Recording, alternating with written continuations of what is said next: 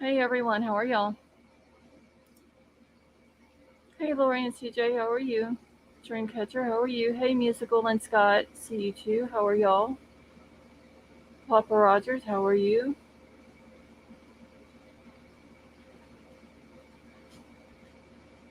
Dreamcatcher, how are you tonight?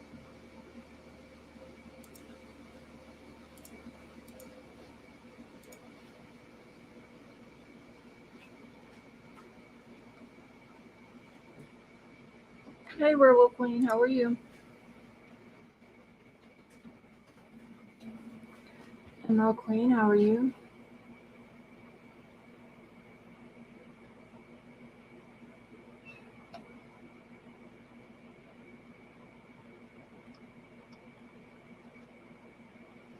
Lori and CJ, I'm doing good. The heck is up with?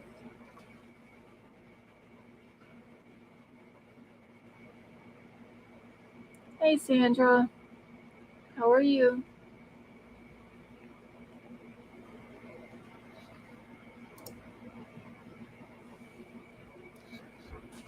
Obsessed for Disneyland, how are you? Alright. So the email is pinned to the top of the chat.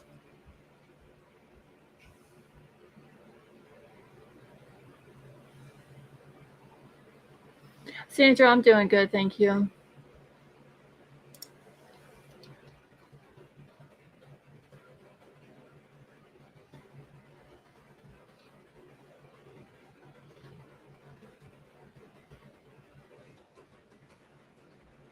Hey Freya, how are you tonight?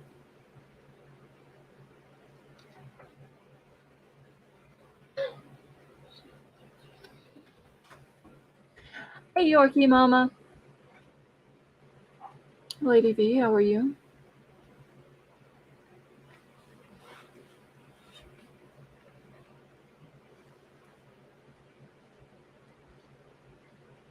Hey Kelly. Hey Cherokee Raider.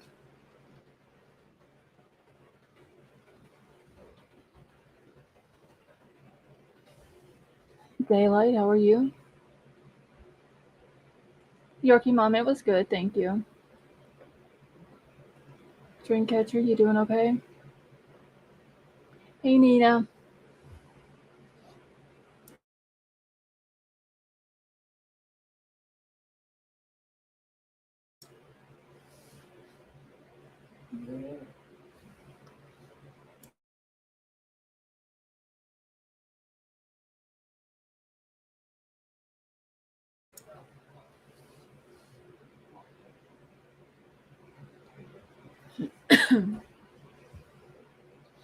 Alright, let me grab my stuff for tonight.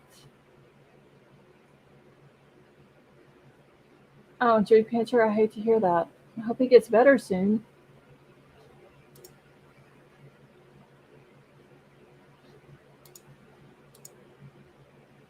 Hey P Fox, how are you?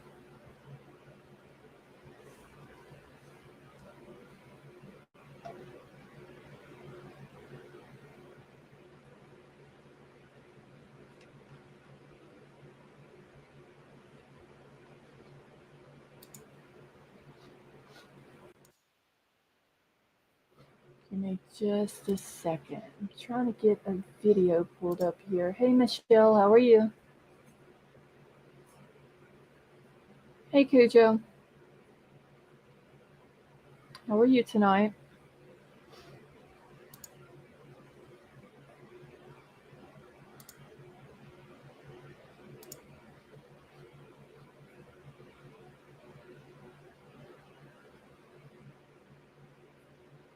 Lady V, I missed all of y'all as well. I was gone most of the day yesterday. Super tired last night whenever I got back.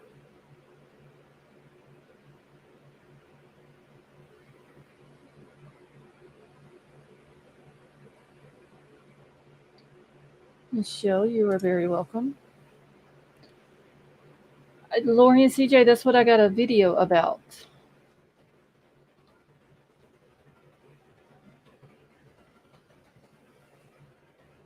curious to know what it has to do with.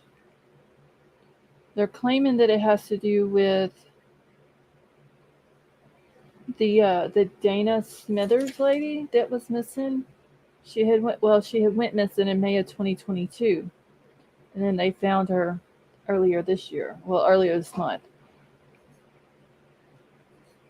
So that's what they're claiming that it has to do with.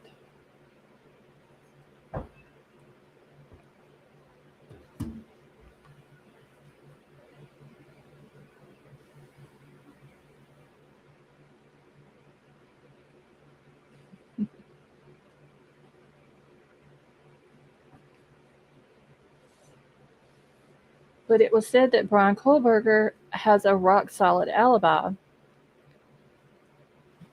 and likely has no connection to it. So if that's what it's about, hey Big Al, how are you? Wait, what a baby, how are you? Okay, wait, what a baby, that's fine. Um, but if that's what it's about, this lady who had went missing and was found, Bryan has a rock solid alibi, then why is his parents, why are they being subpoenaed to come and testify? And I believe they said it was an investigative grand jury, I think that's what they called it. Hey K Brass, how are you?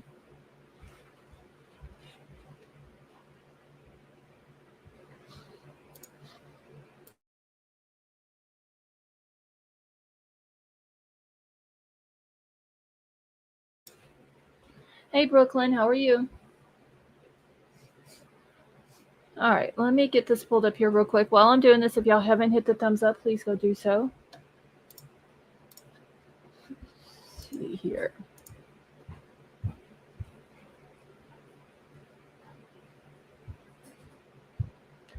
Big Al, that's what they're saying. He has a rock solid alibi. It was also said that he was within 22 minutes of where this woman was at when she went missing. But they've got his parents testifying. Hey, the amazing Tiff, how are you? They've got his parents testifying in a grand jury that has to do with. And that's what they're saying. It has to do with that case. Now, whether that's the truth or not, I don't know. That is what they're coming out and saying. Maybe they found her ID in his things. Well, Lori and CJ, I wondered that too, but they did say, hey, Crystal Lynn, how are you? They did say that her personal belongings were found at her house. I believe it was her phone and her purse, but they don't specifically say that her ID was found. Hey, King Scarlet, how are you? Or nothing that I had seen said that her ID had been found. 9mm, how are you? So I don't believe anything said about him that is good. Anyone who believes Idaho 4 was the first of his murdered. Yeah, 9mm. I've said that before. Wouldn't surprise me if he's done this before. Hey, Seventh Row, how are you? It just seems to be someone's first. It seems excessive.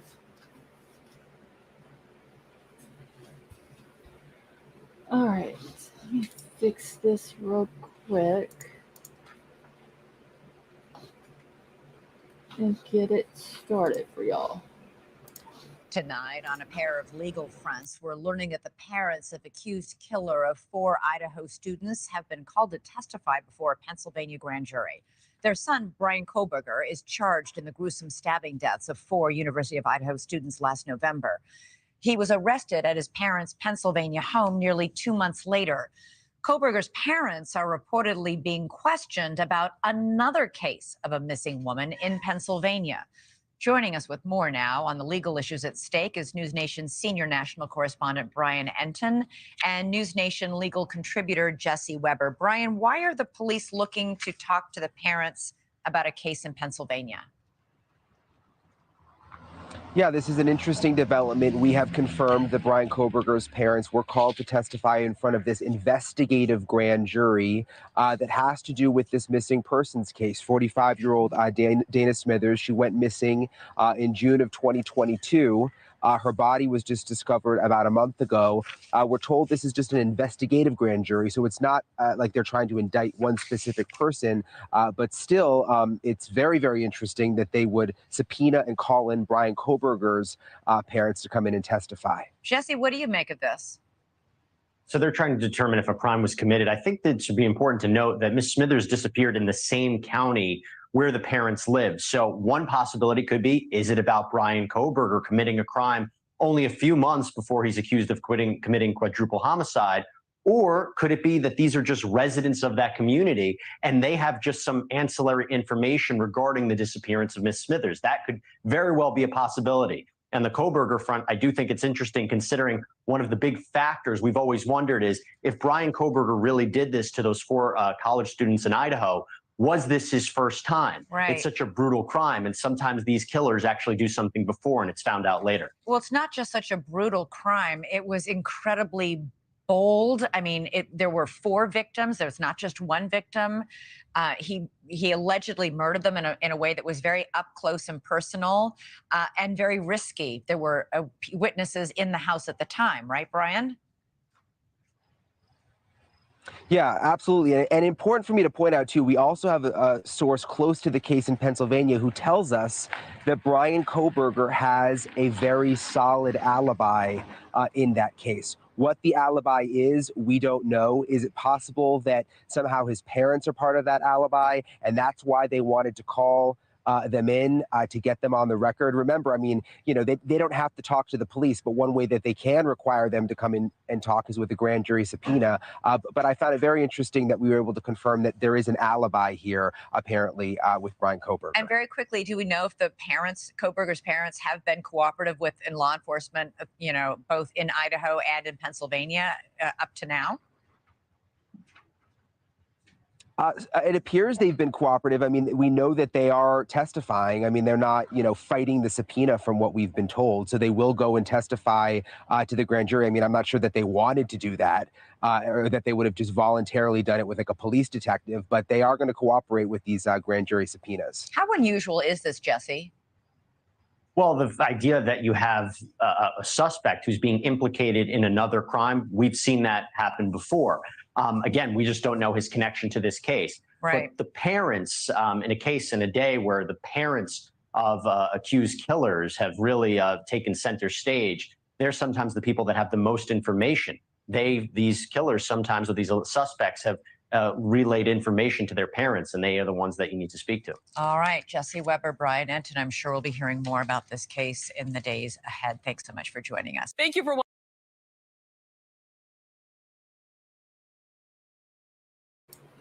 Okay. So why make the parents testify if he's got a rock solid alibi?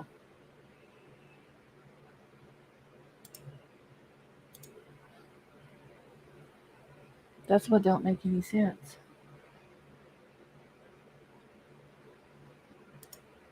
Hold on 1 second, y'all. I'm just looking at something real quick. Okay. Hey, Mary, how are you?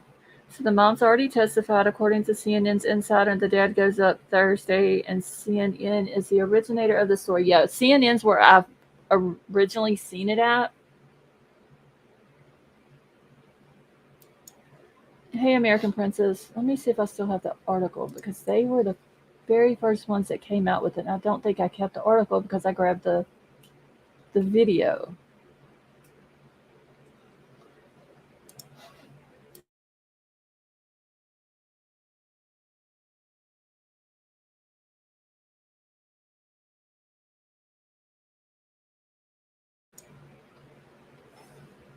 Okay. Baker, how are you?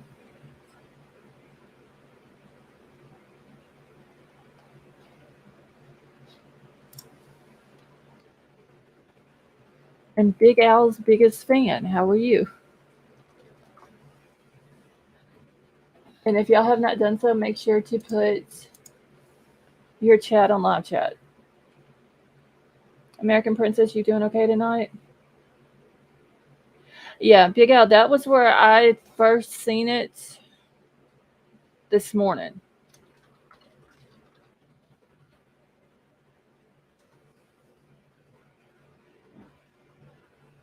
Yeah, there's someone in here by the name of Big Al's biggest fan.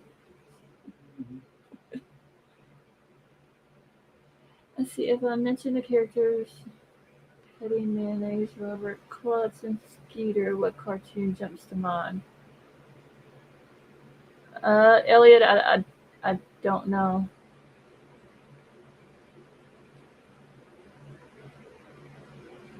Well, Big Al's biggest fan, we're happy to have you here.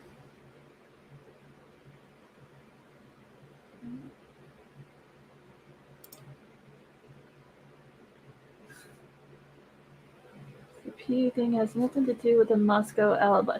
No, it does, I don't think it has anything to do with the Moscow alibi thing, Mary, but it did say, and that is true too, that the PA law is that the grand jury is for only what happens in Monroe County. But they can also share what goes on in that grand jury in Pennsylvania. They can share it with Moscow investigators.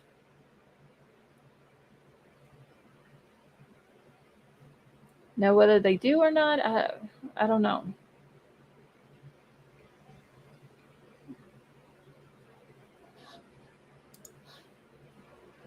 Hey, Rich, how are you?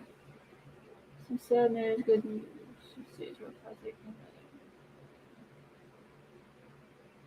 Rich, I'm so sorry to hear that.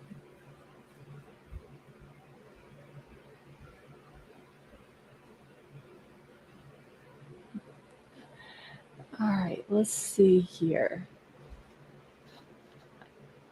I need to put this in my email to share it with y'all later, but I do have another thing that had came out that I found regarding Bryan Kohberger's body language. He was in court the other day. Some body language experts. Angel Eyes, how are you? And it's good to see you too, Angel.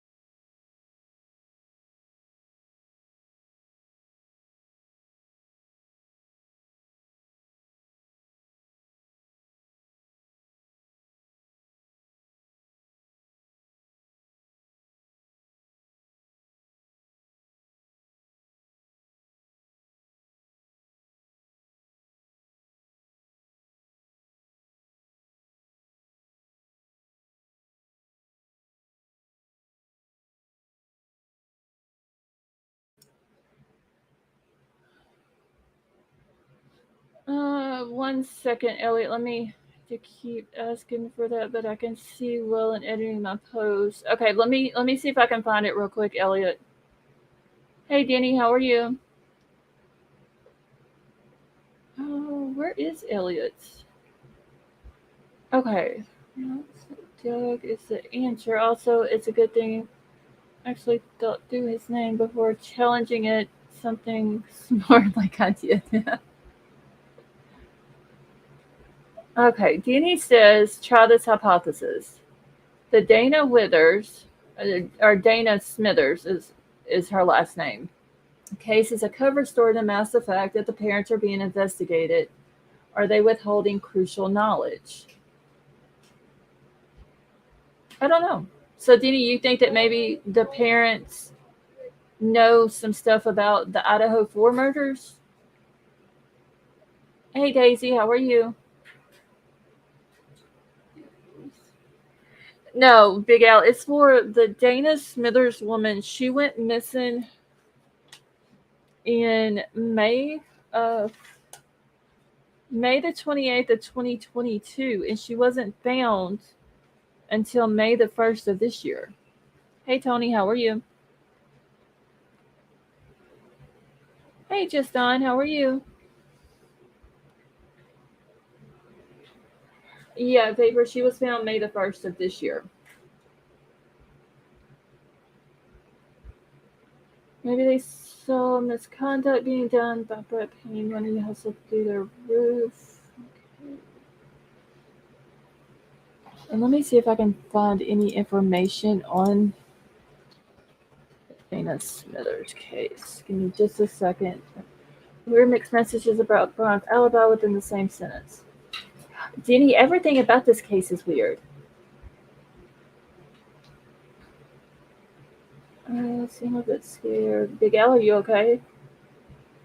P-Fox, I haven't seen a cause of death yet. Trying to find like the latest article with regards to her that don't have anything to do with Bryan Kohberger in it. Because if you just type her name in Google, everything is about Bryan Kohberger's parents testifying. It just says Dana Smithers, a 45-year-old woman from Stroudsburg, Pennsylvania, went missing on May the 28th of 2022. She was last seen leaving a friend's house in Stroudsburg, not far from her home. On June the 4th of 2022, her remains were found. So, why was it put out that she was found May the 1st of this year?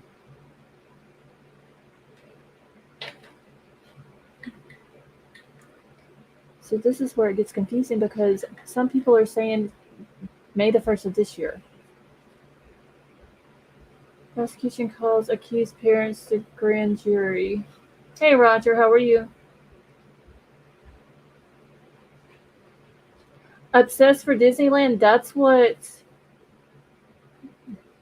is being claimed, that he has a rock solid alibi and that he more than likely has nothing to do with it or is not connected. But for whatever reason, his parents have been called into a grand jury that they're saying it's for this Dana Smithers lady. Okay, so last year went missing, found recently. No way, that's what I thought. I had read that, but there's like literally two different things on here saying she was found June the 4th of 2022.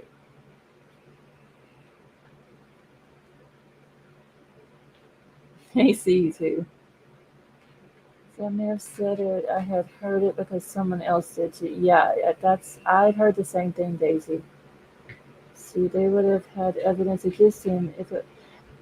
That's what don't make sense. Why if they have evidence against him and I believe they called it an investigative grand jury. Why have something against him and then turn around and say that he has a rock solid alibi?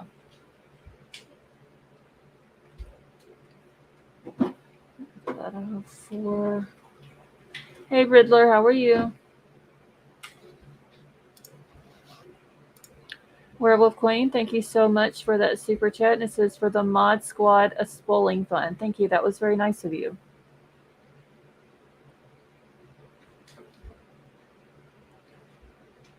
Hey, Mr. Got Lost, how are you?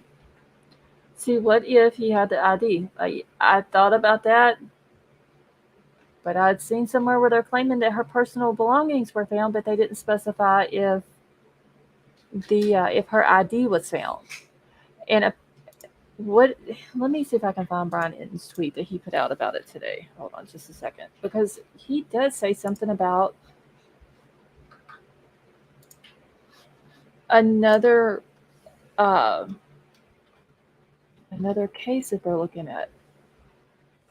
I want to make sure that I read it correctly.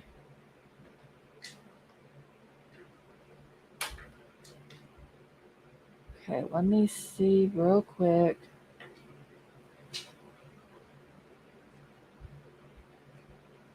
Okay. Lord, there's been a bunch of stuff out today.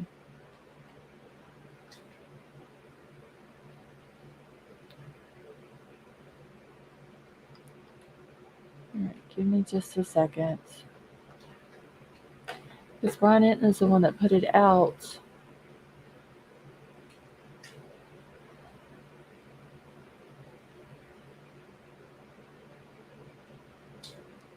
Okay, so this was 8 hours ago.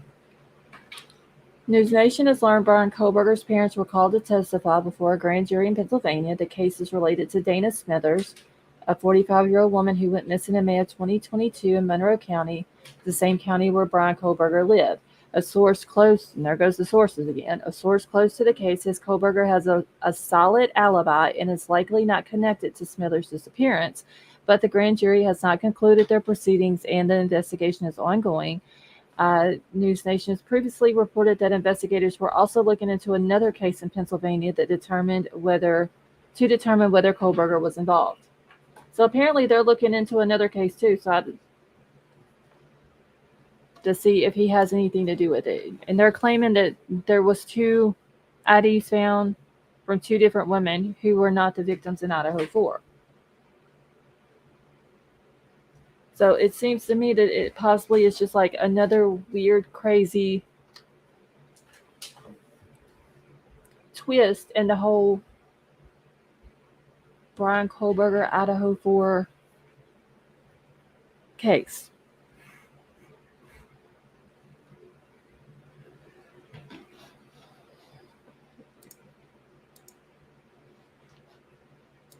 Give me a second here because they're trying to see if there's any, like, the most recent stuff. I think her story was on Dateline. No way, are you talking about Dana's? One of the grand jury only gave the parents control questions.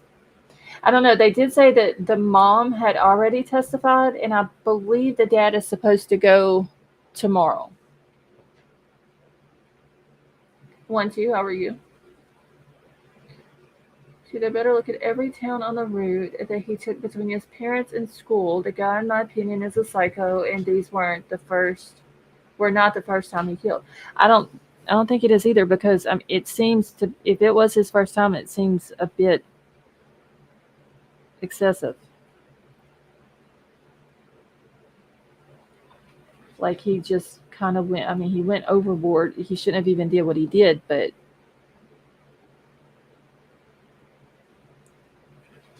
that's kind of what it seems like. Okay. Let me pull this up real quick for y'all. See, has he been cleared of the other cases in Washington and Oregon with the Cherokee Raider? Moscow came out real early in this case and said that the Idaho 4 case in those 2 cases, the one in Washington and the one in Oregon, wasn't connected. Now, I don't know how they know that. And I can't remember if that's after they had already had like Bryan Kohberger's name or what, but they had came out and said that they weren't connected.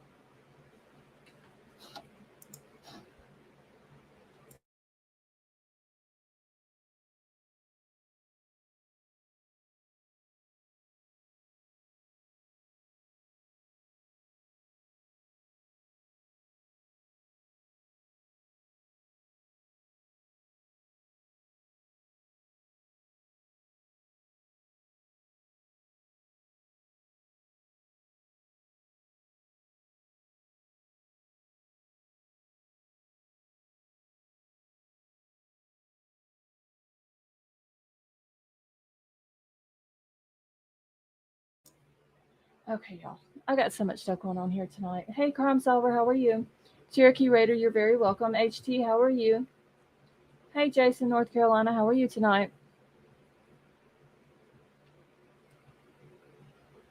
All right. I need to stop this So it's not sitting there continuing playing. Okay, so this came out and some updates along with it. Shares 21 minutes ago. Yes, Crime Solver, I'm doing good, thank you. So it says Bryan Kohberger, Idaho murder suspect's parents ordered to testify in the grand jury, and there are a couple of different updates to go with it. Seems like we have theorized Zan and Ethan may have been collateral damage because we ran into one of them.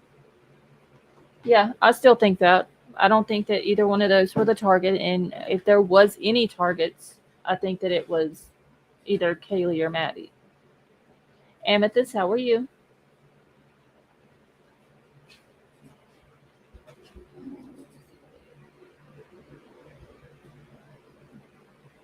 Okay, so 9mm. So you're hearing too that she was found earlier this month, right? Because I don't know why they keep saying in July.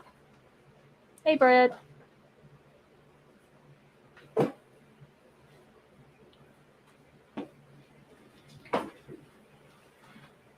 Okay, so the parents of Idaho student murder suspect Bryan Kohberger have been subpoenaed to testify before an investigative grand jury in the family's home state of Pennsylvania, says a report.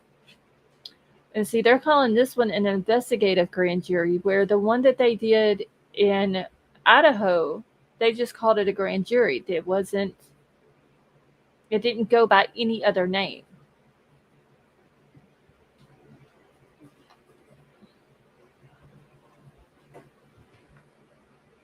YouTube and Twitter were alive with theories today. I had no time to reason them. So Mr. Kohberger's father is expected to testify before the grand jury in a sealed proceedings in Monroe County on Thursday. It was not immediately clear in what potential crime they were being investigated. His mother has already given evidence to the grand jury, the source told the news outlet, and added that to her testimony, which will be given under oath and may be shared with the Idaho prosecutors. Meanwhile, the families of the two slain University of Idaho students are preparing to sue the university, and I also have the paper stuff talking about that too, which has been revealed. It comes after their accused killer, Mr. Kohberger, appeared in court for his arraignment in Latah County Court in Moscow on Monday. Mr. Kohberger, which we know is accused of killing the 4 kids. So, 26 minutes ago, it says, who is Dana Smithers, which is who they're claiming. Hey, Midwest girl, how are you? Which is who they're claiming that this whole investigative grand jury is about. The mother of 3 went missing May the 28th of 2022 after she returned from a happy hour festival in Stroudsburg with her daughter and her daughter's father.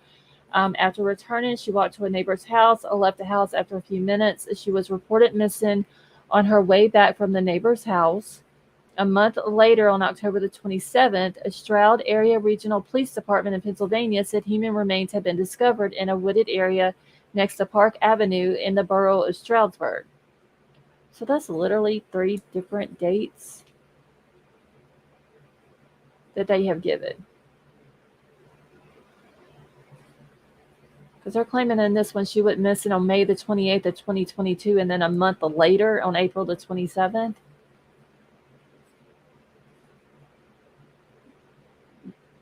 They must have meant a year later. Okay, so the autopsy was done, and it revealed that the remains belong to her. She has 3 children, a 25-year-old son, 23-year-old daughter, and a 7-year-old daughter. Yeah, no way. They put a month later, but they must have meant a year later.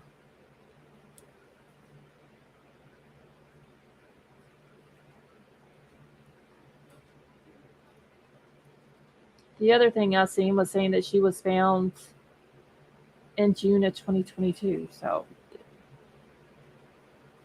okay.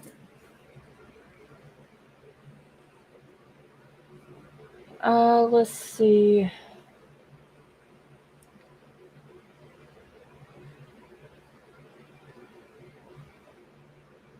I'm just seeing if there's anything new that I haven't already read in these updates. Okay, that was just so the 55-minute update, basically the same thing. And I did see where Bryan allegedly was 22 minutes away from where Dana had went missing when she went missing. Okay, so Smithers was reported missing. What did she was last seen?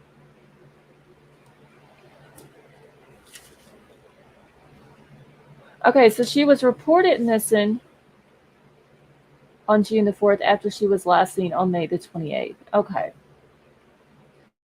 And 9mm, have you seen anywhere? Because all I've seen was that her personal belongings were found. Hey, Cammie, how are you? Um, have you seen anywhere that it has said that her ID was found with her?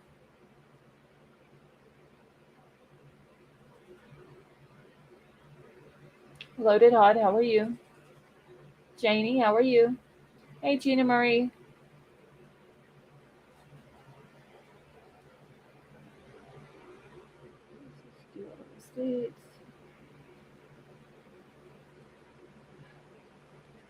Hey, Betty Joe. Okay, have not seen ID info. Okay, so I'm wondering whenever they say, because they said her phone and her purse were found in her house. But they never specified if her ID, they just said personal belongings, phone and purse.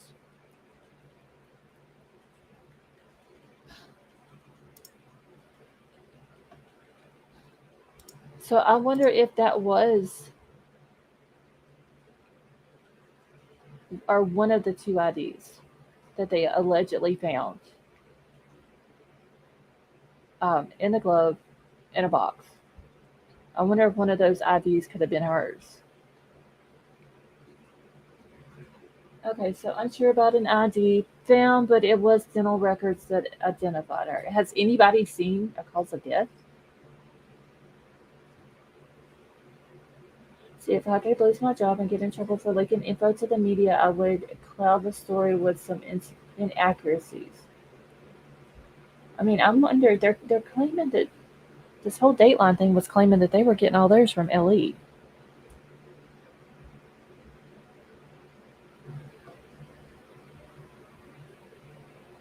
Jan, how are you tonight?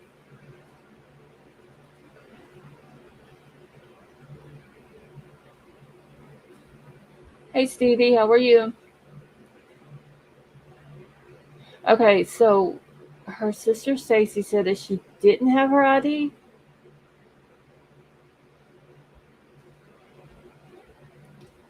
And Crystal Lynn, that is interesting. So maybe one of these IDs was hers that they're claiming that Bryan had. Boomer girl, how are you? Cell phone, daily medication, car, personal belongings were all found in the home. Yeah, I seen that part, Jen, but I didn't know if they had specified like that her ID was missing or what. Carrie's outside. Okay, Big Al.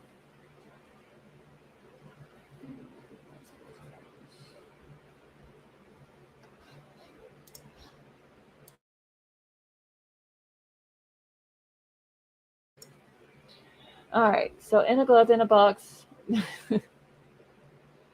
Okay, so was identified via dental records. Authorities said an autopsy was conducted on Monday, May 1st, but an official cause and manner of death are pending further testing.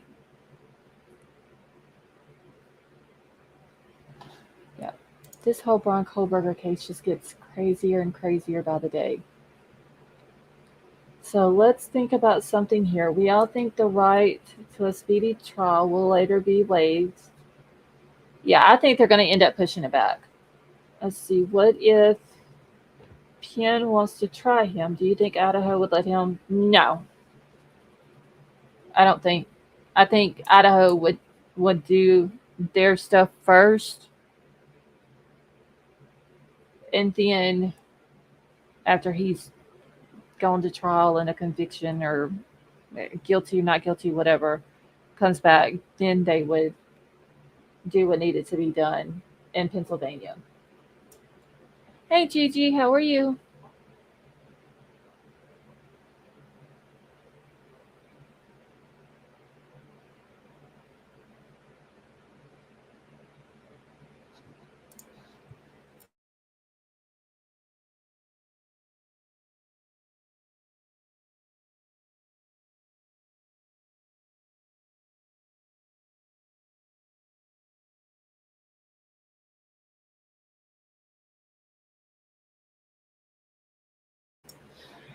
All right. Okay, so I would let them have him first. If given the option, they could learn a lot from it. Hey, Don, how are you? I don't know. I think they would keep him because they've already got him in custody and they've already got like the whole legal thing going in their jurisdiction. But like I said, it does. They are claiming that whatever the outcome of this whole grand jury is, that Pennsylvania law does allow them to share it with other jurisdictions, so they could possibly share that information with Idaho.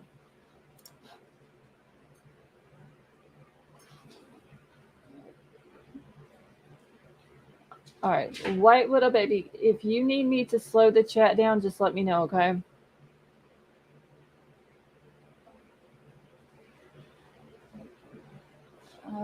And I was trying to find another. Give me just a second. Okay, there has to be something leaking BK to these women other than the Idaho murders and him just living in the area. I agree. It's not like Loaded Hot. It's literally not like that he just woke up one day, drove around Moscow, was like, there's a house that I want to go do this to the people who live there. Okay, let me slow it down real quick.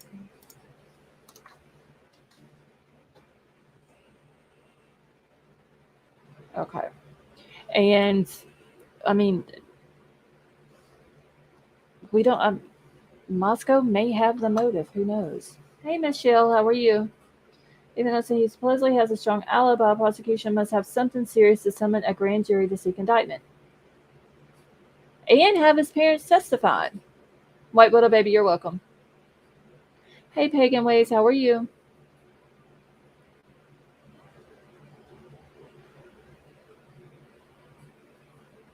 See, something had him attracted to one or many in the home, because when you go by 12 times, just that we know of per your phone history, it wasn't a good, yeah, I don't know, something is going on, and hopefully Moscow has figured it out, and they have that motive.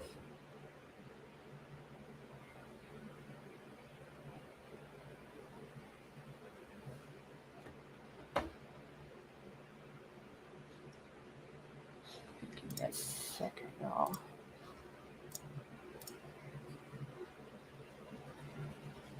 Hey, Judy, how are you? So his parents are his alibi. I don't know, Judy.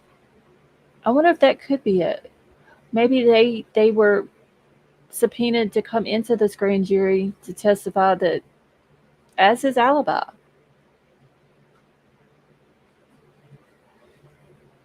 No way. I went to the Pennsylvania website and looked on there. I couldn't find anything about a grand jury, which I didn't think I would since they're secretive.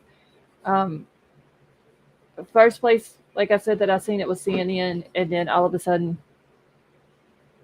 Bryan Inton comes out with it, says that they've learned about it. So I guess we'll just have to wait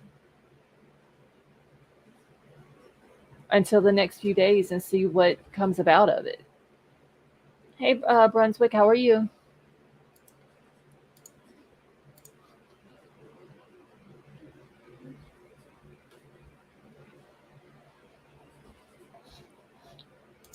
I just find it very interesting that this is something else that is coming out regarding Bryan Kohberger. Brad, that's what it seems. Because they're claiming, like I said, it is being said that he was 22 minutes away from where Dana went missing.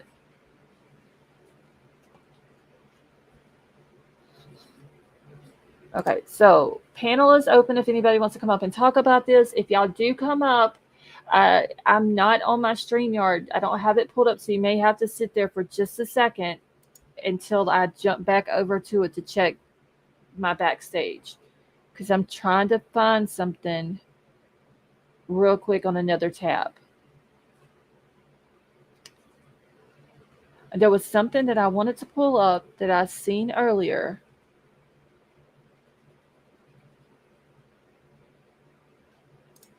I gotta find it real quick. Okay. See, most of us have said we didn't believe Idaho. No, I really don't, 9mm. I really don't think that it was his first time. Thank you, Riddler. Lady V, how are you? Hey, how are you, Charlotte? Uh, Scarlett? I'm Damn it. doing I'm doing good. Somebody said Scarlett one time, and for the life of me, it keeps sticking in my head, and I know it's not it. Anyway, I'm sorry. No, you're fine. Scarlett. So I have a question real quick. You said that they could share it with Idaho. Do you mean like, can they put that in with all of their other things that he has in Idaho and prosecuting for that there too? Or what do you mean by share? What I had read was that they could share it with the Idaho investigators. Now, I don't know if that means they're going to give it to the defense, since his attorney's in Idaho. If there is a case against him in Pennsylvania, he wouldn't have the same attorney. So all I'm seeing is that it's going to be. Uh, Hold on, let me bring King Scarlet up. The only thing that I'm seeing is that they can share it with the Idaho investigators. I just wonder what that means. Okay, King Scarlet, you drop, but I will drop the link back in for you. I don't know. Like I said, because of his attorney being different in Idaho than what he would have in Pennsylvania, uh, if That's interesting. if they wouldn't be allowed to share it with her, with Ann Taylor, I mean, honestly, if they did send anything to do with the Pennsylvania stuff, and it has to do with a completely different case than what Idaho 4 is, uh, I don't know why they would share it with Idaho. I don't. And Well, isn't it unusual to share grand jury I think there's decisions only with? I mean, like in another state with another I, crime. it's Pennsylvania law says that they can share it with other jurisdictions. Wow. Now, unless there is, okay, so let's just use this Dana Smithers lady. Let's say that her case is what's in the grand jury right now. They're looking for an indictment. Maybe they want to share that information with Idaho investigators because there could be similarities between the two. Uh, could it have been her case be done with a knife? Um, it could be something like So, that. okay, so I understand what you're saying. So my question is in my head or about this whole thing is that normally if they share it with them, I mean, how is that going to work to either one of them's advantage? I mean, couldn't it just be like, I mean, what if they bring it up during the trial? Is that admissible? I don't see how it could be, but I I could be don't wrong. either. That's why I'm like, what? I mean, I think it's interesting, but what does it matter? Because I don't see how they could use that at trial. Mm-mm. I don't see how they could, unless, like I said, it's some type of similarity, and they want to, uh, like, look at this one and then look at that one and see. I don't know. Well, maybe okay, I don't know maybe why they would want to share it. I don't know. okay, maybe they're sharing so they can look at the similarities like very closely between what happened in Idaho and what happened in Pennsylvania. Maybe that's why. Maybe it's more for Pennsylvania's benefit than Idaho. Could be.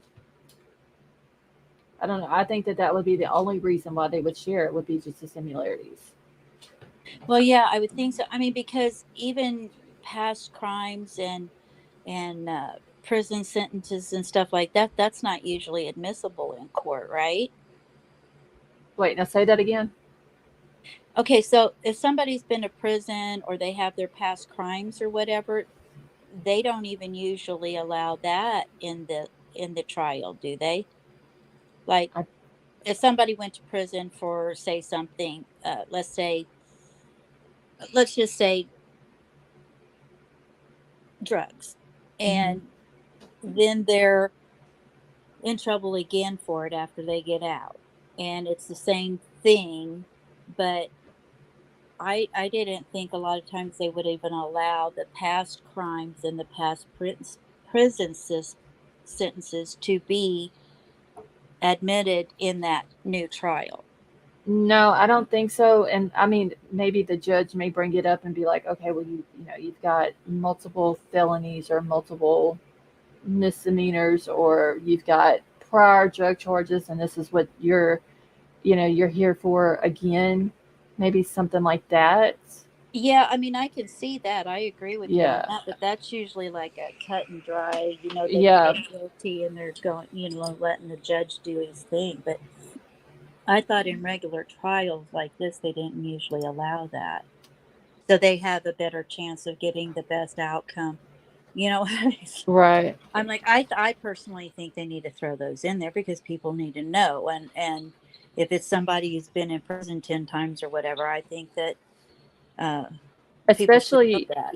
let's say if they had prior drug charges, and then later on, they go to prison for that and serve their time, and then later on they're out, and they murder someone Exactly. that has something to do with drugs with Yeah. that case, then yeah, they probably could bring that up,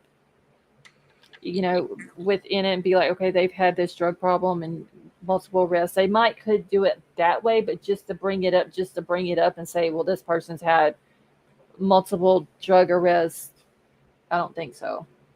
Yeah. Prying Paula said they have to show a pattern of behavior to use prior bad acts. That's what I thought too. And thank you for that. I can't remember the name. Anyway, I know that we got off subject here a little bit. I was just trying to figure No, you're out fine. how that would, why.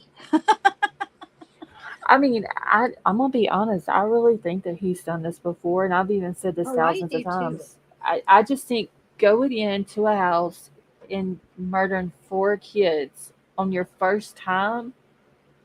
Well, it's not unheard of. I mean, we got, who was it? Danny Rawlings, is that right? He go in and he killed like 3 or 4 his very first time. I mean, it's not unheard of, but at the same time, I still think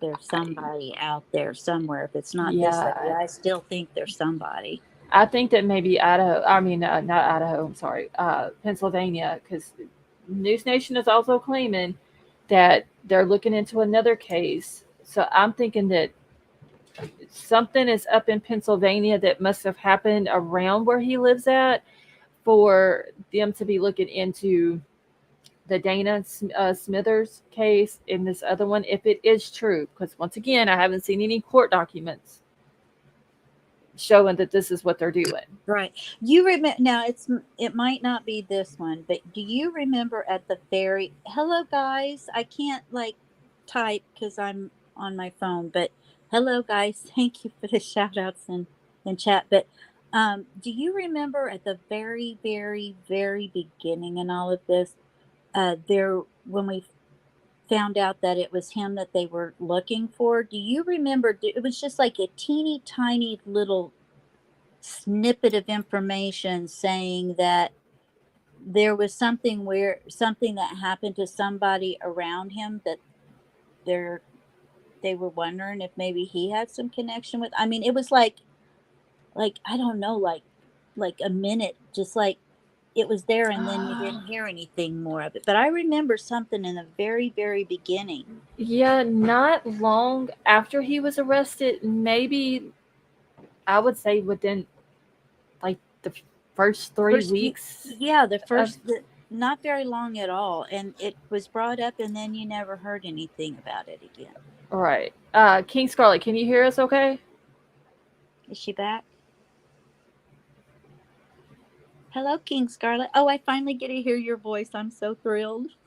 Okay, she's muted again. She may be still having problems. Oh no. She's so sweet. I see her in all different kind of chat rooms, and she's just so sweet. She's Oh, yeah. beautiful too. Yes. Yeah, she must still be having problems. I know she's been up here with me before and she's had some issues, so. But anyway, so I want to say it was like the first 3 weeks after he was arrested, something had came out about the Pennsylvania police departments out there were going to look into cases that was from that area. But Yeah, but there was one certain one they mentioned, and I wish I could find it, but there's one certain one that they mentioned. okay, I know that the Dana Smithers one had been mentioned. Um, I want to say maybe another one, but I don't remember the name. But I do remember Dana's. Hey, Yeah, Turquoise. well, yeah, I do too. I mean, that's why I was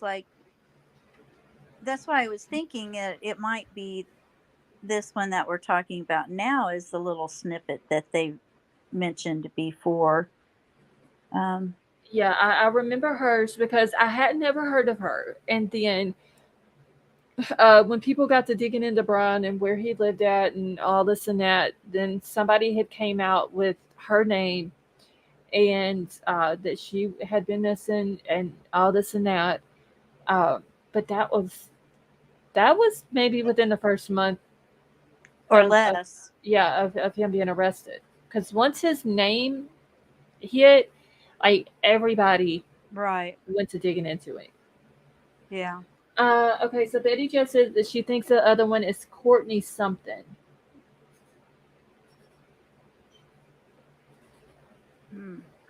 I can't remember. It was okay. Now, was this the lady that was involved in taking H, just like Bryan did back then? Wait, do I know?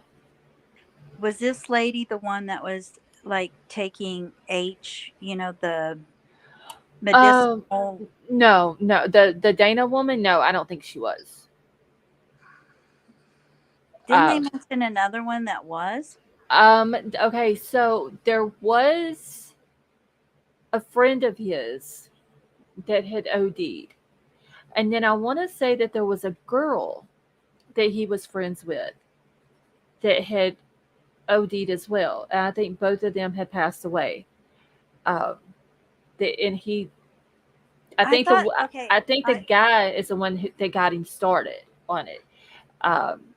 I think he overdosed, and then the girl, I can't remember if they said he went to high school with her, but that they were friends, and she ended up passing away also. Well, yeah, but I don't think her body has been found because they're trying to find her because she's got 2 kids that are in their 20s and one that is like 7 years old. Okay, no, that's the Dana woman. Okay. Yeah, she's got well, a then 25-year-old. She did have problems with medication. Okay, all right. So I hadn't seen that, but I did just read a little while ago that she has a 25-year-old son, a 23-year-old daughter, and then a 7-year-old daughter. Right.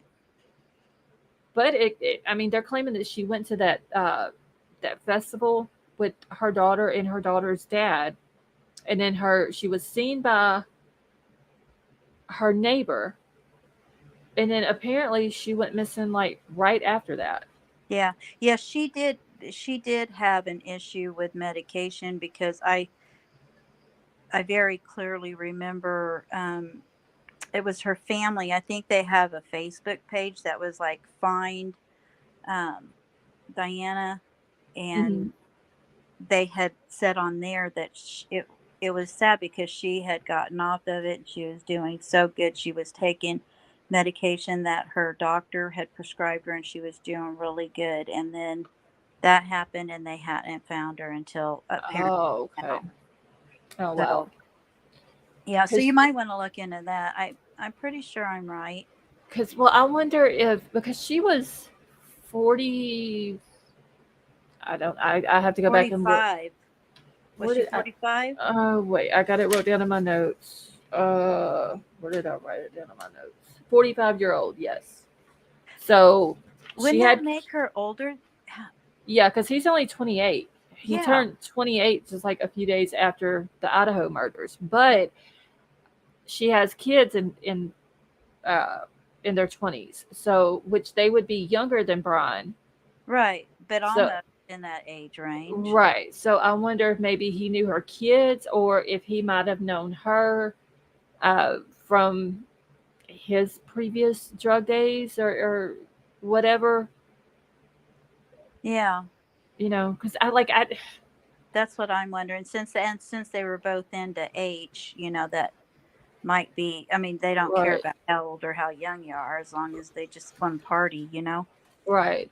I mean, she could have been a friend of a friend, or an acquaintance of his friend, or there could have been a connection. They could have known each other through other people, or anything like that. Yeah. Being Now, is from the the town same he grew area. up in the town he grew up in, is it very large? I'm sorry, by the way, I didn't. No, you're fine. Let me see. His is Albrightsville, so let me Roger, just see the. it was Diane. What's her name? What Uh, is her Dana Smithers. Dana? Yeah, Dana. It was Dana that I was talking about, Roger. Let's see. I'm just gonna look up the population for Monroe County. So estimated population in 2023 is 167,870. He was from the Albrightsville area in Monroe County. She was from, and also I believe found in the Stroudsburg area. I mean, I know 100,000 is a lot, but it's really not a lot. Let's see what Albrightsville is.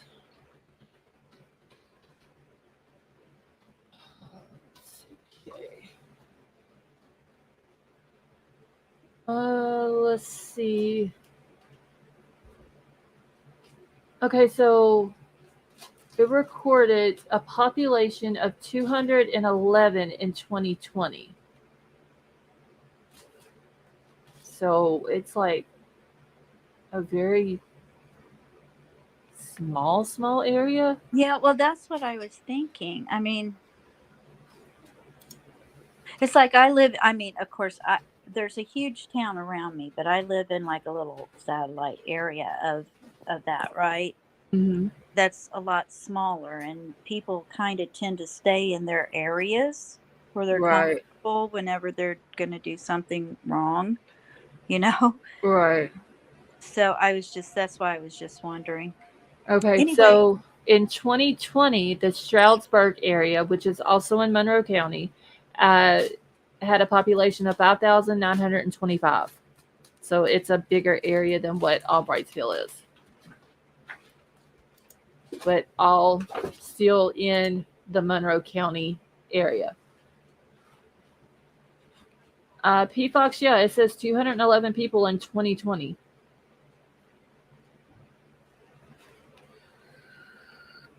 how many? 2,000 No, 211. in that one little area? Yeah, in the area Oh, where yeah. he lives at, Wow. where he was arrested and all that. Wow. Hmm.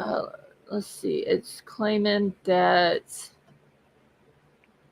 Okay, so in 2023, Albrightsville, Pennsylvania has a population of 205 people. It's what it's saying it has now. Well, or this year. Oh, that's the population of the little area he lives in. Well, where his where he was arrested, his parents Right. live at and all that. Yeah, 205 people is what it has for 2023. Oh my goodness. Wow. That's crazy. And I thought I lived in a little town. Yeah, it's a very small little area. So more than likely in that area, if they're out in that area, everybody probably knows everybody or went to school with somebody that went to school with everybody. You know what I mean? It's like, Right. oh, Let's see, somebody had asked where DeSales University was at. It is in Lehigh Valley, Pennsylvania. I don't know how far that is from. Oh wait, I don't want Google. I need maps. Let's see. Yeah, How, I honestly, I mean, okay, so I was just thinking too, BTK, he did 4 his first time. So it's like it's not unheard of, but I don't think it'd be anything like that if they found somebody. I think it'd be more like one person, mhm. like a trial run or something like that. But do you Yeah. think he's an incel? Um, I don't know what to think of that because they have came out and claimed that this woman that he was colleagues with at WSU, um, he was her friend. I don't know if there was anything more than that, but for whatever reason, she felt comfortable enough and trusted him enough to confide in him that someone had broken into her apartment and allow this man to come into her apartment and install security cameras, get her Wi-Fi password and all that to hook it all up. So, does he have women that like him, or does he not? Like, Well, yeah, it's Bundy did too, but the thing of it with the incel is not so much that it's more in their head. It's the way they think about things. I mean, Bundy had all kinds of women falling all over him for, I don't think he's handsome. I never did, but apparently right. some do. Oh, But have you seen the women that think that Kohberger is handsome and in love with him? And I, I haven't seen them. I've seen like, I know about it, but so I'm just, because it's the way they think about themselves. And I I kind of don't think know. he is. He might have thought of himself like that. I don't know. Like I said, This that's where it started was Bundy. I mean, he's the one that first used that and said that, he thought he was. I just this whole case is just I've never seen a case this is crazy. Yeah, this thing is weird. It Now, really is. I don't know. I mean, do you think they did it on purpose, putting his trial at the 1 year anniversary thing? I mean, that's like, Well, that's what Ann Taylor asked for.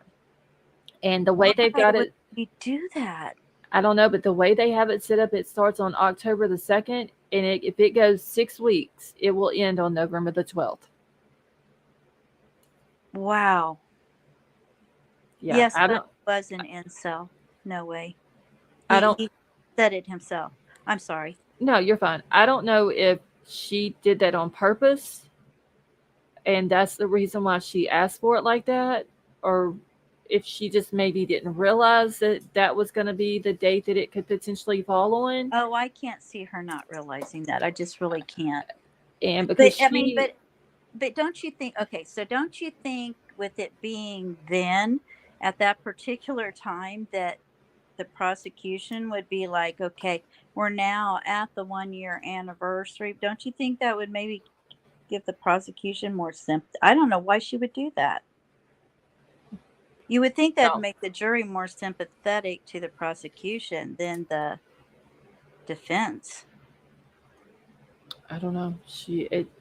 It's just another crazy twist I wonder if he in the asked case. for it to be then because I mean, he's obsessed with watching himself and things about Oh himself. yeah, I mean, he's got a TV and a tablet and everything. It's like, yep, yeah. I don't know. He might have had that calculated in his mind to where he knew that whenever he went to court Monday, he was going to plead. Well, he didn't really not plead plead anything. nothing. Yeah, Yeah, he didn't really plead anything. He he's made the judge silent. enter it. But he knew that they were going to stand silent. And then he probably told his attorney, yeah, let's go ahead and do a speedy trial. And then he knew that it was probably going to land on these days. And more than likely, him and his attorney spoke about it. And he probably had a lot of influence on that decision. And he knew that it was a gut punch to the family. Yeah, I think so too. That's why I'm like, why? That's why I'm like, why would you do that? Because, I mean, it's just going to make them less sympathetic to your case, in my opinion, because it's like you're like snubbing them in the face, right? Right. That is true. That's what it seems like. There's just so many just weird things about this whole thing. It's like everything that comes out is weird. It is. It's every few days is something new, and it's just like a big, huge twist. And like Roger says, big trials almost always get postponed. I wouldn't be surprised if it starts. Yeah, I think it's I going to wouldn't get be pushed back. Yeah, I wouldn't be surprised either. Yeah. It's just weird that they requested it then. Yeah, because I was not expecting her to want a speedy trial. No, it kind of makes you wonder and a little worried too, doesn't it? I mean, Well, it kind of makes me a little concerned about what they have, what they feel so confident about that they have, that they don't want more time. I mean, she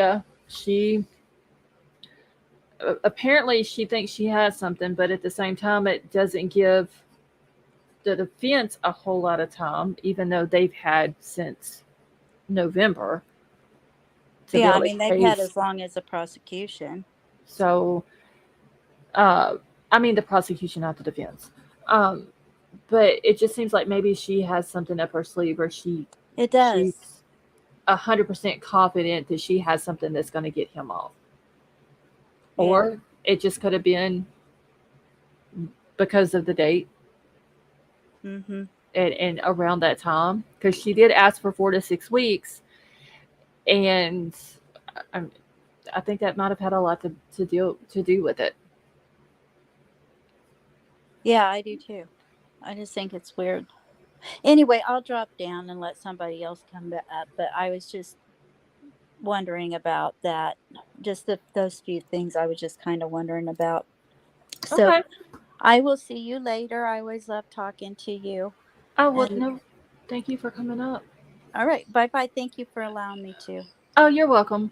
Oh, by the way, I Uh, did just this is totally off subject, and I'm not like pushing anything here, but I just did my first 2 Timo hauls on my channel, uh, and I gave you a shout out on oh there. well, So thank you. hopefully you'll be getting, well, I don't have, there's only like 80 some odd people, but if none of them have heard of you, then maybe they'll come and see you. So Well, thank you. That was very nice of you.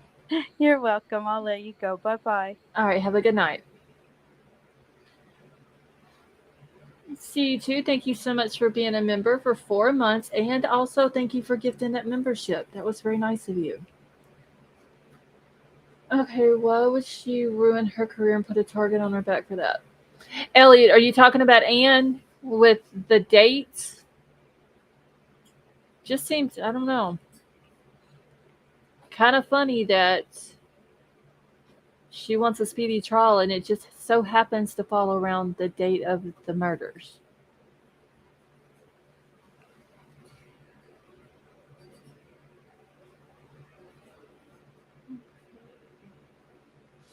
Let's see her. She's waiting, knowing, and there will be a plea deal, so no death penalty. I'm wondering. I don't. I just don't see them doing a plea deal. Could be wrong, but I don't see it. And King Scarlet, if you want to grab the link and come back up, you're more than welcome to.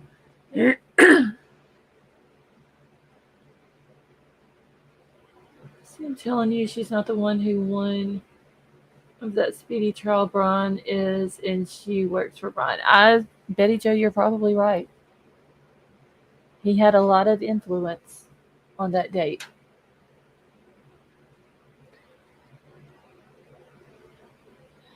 Yeah, Elliot, it's 6 months from the day of his arraignment, but she asked for the very end parts of that 6 month period. And the 6 month period would have been up on November the 22nd, which would have been like a day after Bryan's birthday. And then the judge asked her, how long would it take? She says 4 to 6 weeks. And then the judge asked about October the 2nd. See, I've tried so many times. King Scarlet, you were up here the one time, but you kept. It was, I don't know if you were muting yourself or what, but it was like you would unmute and then mute back. But if you want to try it again, you're more than welcome to. Anybody else want to grab the link, you're more than welcome to as well.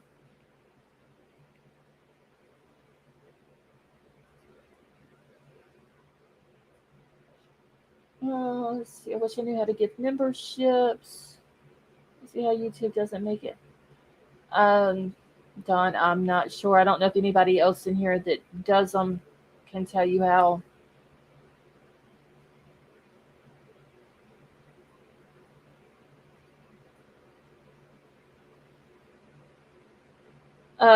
Loaded hot. No music. Okay, King Scarlet, I'll keep dropping the link, honey, and anytime you want to grab it, just go ahead. Let's see, I'd come up, but I have a real bad toothache and my grandbaby's still awake. Okay, Betty Joe, if you want to come up later, honey, that's fine.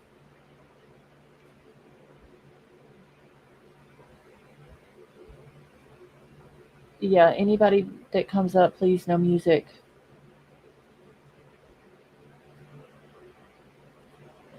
All right, so I did look, though, from Albrightsville, whenever they had asked about where DeSales University was, and I can't remember who that was that asked that, but it's in Lehigh Valley, Pennsylvania, which is only 46 minutes or 35 miles from Albrightsville. And then Albrightsville to Stroudsburg is only 35 minutes, 30 miles, 30.2 miles. So it's really not that far from where his parents' house is.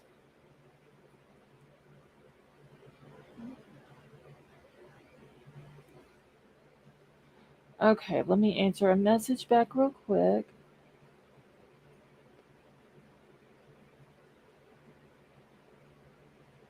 Okay. Yes, thank you, sweet Melissa. No F-bombs either.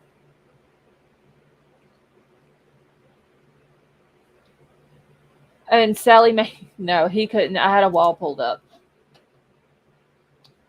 Okay, let me exit off all this. There was something else.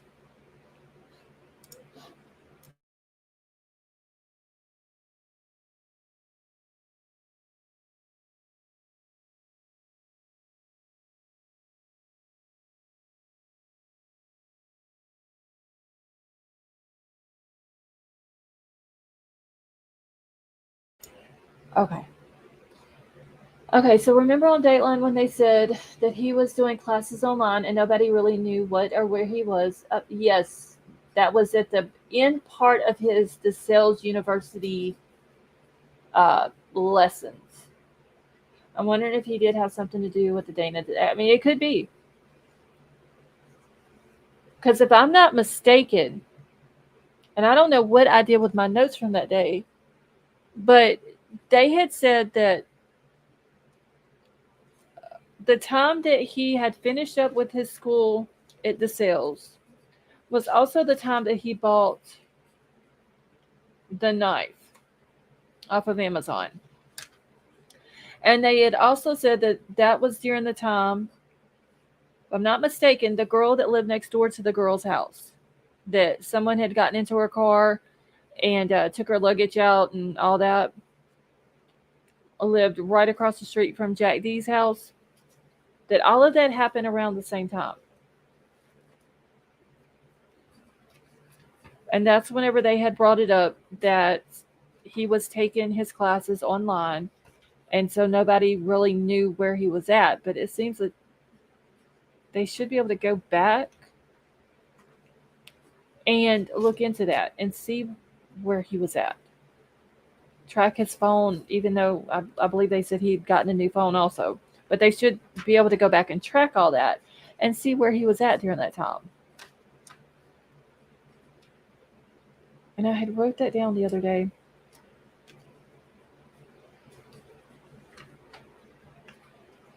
But I've switched notebooks since then. Okay, so they have lots of evidence, calls, transactions, etc. So it's very possible to put together his whereabouts in regards to the PA murder. Yeah.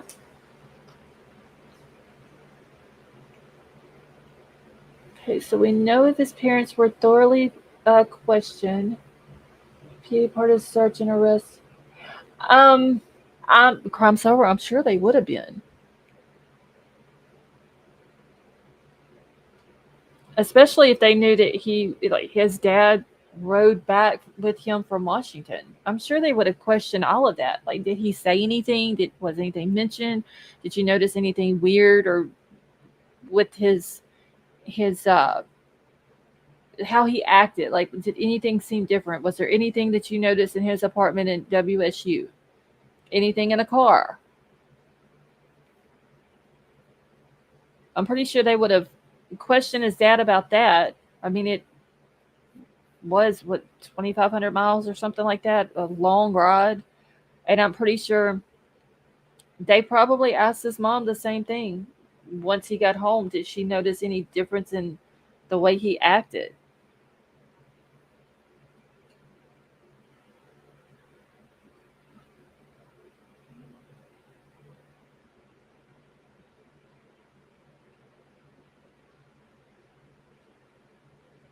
Okay, 1 second.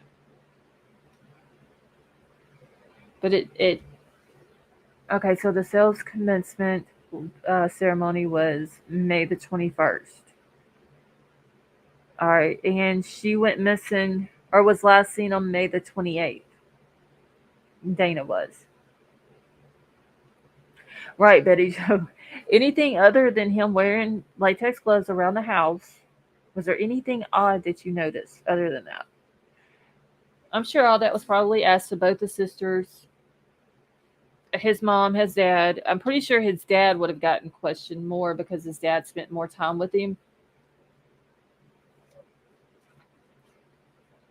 But it seems kind of funny how there was the grand jury indictment in Idaho,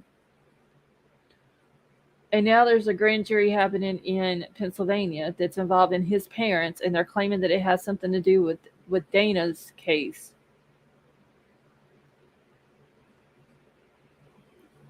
I mean, it's like they can't do a grand jury unless they got something on him. It's another big huge twist. Is what it is. Any of the IDs found belong to the murder lady Dana. Izzy, they haven't said. Only thing that Dateline said, and I'm gonna be honest, y'all. I do I trust Dateline completely? No, because they're claiming that they're getting all of their stuff from sources and they're putting it out as facts and producing no proof of it. But they're claiming that the two IDs were from two different women who were not any of the Idaho four victims. So if it is true about this whole Dana Smithers case, possibly one of the IDs could belong to her. Can't trust anything in the news these days, so you got to take some things with exactly, Betty Joe. It's okay. So I just sent you an email with questions for everyone who goes on. Okay, thank you, Emerald Queen. Easy, they must have something like I don't know. Hey, H Town, like something's going on in Pennsylvania, and it's kind of happening. While all of our attention is focused on Idaho, there's a bunch of stuff going on in Pennsylvania. Okay, so Louisiana contacted Florida about SK Danny Rollin. Okay, but I don't think this would have been an Idaho contact in Pennsylvania thing, right? I think this is going to be strictly just whatever's going on in Pennsylvania, and they might have let Idaho know about it and be like, look, if y'all need any information, we're willing to share it with you because they're just to see if there's any similarities. Dawn, thank you so much for that super chat. And it says, thank you for all your hard work, girl, and chat. Y'all rock. Well, thank you. That was very nice of you.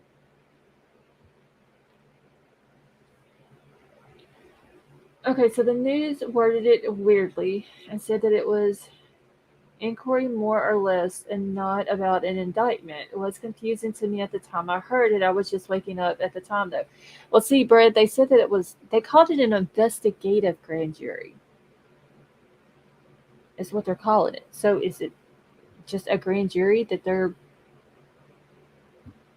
holding an investigation for, and they're presenting evidence to them, or is it which makes absolutely no sense. So why even call it that? I mean, you have a grand jury, you present the evidence, and you try to get an indictment on someone.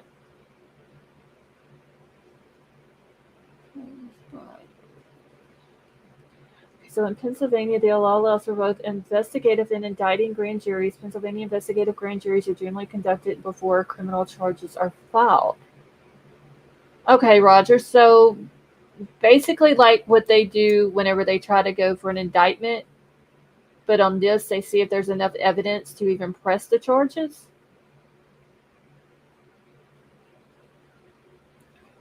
However, indicting grand juries can be impaneled after criminal charges have been filed.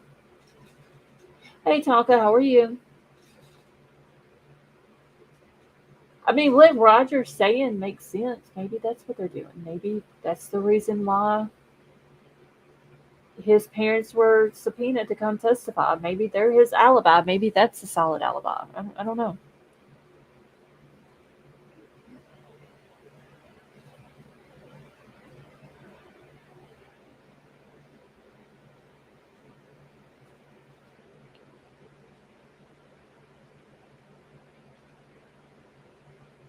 I mean, maybe with Bryan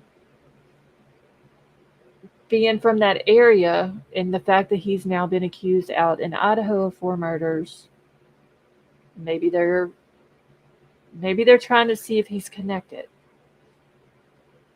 If there's anything that they can connect him with. Maybe would they be checking on other people from the area though? Betty Jo, I don't know. I haven't heard anything about the sisters. It's only been that the mom had testified previously, and now the dad is supposed to testify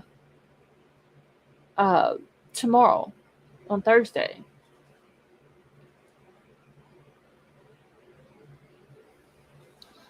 Okay, so Roger's saying he's getting that from Google. I mean, which makes sense. You hold an investigative grand jury, present it to the jury to see if there's enough evidence to charge the person, or then you go into an indictment grand jury. You present the evidence that you have to the jury to see if there's enough to proceed on with the trial.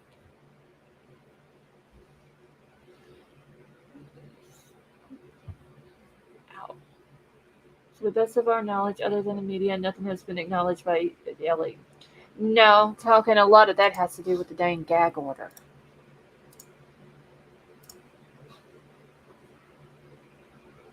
I wonder if they have even questioned. I don't know. Do y'all think maybe they questioned BK in the Dana Smithers case? Okay, so I have to be honest with you. Can you imagine your son being accused of this, and then you have to go to a grand jury to either refute it or show that you saw odd behavior? Yeah. That would be tough on any parent, Don. Callie Dom, how are you?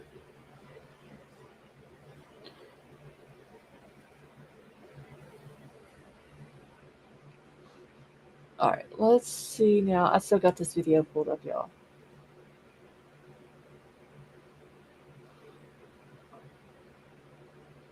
So I hope Judge lifts the gag order, or at the very least modifies it. Hopefully something's done about the gag order, because they need to be able to come out and clear up some of the rumors that's going on. Hey Bernice, how are you? Let's see, maybe Madeline Kingsbury is the next. They're going to link him. Yeah, they can't link him to Madeline Kingsbury, Bernice, because Madeline went missing March 1st. Isn't that right, White Widow Baby? Of this year. So I don't think they could link him to her.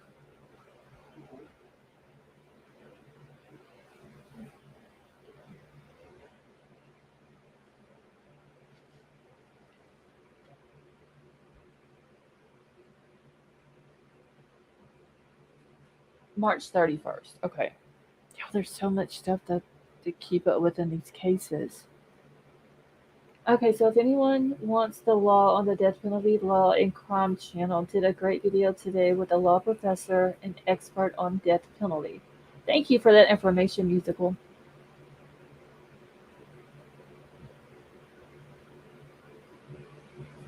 It just seems like overkill. Tonka, let me ask you this. Do you think, okay, so let's just say, because I know that you're wanting to wait for the evidence to come out, which I respect. But if they come out and they prove that Bryan did this, do you, Tonka, think that there's a possibility that he had done this before the Idaho 4 murders?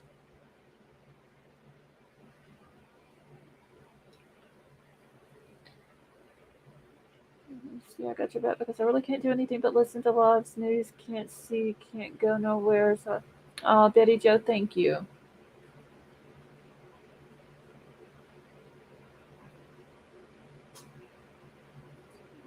Okay. Okay. Wait, Glowbug. Why are you gotta be quiet? Oh, because you. Coldbug, that's not a big deal. Okay, so let's see. Think he'll keep the gag order to give an appearance of fairness to the defendant. Roger, I do know that he didn't seem like he was very happy with some of the media because he told them that some of the stuff that they were doing was going to cause him not to get a fair trial and that they needed to tone it down a bit. So he may not do nothing to it at all and he may just keep it the way it is. He may do whatever he's going to do with the part as far as like the Gonzalez family. Or he may get rid of it altogether, which I don't see happening. But they do have, let's see, the Gonzalez motion hearing for the gag order part is going to be June the 9th at 10:30, and then the motion hearing for the AP stuff is going to be that afternoon at 1:30. So maybe by then, like, we should know by the end of the day what they're going to do with it.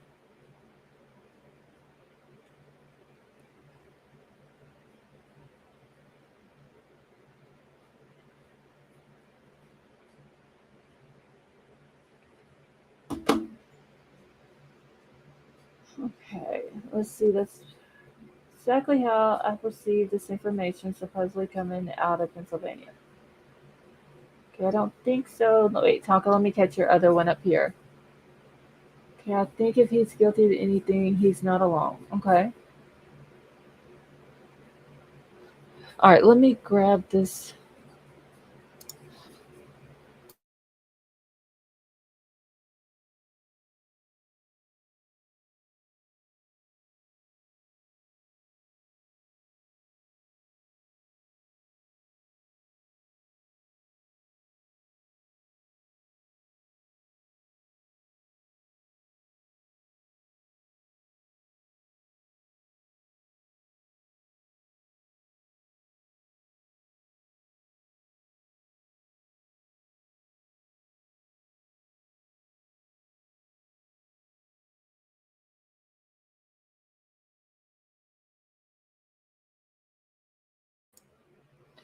Hey, Bryan, how are you?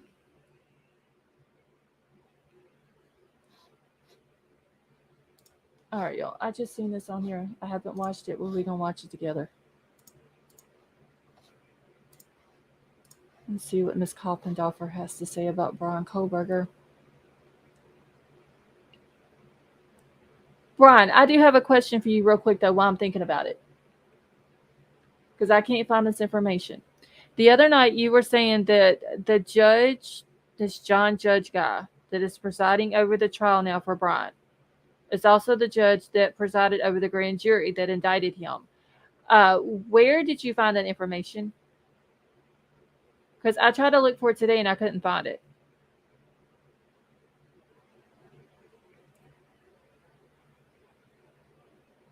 Kelly Dime, yes, I'm doing good, honey. I hope you are as well.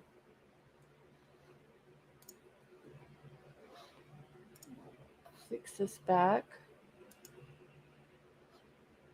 Okay, so let me get this going. Our breaking news in the Idaho investigation involving Bryan Kohberger, the suspect in the murders of 4 Idaho college students. The question is there more? We talked about that possibility, authorities investigating his role in other murders and maybe in other states. Today, we put some meat on the bones of that. There's a grand jury impaneled in Pennsylvania, not Idaho, okay? And his parents have been subpoenaed to testify. Former FBI agent and News Nation Law and Order contributor Jennifer Coffindaffer and News Nation senior national correspondent Bryan Enton joined. Bryan, let me start with you. What do we know? Well, we're building off of your exclusive reporting, Chris. You reported that that Kohberger was being looked into in other murders and other cases.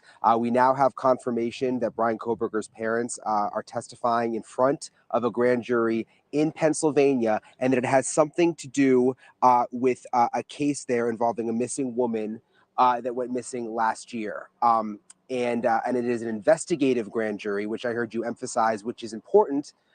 Because it's not a grand jury where they're looking to indict one specific person, but they are looking into the situation as a whole. We have also learned through a source close to the case, Chris, that there is a strong alibi, reportedly, that Bryan Kohberger has in this situation. Okay, appreciate you, brother. Chime in if you want to. Coffindaffer, help me. I'm confused by this situation. And I'll tell you quickly why, and you can correct anything that I have wrong or explain the confusion. One, if he's got an alibi, I don't understand why you're putting the parents in front of the grand jury. If you're the parents, supposedly they were making legal moves to quash the subpoena. They didn't want to do this. If you have information about an alibi about your kid and a connection to a bad act, let alone a felony that could be a murder, why wouldn't you want to go in? I don't understand this. I also don't understand the use of an investigative grand jury, because usually they're looking at a panoply of potential different investigations, not just one. What's your take on this? Well, a couple of things. First of all, exactly, nail on the head for both of the first two. It doesn't make any sense if they have a nailed down alibi. Again, that's source information. But if it's nailed down, why are you calling on the parents? Why do you need them to say, yeah, we waved goodbye and gave him a hug and he got in a car and left? That should be proved through digital information that would be retrieved from his cell phone. And there should also be where he was staying there that was separated from where this not missing person, but actually murder took place. Remember, the body was just recently recovered. And that's why there would be an investigative grand jury convened right now to look at all the facts surrounding that. Now, and also, why would you split them up if that's true, that the parents aren't testifying together? Now, depending on the state, you can have different rules. You guys know this, but for you at home. But in general, witnesses in a grand jury are not held to secrecy. So if you split them up like that, that means they can talk to other people about the testimony. They could coordinate testimony. It's just odd. Now, Jennifer, you reminded us of something that has become much more instructive now than when we were originally playing with it back in January. Tell the audience what you fleshed out in terms of searches that you found online and why, now that we know they're looking at him for other things, become especially relevant. Right. If you look on Google, there's particular searches that you can do to see what queries are made. So if you go into Bryan Kohberger suspect or Bryan Kohberger wanted for a period of years going even beyond 2018, before 2018, and well before these murders, well before he was arrested, it's amazing. You see all these queries for those. Well, who would conduct those queries? But I would contend that person querying themselves, wanting to know if they're wanted, wanting to know if they are a suspect, or somebody that was thinking they could be a suspect or wanted. Hey, thank you for watching. Please go to News Nation now.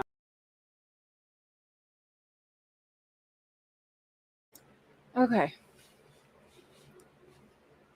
So that seems to be like the huge question. If he has a solid alibi, why is his parents in there testifying before the grand jury? Unless they're the alibi. And they just have to go in and testify to that. That's the only thing I can think of. Other than that, it don't really make a whole lot of sense. Okay, so my father was a foreman for a grand jury and he was banned from talking about it. So the fact we are here and he was testifying blows my mind. Hey, Bethea, how are you? Just, Callie Diamond, like, nothing makes sense in this case. Hey, K-Bird, how are you? It really doesn't.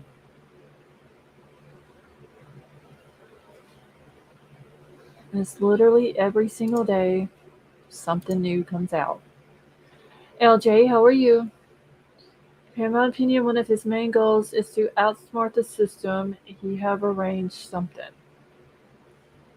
I don't know. Parents best watch out and speak truth or they can be held accountable.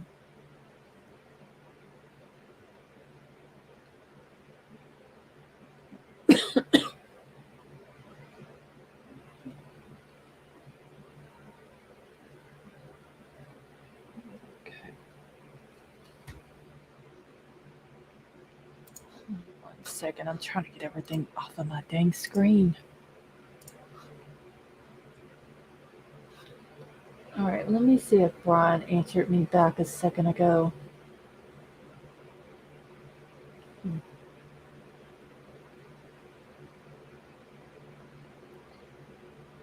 Let's see. All right, so they must be looking into other cases. Betty Joe, that's what they're claiming. I know a while back, like I said, it's probably 3 weeks after he was arrested.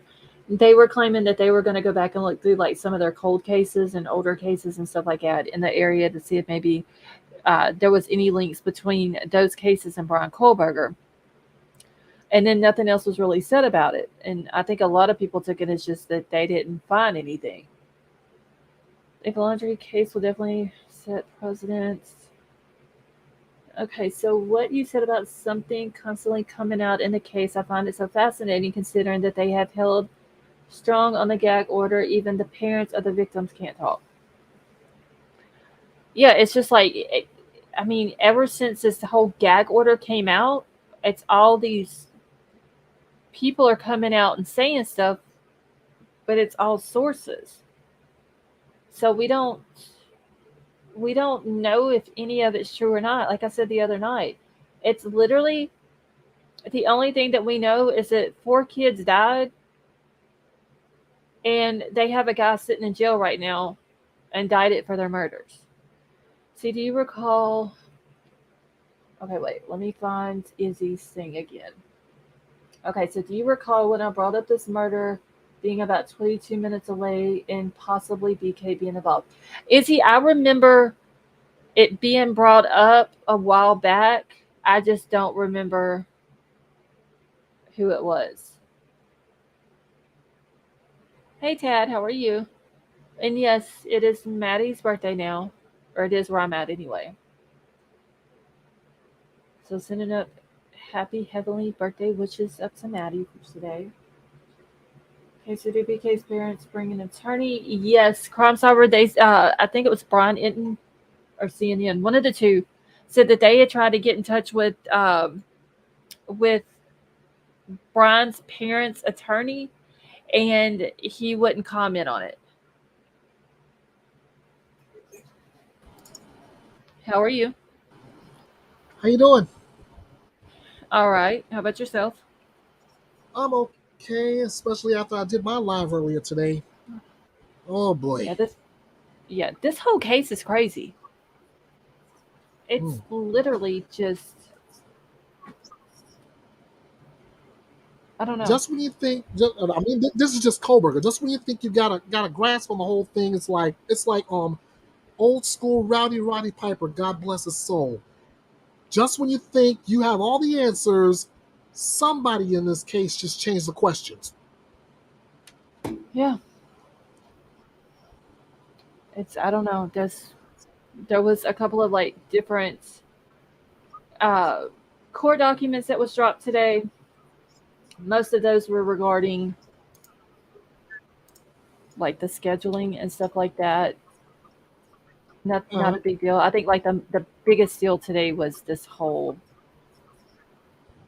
Pennsylvania investigative grand jury and the parents involved in it and all that. I was just gonna ask them. I mean, I know I'm joining this thing late, but what is this about Pennsylvania prosecutors subpoenaing Kohberger's parents? So apparently apparently the mom has already testified. The dad is supposed to testify tomorrow.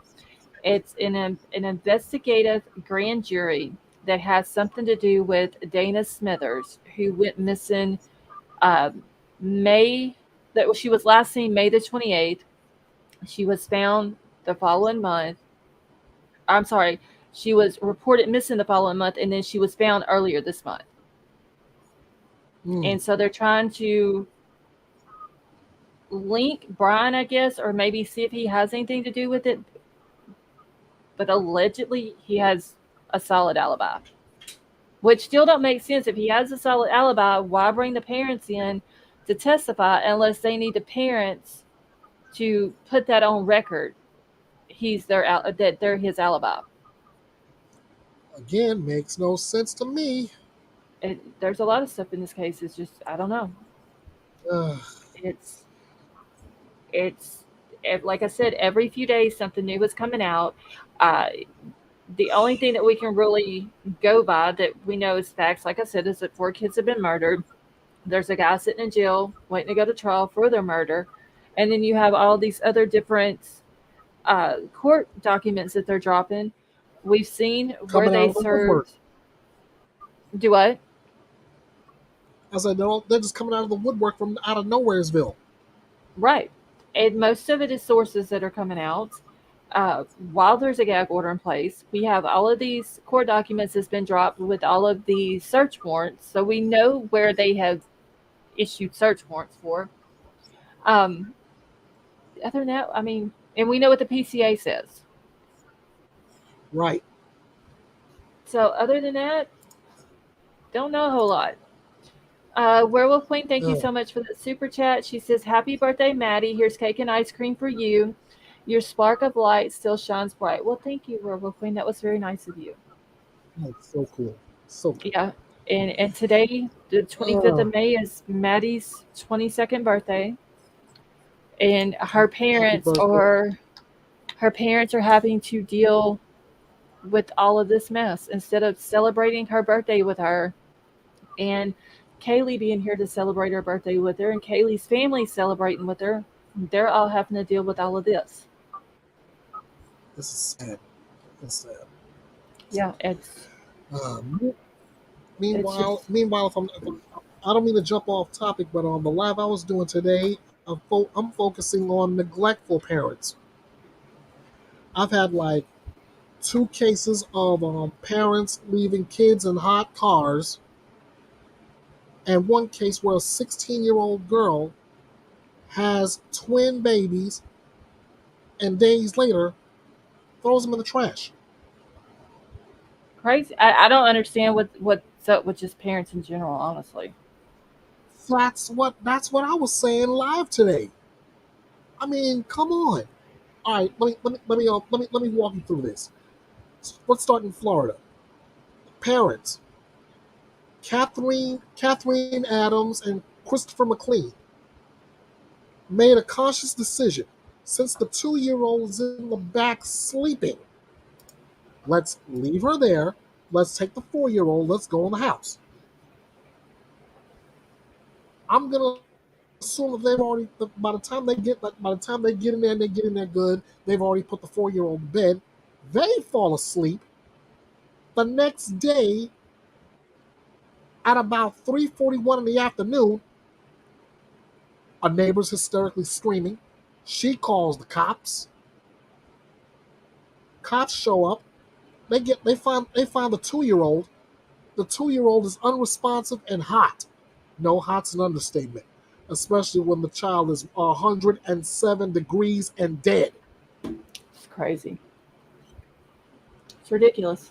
Parents just, I mean, It's if they're not ridiculous. going to take care of their kids, they don't need to have kids. Oh, that sound. I can swear that sounds like the Michael Jackson School of Wisdom when it comes to kids. If you can't feed the baby, then don't have a baby, and don't think maybe if you can't feed the baby. Exactly. Let's go from Florida to Chicago. Man leaves six kids in a hot minivan because he has a job to do at this point. The kids range in age. Age goes down like this: 7, 6, 5, 4, 3, and 18 months. People just don't care about their kids. Nah, They don't. nah. Then there's the 16-year-old in the Cleveland area. Has twin babies, and then a few days later she throws the babies in the trash. Now she's being charged with involuntary manslaughter for both. Yeah, there's just, I don't know. Parents today, not all of them, but there's a lot of parents out there that don't take care of their kids, don't care what happens to them or anything else. It's sad. It's sad, and I just went off. I had to. I mean, it hurt me to my heart and my soul to know this is how you do your kids. Really? It's like when the weather gets warmer, these parents, and I'm using air quotes, take leave of their senses.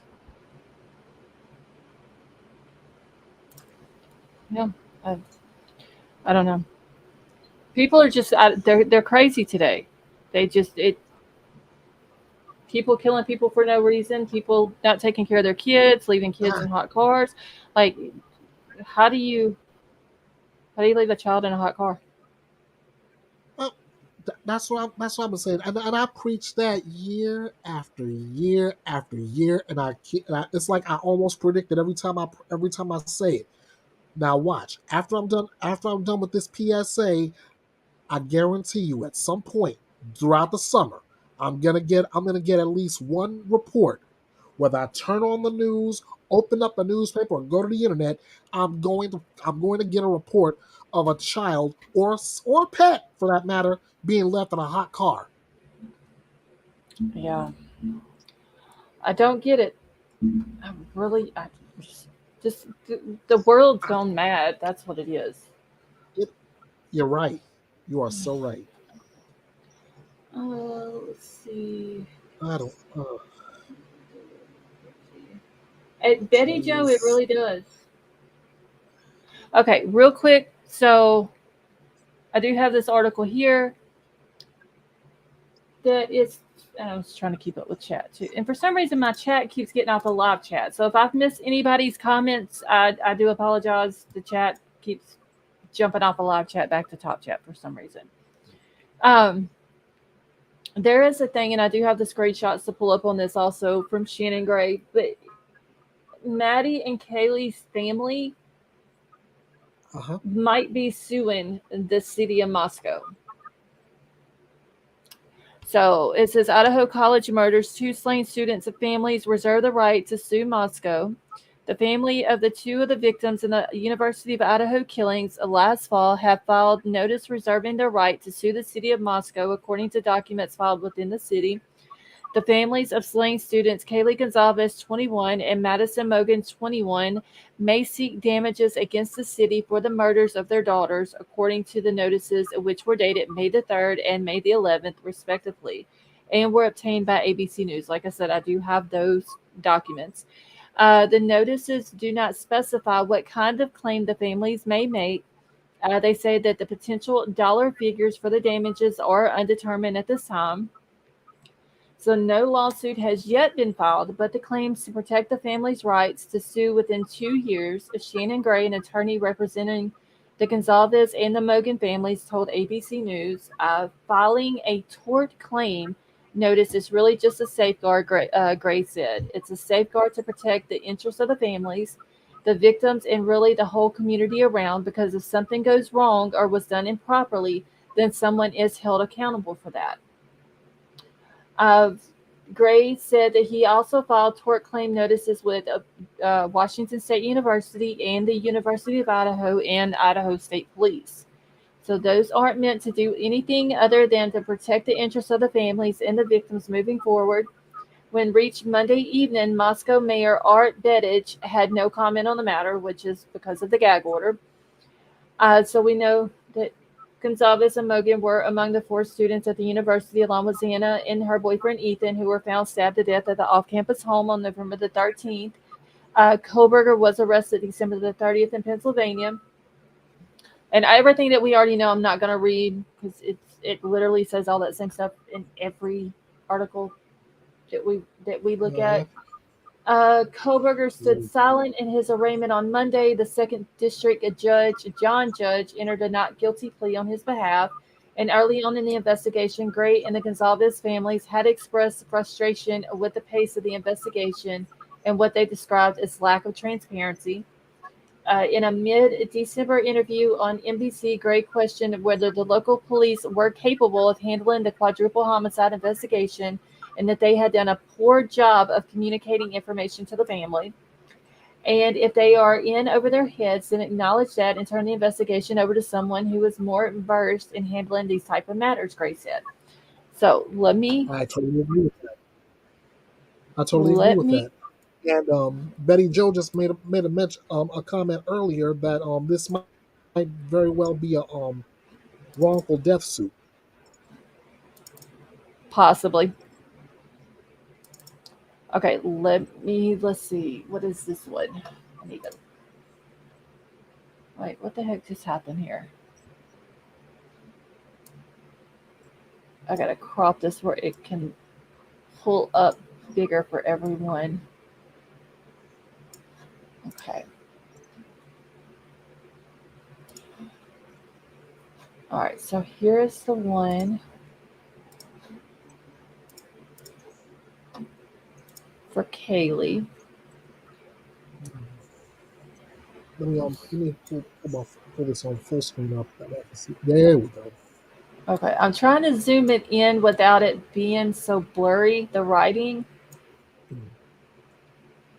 But it does say to the city clerk, the city of Moscow by Shannon Gray, in compliance with the Title VI, Chapter 9 Idaho Code, and the undersigned hereby presents a claim against the city of Moscow and any and all city agencies, a political subdivision of the state of Idaho, for damages arising out of an occurrence which happened as follows. On November the 13th of 2022 at 1122 King Road in Moscow, the residence of the claimant for 6 months prior to the incident, same as the mailing address above, the cause of damage, a murder of Kyle Gonzalez, and the amount of the claim is undetermined at this time. Bryan, thank you so much for that super sticker. That was very nice of you. All right, so that was Kaylee's. Let me grab, here's Maddie's. Here we go. And hers is basically the same thing. And this did come from the docket off of Twitter. So if y'all don't follow them, go look them up. Oh, where did my thing go? Here we go.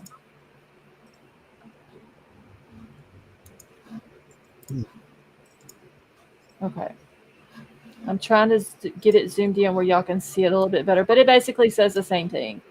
Just in compliance with the Title VI, Chapter 9 Idaho Code, undersigned hereby presents a claim against the city of Moscow and all the damages, and all in any of the city agencies, a political subdivision of the state of Idaho, for damages arising out of an occurrence which happened as the following: November the 13th at 1122 King Road.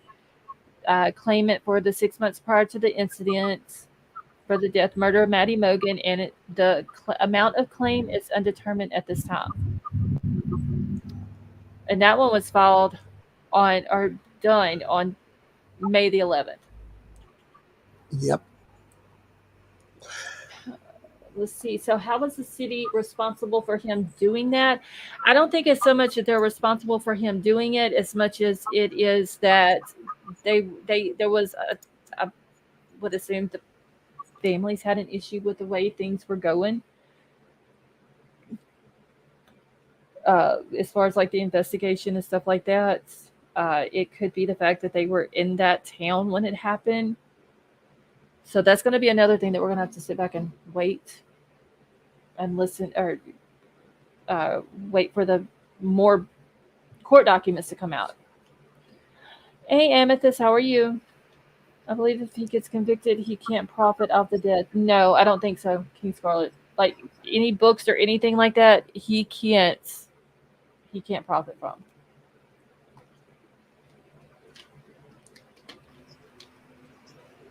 Okay, so her fellow forget Joseph they welcome before realizing they forgot Jesus there. Sit back and wait for yeah, Amethyst, that's really the only thing we're going to be able to do right now is just sit back and wait for more information.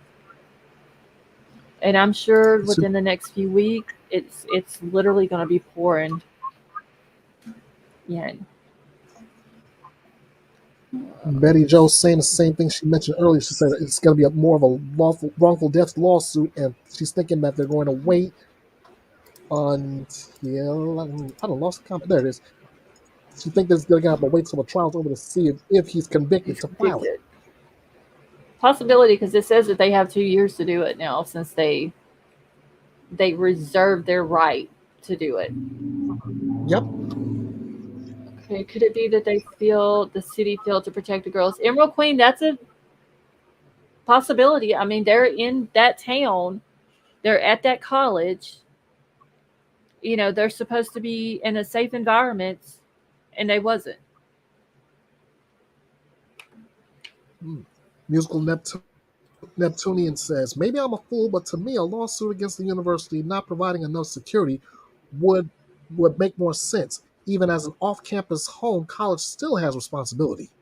Yeah, because isn't there so there's you have like your on-campus housing, and then you have an off-campus housing. Isn't there like an office that was on the corner of Taylor and King Road that was for the off-campus housing part of it?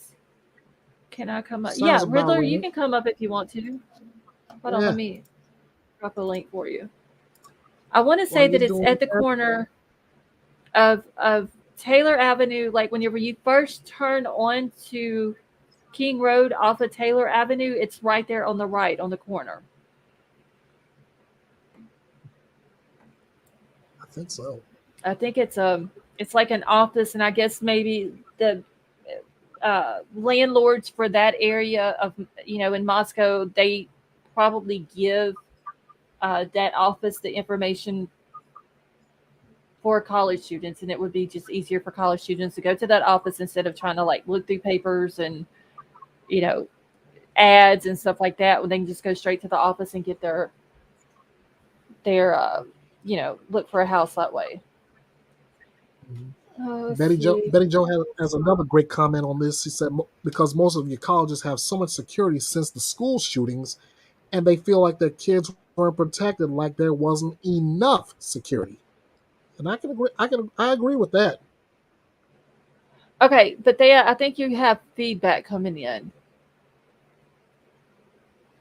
I could hear it just a second ago. Let me drop volume a little bit. How's that? It don't seem as bad. Okay. I'll just keep it right there at half. Okay, Braun says, Scarlett, you sound like water in background or something needing oiling. It's not from me. I don't have any background. The only thing that's going in my room is just a fan, but I have it where I don't think y'all can hear it. I just turned off my AC a little bit ago.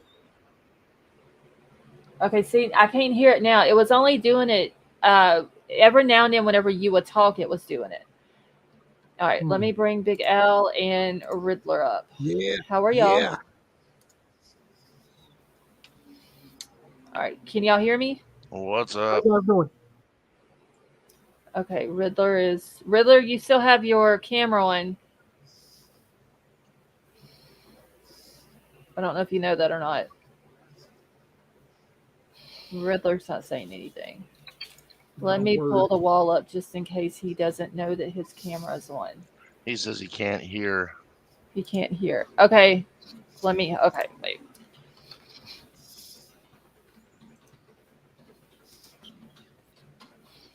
Okay, he may have to drop down and then come back up.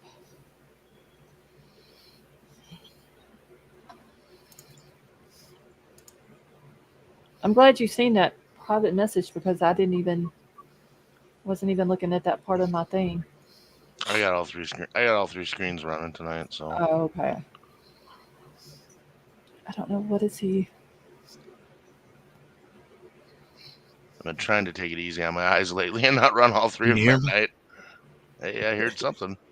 Okay, Riddler, is that you?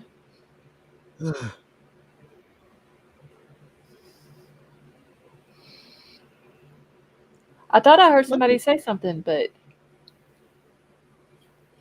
I thought I heard somebody. I thought I heard somebody too there for a second.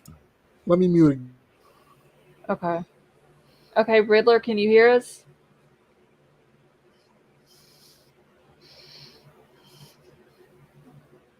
Yeah, I don't hear anything. Very strange.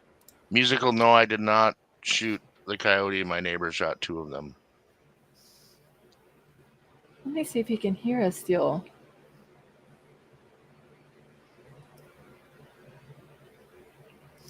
I don't know what's going on. Because you know how sometimes people will be up on panel, but they'll actually drop off, but it still shows their thing up here? Mm-hmm. I wonder if that is what happened. That could be a possibility.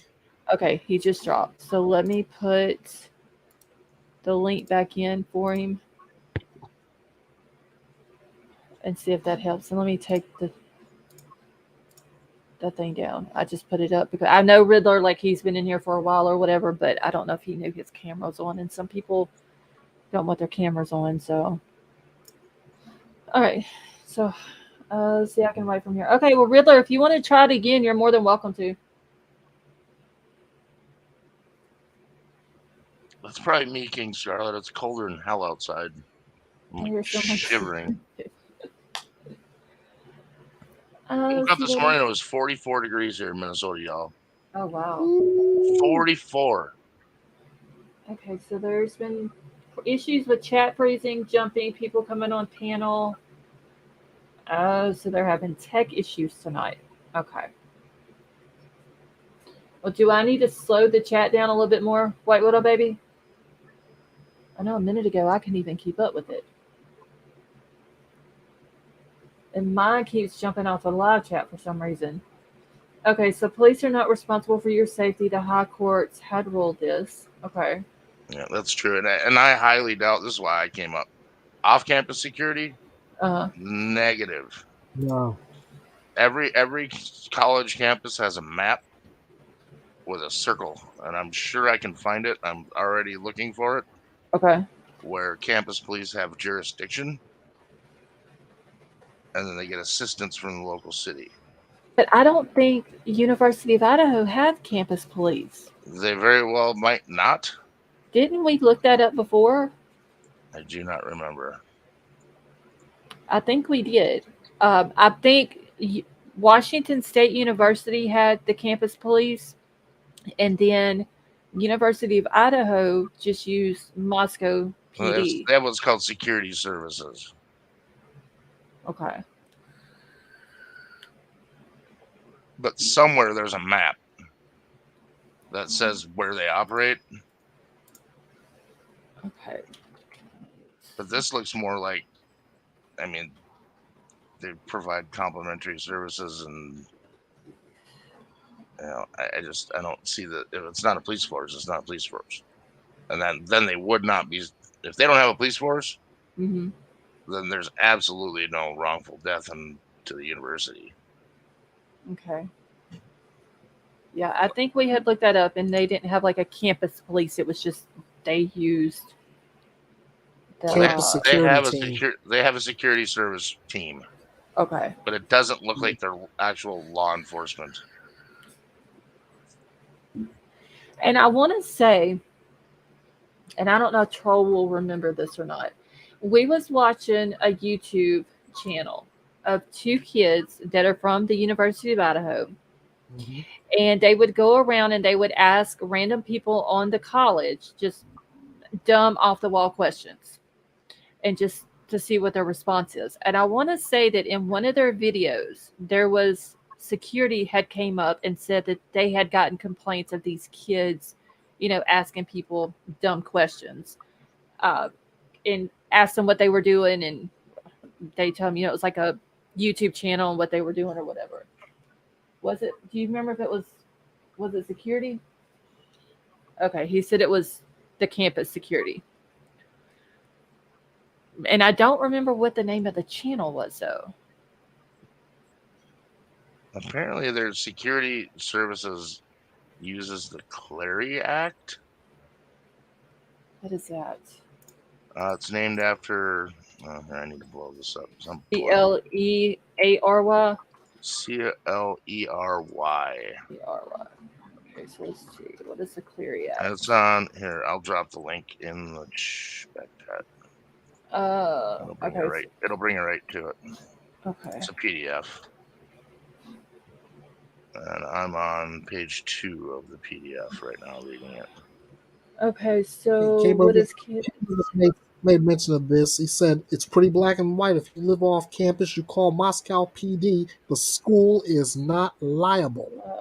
Well, they're not liable, but like university. When I went to the University of Minnesota, I lived in off-campus housing, and you still called the campus police. Because even though the Minneapolis police would show up. Even though it's off-campus housing, wouldn't it still be connected to the campus or to the university? Not if it's off-campus. Oh, wow. If you're off-campus, if we had a complaint against another student, we called campus police. If it was just somebody who's breaking into somebody's car, we called MPD. Okay. And let me tell you, around the University of Minnesota, even back in the late 90s, there were a lot of problems. Now it's out of control, like ridiculous, like serious crimes against people every day. Okay, so can you see what it says? What it says? What is the Clery Act? Yep. Yeah, I'm reading that right now. Clery Act named after Jean A. Cleary, a 19-year-old Lehigh University freshman who was raped and murdered in her dorm room on April 5th, 1986. Shortly after Jean's murder, her parents discovered that in the 3 years prior to her murder, 38 violent crimes had occurred on Lehigh's campus, which went largely unannounced. Her parents believed Jean and her fellow students would have been more cautious if they had known about these violent crimes. In response to Jean's murder, her parents championed a bill originally enacted by Congress and signed into law by President George H.W. Bush in 1990 as the Crime Awareness and Campus Security Act of 1990. The federal law requires colleges and universities across the United States to disclose information about crime on and around their campuses. The act has been amended over the years to include reporting requirements and provide provisions for sex offender notifications, campus emergency response, and victim protection. All public and private institutions of post-secondary education participating in federal financial aid programs are subject to the Clery Act and are monitored by the United States Department of Education. Failure to comply with the law will result in a $35,000 fine per violation. Institutions may also be suspended from participating in federal aid programs. So what this is basically is for parents who are looking for schools for their kids, it gives them an opportunity to know if where they're sending their kid is safe or not. Right. This isn't an actual law enforcement thing. This is to report something that's happened and put it in a database. I mean, that makes sense. But So it calls out Moscow police right in the middle where it says, how do I make a report? yeah, if an It's immediate Moscow life or police. It's Mhm. not life or campus death, security. yeah, call 911. If not an emergency, call Moscow police. Not emergency number, campus security. I'll bet they're on their way to a campus police force now, though. I mean, Bet. I bet would they are after this. I would think that they would have already had some type of campus police. Well, other than security, you got guys driving around in Yaris's Yeah. with lights on them flashing that say security on the side. But what is a security officer going to do versus a police officer? You Like, should tell they- that. You should tell that to Minneapolis City Council who wants to send social workers to to domestic violence calls. I mean, what if a security officer is sitting there watching a major crime? Let's just say a murder, like happening right there in front of them. What are they going to do? Nothing if they're unarmed. I mean, they can't. And if they're not a campus police force, they're not going to arm them. Right. No, They would hire an armed security company. I think I wish I could remember the name of that YouTube channel we watched, but I want to say that the security officer that came up and told those two kids that they had gotten complaints on what they were asking these people, because some of the questions were kind of beyond crazy. Here's something for you to think about when it comes to security, and I've learned this since I bought a bar. You never employ your own security. You would hire a security company. You hire a security company to shield your liability. Right. I mean, there's the whole, because the security company would have their own insurance. Their own insurance, their own vetting process, their own Right. documentation, levels.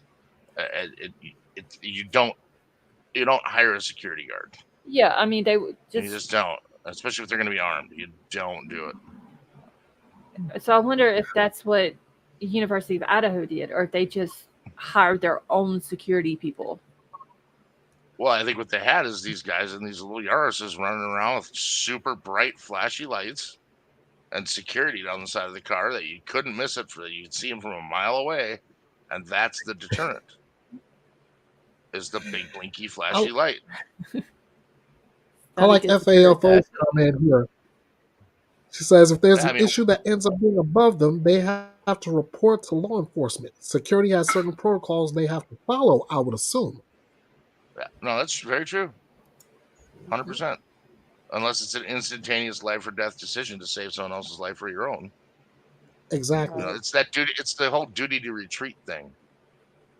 That's why you don't want to hire your own security guard. All it takes is one guy who had a bad day. And that guy who had a bad day was likely going to business for himself. I don't know. I just think that all of Moscow needs to step it up, in my opinion. The University of Idaho does. The PD does. Let's see, was it filmed? Well, Idaho's a big 2A state. Are they? I'm pretty sure, yeah. Idaho's all about come on, get some land, homestead, and live free, which is why Eastern Washington and Eastern Oregon want to be part of Idaho. And they've been trying for like 4 years. K-Mash. Did it have a boy and a girl in it that was going around asking the stupidest random questions? If so, then that's probably it. I can't remember exactly what the name of it is, but Let's see. Security guards get sued all the time if you watch First Amendment audits. That is true. Oh my God. They get sued all the time. And like my favorite TikToker would say, that's facts on facts on facts on top of facts. I can't Yeah, hardly that's watch why a it would be TikTok video hard without though. a First Amendment audit. See, I can't even get ads on my Roku for. Okay, so my For a new hospital is iPhone. able to do it because the security guards took the PD class but never passed the PD test. But are they Hmm. armed, Glowbug, or are they just a security guy that sits at the door with a radio that calls someone and says, "I need help"? Like literally, all they give them is a flashlight and a radio and says, "If you need help, call for backup." Right. Yeah. Well, they give them handcuffs, a flashlight, and if somebody, somebody blows up in the emergency room, they're probably the one that responds because they're there and they're the closest. Right. You know, I mean, I just that would think make that sense. all universities need their own campus police department. Well, there's a lot of money No doubt. in employing a police force. Yeah, but when it comes to a situation like this, which I know that this didn't happen on campus, but what if this would have happened on campus? Okay, well let's imagine that for a second. Let's imagine that a campus police force with 4 people and a chief, four regular guys and a chief, were in charge of this freaking investigation. Oh no, they would have to call in extra help. Whoa, whose budget does it fall under then? If it happened in their jurisdiction, they're responsible for it. Well, that is true too. Do you defer, to the county? How would that work? What would that look like? Here's a little fact. The little town that I live in, Minnesota, we just fired our only cop. The only one? Our Ooh. only cop. We just fired him. Dang. Less Oh, than wow. a month and a half ago. He got caught stealing. Okay. Oh. Their idea of stealing was he was going to our local, in my town, there's one gas station, and the city has an account with the gas station, so he can pull up and get washer fluid and oil and fuel. And he was charging items to that account other than fuel, windshield washer fluid, and oil. Well, that bill got up to like $4,000. And finally, the owner of the gas station was like, "You're not even authorized to charge this stuff." So he went to the city council and said, "When are you going to pay me for all these energy drinks and food and candy bars and all this shit this guy's putting on your bill?" And they went, "What?" So they had an emergency meeting of the city council, and they fired our one cop. So now in our jurisdiction right now, we have the county sheriff, the state patrol, and other municipalities coming in once in a while to patrol. Oh, But wow. essentially right now we have zero security, which explains the AR hanging over my door That is crazy. and the extra shotgun in the bar. Because if I Which call is 911 right now, it's 15 minutes Right. minimum. Then Big Al, I believe you'll appreciate Betty Jo's comment in FAFO. This is definitely not a political statement. Betty Jo said, "I don't know how their gun laws are, but I can guarantee you this. If I was a student there and I lived off campus, I'd have a gun." Well, 100%. I think Yeah. honestly, I think everyone in this day and age, I think everyone should be armed. And it's a Right. personal opinion. It's not an opinion of this channel. And cameras on the houses, and that should be something that the university should. Supply the camera. I mean, even if not supply the camera, they should be like they should tell the students, okay, if you're going to live in an off-campus housing, you need to at least get a security system or cameras or whatever for your house just to be safe. I think they give everyone a camera and say, point it towards the street, plug it in. We have access to it. Here's your access to it. Mhm. Yeah. How cheap are these damn cameras now? You can get a freaking Wi-Fi camera for almost nothing. Right. Because, I mean, like I'm sure all the campus, the dorms, the frat houses, all them, just the on-campus housing probably all have cameras on them. But students that are going to that university, they need to have cameras on their houses. If anything, the Do frat what? houses need some money because that's where most of the parties are usually at anyway. Right. Yeah. And I mean, just even if you're in college or you have kids to go to college and they live in an off-campus housing, they need a camera. And here's the thing about universities with off-campus housing. When you flood all those kids in to that tax base, that Mhm. university is responsible for paying the police force to police them. So the university is paying Moscow, I guarantee it, in one way or another. Oh yeah, All these 'cause extra people that are coming in every year that they have to police. It ain't free for these cops to go bust up these parties and have to, police these kids. right. And I seen an article the other day, and I don't remember where I seen it at, but it was talking about something to do with Moscow and how much they spend on the police force and every year and all that. But I don't remember what I was going to save it, and then I ended up not saving it. I don't know what I did with it. But it was kind of breaking down how much just Moscow PD is. But Even it was before like, the killings, the police department costs alone $7.2 million a year. yeah, it was a lot a year just for a police force that's 90 years experience combined. Well, they were spending 7.2. They only got 6.9 million in property taxes brought in to the whole city. Right. Jeez. So there was a deficit every year. So that had to come from somewhere. So, I mean, part of the college. I mean, I would think so.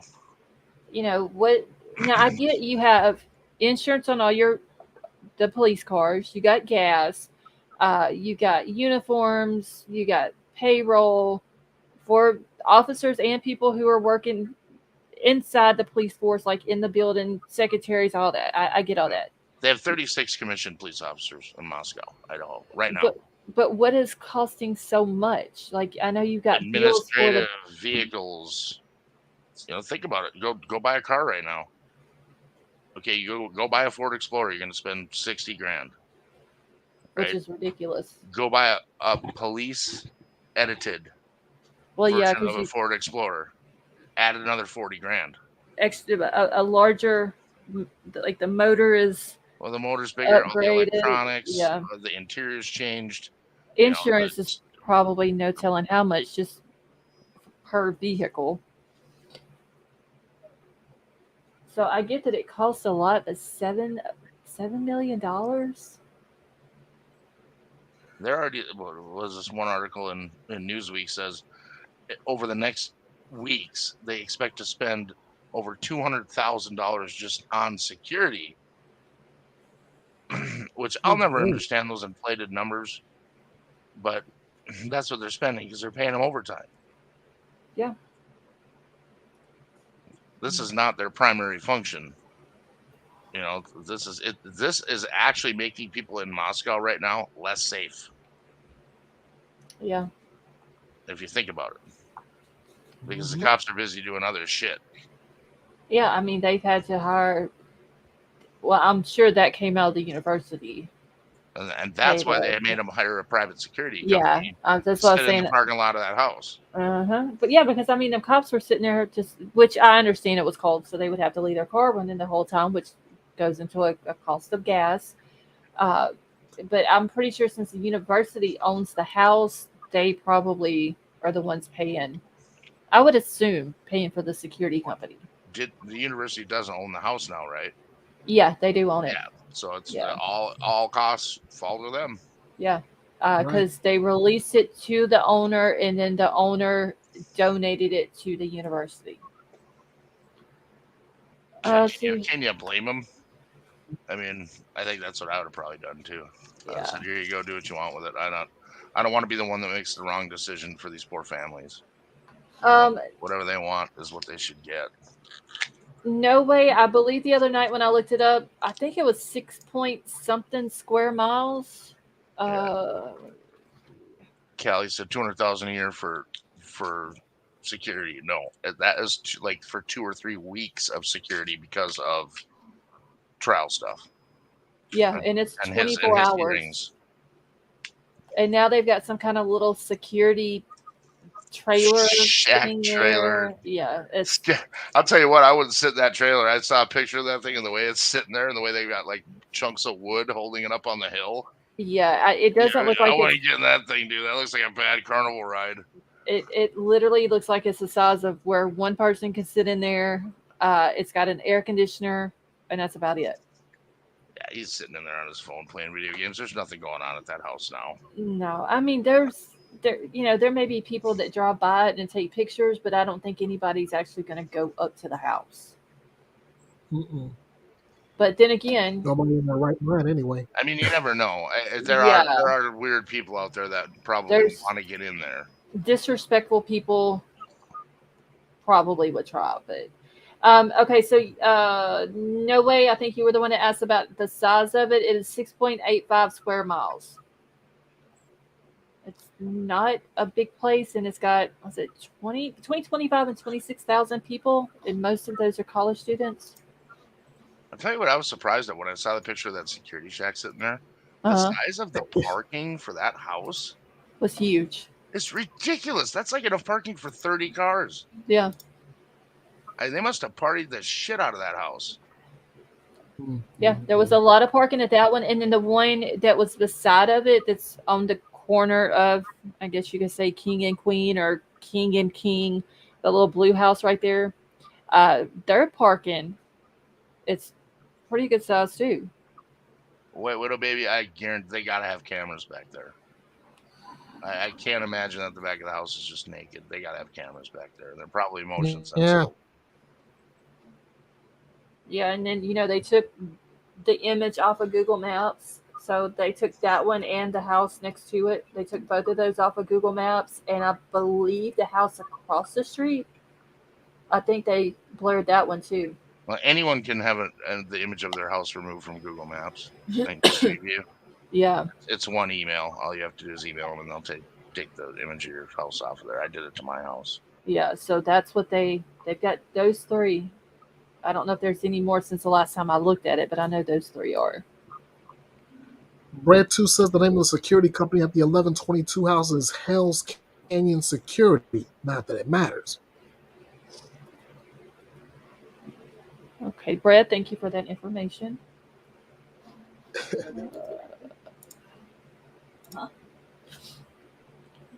But hopefully they have cameras in the back. I'm sure they do.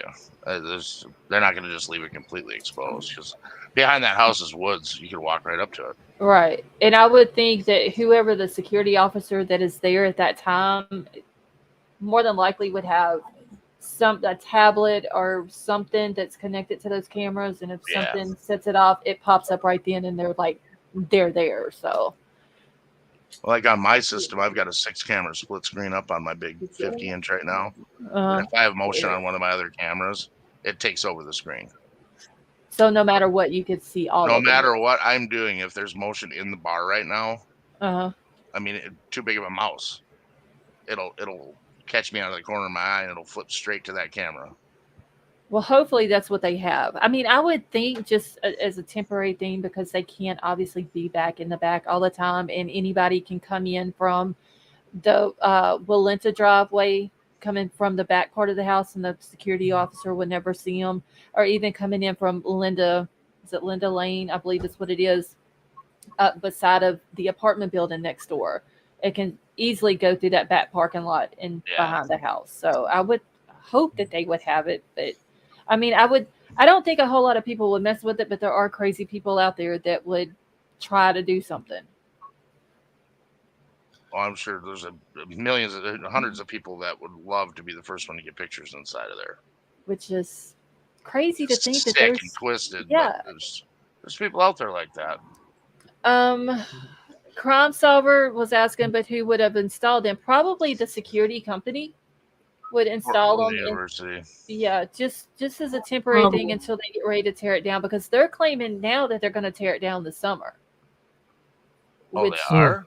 That's what's being said, that the college is going to go ahead and tear it down this summer, and like everybody on Twitter went crazy over it. I wonder if the prosecuting attorney is going to step in on that. Well, apparently the prosecuting attorney and the defense both signed off on it to be returned to the first owner, the guy who owned it that donated it to the college. But That's incredible to me that they wouldn't want it in place for the jury. that's what I was thinking. That's what a lot of people were thinking. Like, why, no matter what, even if they did release it to the owner and then the owner donated it to the college, why would you not want it to continue standing until after a verdict is read? If I was the prosecutor, I would want to be able to walk those people through that house. And see, here's the Because thing. a video ain't going to do it justice. Right. But see, here's the thing, though. Everybody on Twitter was screaming, "Oh, they've got 3D scan of it. There's no need for the jury to walk through the house." Okay, but Video's not as compelling as being there in person ever. But does that 3D you. scan give you sound on it, where you can walk through the house and hear the way the floor creaks when you walk on it, or massive Probably stereo not. in the background. That's on my end, and ambulance passing by. Is it going to let you be in Dylan's room and hear the stairs going up and down to the third floor? Like, can you hear somebody As going up a and down? juror, I'd want to know that. If I was Right. standing here, can I hear what's going on in that room upstairs? Yeah, and even in Exactly. Bethany's room, You I would want to don't know wanna if curse I'm in that. Bethany's room, can I hear what's going on in Xana's room or up in even Kaylee's room? I would still want to know that, even though it's 2 floors above me. So the 3D scan is not going to give them that. And that's a lot of people were screaming that today on Twitter. Well, they did a 3D scan. There's no need for the walkthrough, but it's the noise. Yeah, Paula just said something that I picked up out of the corner of my eye quick. It's virtual reality. Yeah, they're going to put VR goggles on these people, and they're going to call it good because that's the up and coming thing. It's just a visual. It gives you a visualization of the house, and that's it. You don't get the sound. And the jurors, I can understand if it was a murder scene where there was no surviving people in the house. So therefore, you don't have any witnesses or anything like that. But in this case, you literally have 2 people that survived in that house that night, who we know one of them is claiming that they heard stuff. Why would you not allow a jury to walk to the house and let them hear the sounds of the house? Exactly. VR is not gonna give you that emotional connection to go with all the information you have before you. Right. Ooh, I dare you to say that to in a Mark case like Zuckerberg's this. face. Wait, what now? I said, I dare you to say that to Mark Zuckerberg's face. I'll do it. Sorry, I'll bad tell joke. them that. They're trying to be so convincing about VR is the next thing, and it really can be the real world and blah blah blah. And I don't buy it. Well, the hair on your neck isn't going to stand up because you got VR goggles You on. can tout the Right. virtual reality all you want to, but when it comes to a murder case like this, your VR is not going to substitute being able to walk in and literally physically see feel a cold chill Yeah. in That'd be that a question house. I'd ask. That'd be something I'd ask as a parent. Yeah. Is why are we not keeping this in place so the jury can see where my child perished? Yeah. Because I mean, I know like the 3D scan gives measurements of rooms and how far this was to this, but it's still not the same. I can sit here and look at from where I'm at to my wall, and it could be 15 feet. If you visualize 15 feet in your head, you don't really grasp it unless you're actually looking at it. Same thing with Right. this house. If they can tell the jurors, okay, well, from Dylan's room to Xana's room was 30 feet. Okay, well, are you going to get a tape measure out and measure out 30 feet inside the court and show them exactly what 30 feet is? Because in this case, it really can't do it that way because there's a turn there. And it really matters. Right. Because, I mean, I would be like this. If a camera outside the house 50 feet away can pick up sounds coming from inside the house, then there's no way you can tell me that somebody that is closer inside the house didn't hear something. Like, these jurors need they need to be able to walk through it. They need to be able to hear the sound of the house. That's just, they need to. No, I agree 100%. I think it's absolute. So do I. It's asinine to tear it down before the trial. Right. And I get that The echoes are going to be different because there's more than likely everything is out of the house. So there's nothing on the walls. It's going to echo. My main thing would be just walking. That would be my main thing. Or dropping something on the floor. Can Do you the stairs hear that? creak? Right. If they do, how loud? Yeah. That is just something Yeah, I that know I in my feel. place, I can't walk from one side to the other without making a sound. You Period. can't in my house. It's a wonder y'all don't hear my son walking, because he literally, anywhere you go in my house, you can hear other people walking in it. And I mean, it's built up off the ground a few feet, but just imagine this house had additions added to it, and it's wood floors, and it's an older house, and how older houses creak Oh when you yeah, walk, I'm in one. or wooden steps when you're going up and down them. So I would want to know, okay, let's put a juror in Dylan's room, and let's have another juror, or put several in there so everybody can hear it, and you have one person who is sneaking up the stairs, because more than likely that's what he was doing. I don't think he ran up them stairs. Well, and someone in chat just said a couple of minutes ago, I don't think that they're allowed to do tests while they're doing a walkthrough, and I don't think we're really so much talking about tests. But when there's 20 people walking through the house, you're going to hear the noise of the house. Right. You're going to hear people talking. There's no way, because not everybody's going to be in one group in that house. They're going to spread out, and some are going to go upstairs, some are going to go downstairs, and people on the middle floor or even on the bottom floor are going to be able to listen and just, see if they can hear anything. I just think that they need to do that.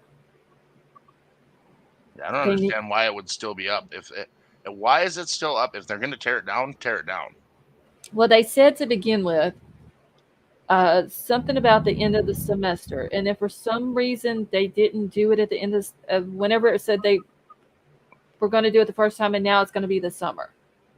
And I know that Mr. Gonzalez has said that he doesn't want it tore down, but the way he was explaining it is like all the family, they all four need to come together, and I think that's what they need to do also. All four come together and be like, look, we don't want the house tore down until after this trial is over with. It's just, it's almost like you cremate a body. Once you cremate that body, there's no going back for more tests. Yeah, the evidence is gone. And it's the same thing with this house. If they tear this house down and then something comes up and it's like an oh shit moment. Well, too late. We can't go back to the house because it's been torn down. I think it would just be safer if they kept it standing. And the way I see it, and this is just my opinion, if the university cared anything about these kids, they would be like, okay, we own it. We can do what we want to do with it. We're going to tear it down, but we're going to wait until the trial is over with. And I think everybody at that college who was friends with these kids, even though it's hurtful to see, would understand that. Kenny Nagger said, we all want it torn down, just not yet. Exactly. Right. I mean, I agree to tear it down. It's an eyesore. It hurts the community because people know what happened there. But it's been 6 months. I get that's not a long time, but what is it going to hurt to wait until after the trial? Because that just in case thing. Well, you brought up a good point. Over the years, additions were made to that house. And anybody who's ever worked with a contractor before knows that every one of those additions is different. Some of them are built up to code and really strong and probably built very well. Other ones were probably haphazardly thrown together and, they're kind of shitty. Because if I remember correctly, and I got to find the original blueprints of the house. I think they're on my old computer. Where the stairs are at, what they were there, but they wasn't turned that way.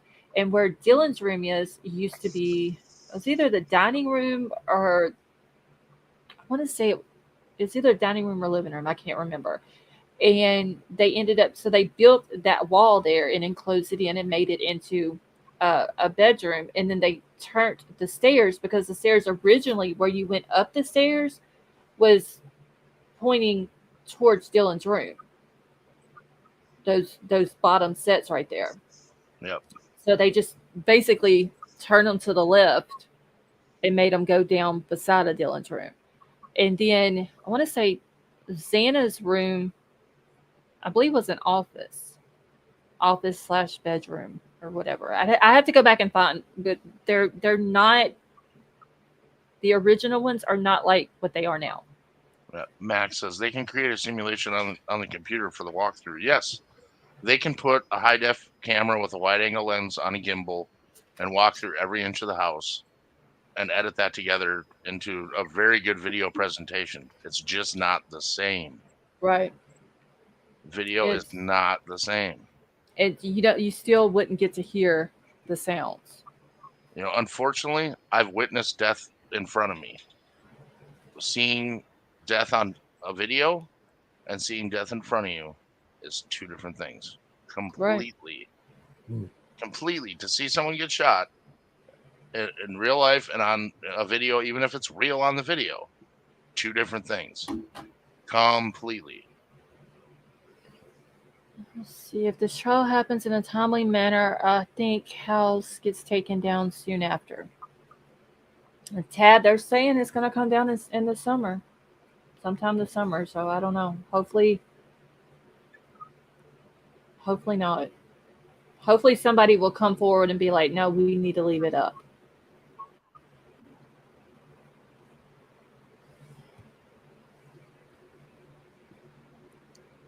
I don't know. Yeah, I think we're about probably 60-40 in the chat as far as opinions go on this, from what I see. Mm-hmm. And Okay. I don't understand. I don't understand the rush to tear it down, but there must be a reason, and they must think they have enough for the prosecutor to sign off on it. I'm pretty surprised on that, to tell you the truth. They signed off on it. Was it February the 1st? I believe it was. So they've already made the videos of inside the house. I'm sure they did it with all the furniture in there and everything in place. Yeah. And then did the families come and get the kids' stuff? So somebody had asked How Mr. did that work? Gonzalez, and he said no, that they haven't gotten all of their personal belongings yet. So they're in the house. They had, I don't know if there's still some stuff in the house, but I know that there was some stuff that had been moved out of the house. And I know that they took some of the beds, because there was two trucks there. Scene of the murder. Hey, Sunflower Dragon, how are you? There was I believe 2 trucks that had came, and they took the beds out, and they had covered the mattresses with like a mattress cover, a white one. Mm-hmm. And you could see through them, and you could see red through the mattress cover. Yeah. So I don't know if that was just those beds that they took and they left like Dylan and Bethany's, or if they've gotten everything out of the house. Brett says you should do a poll. Okay, so what about the house? Yep. Let's start a poll. Hold on one second.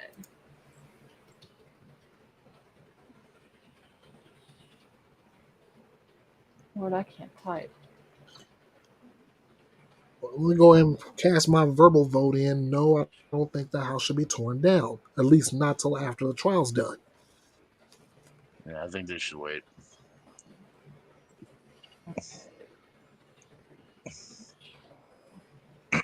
But okay, so the prosecution signed off on it. Did the defense sign off on it?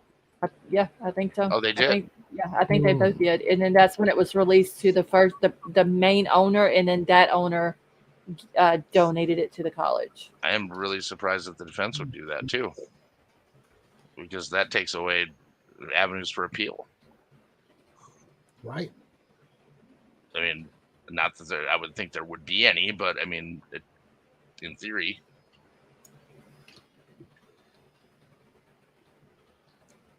Okay, I'm still putting together my thing.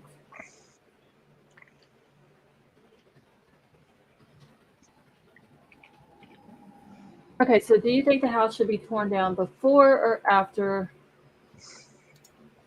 the trial? All right, so before the trial, after trial, ask your community. Okay, so everybody go vote on it. For whatever reason, it won't allow me to vote. I guess it's because it's non-poll. Well, we got one. We got one siding with Big Al and myself, Riddler. Yeah, I agree with Ernest and Big Al. Yeah, I mean, I think that it should stay until after.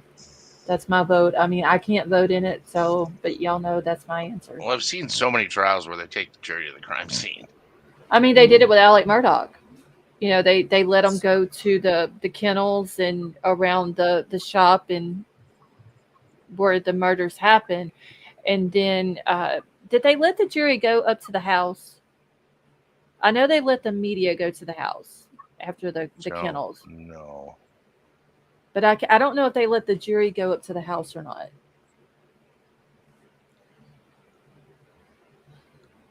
Okay, so which side benefits most if the house is not there? I would think the defense.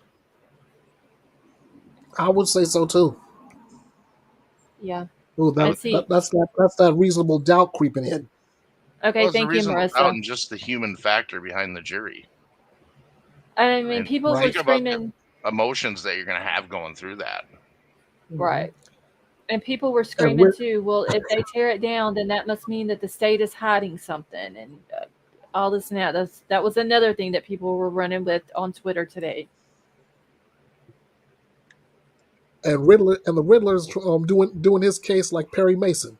Your Honor, the house is evidence. It can't be touched until the end of the trial. I mean, that's what I would think. A lot of people were saying it was a crime scene. Technically, it is. It's a crime scene, but they're not classifying it as a crime scene because it's been released to the owner. So I'm really confused by the prosecution and the defense both signing off. I can't believe that the prosecution signed off on it. I stand with you on this one. That stunned me.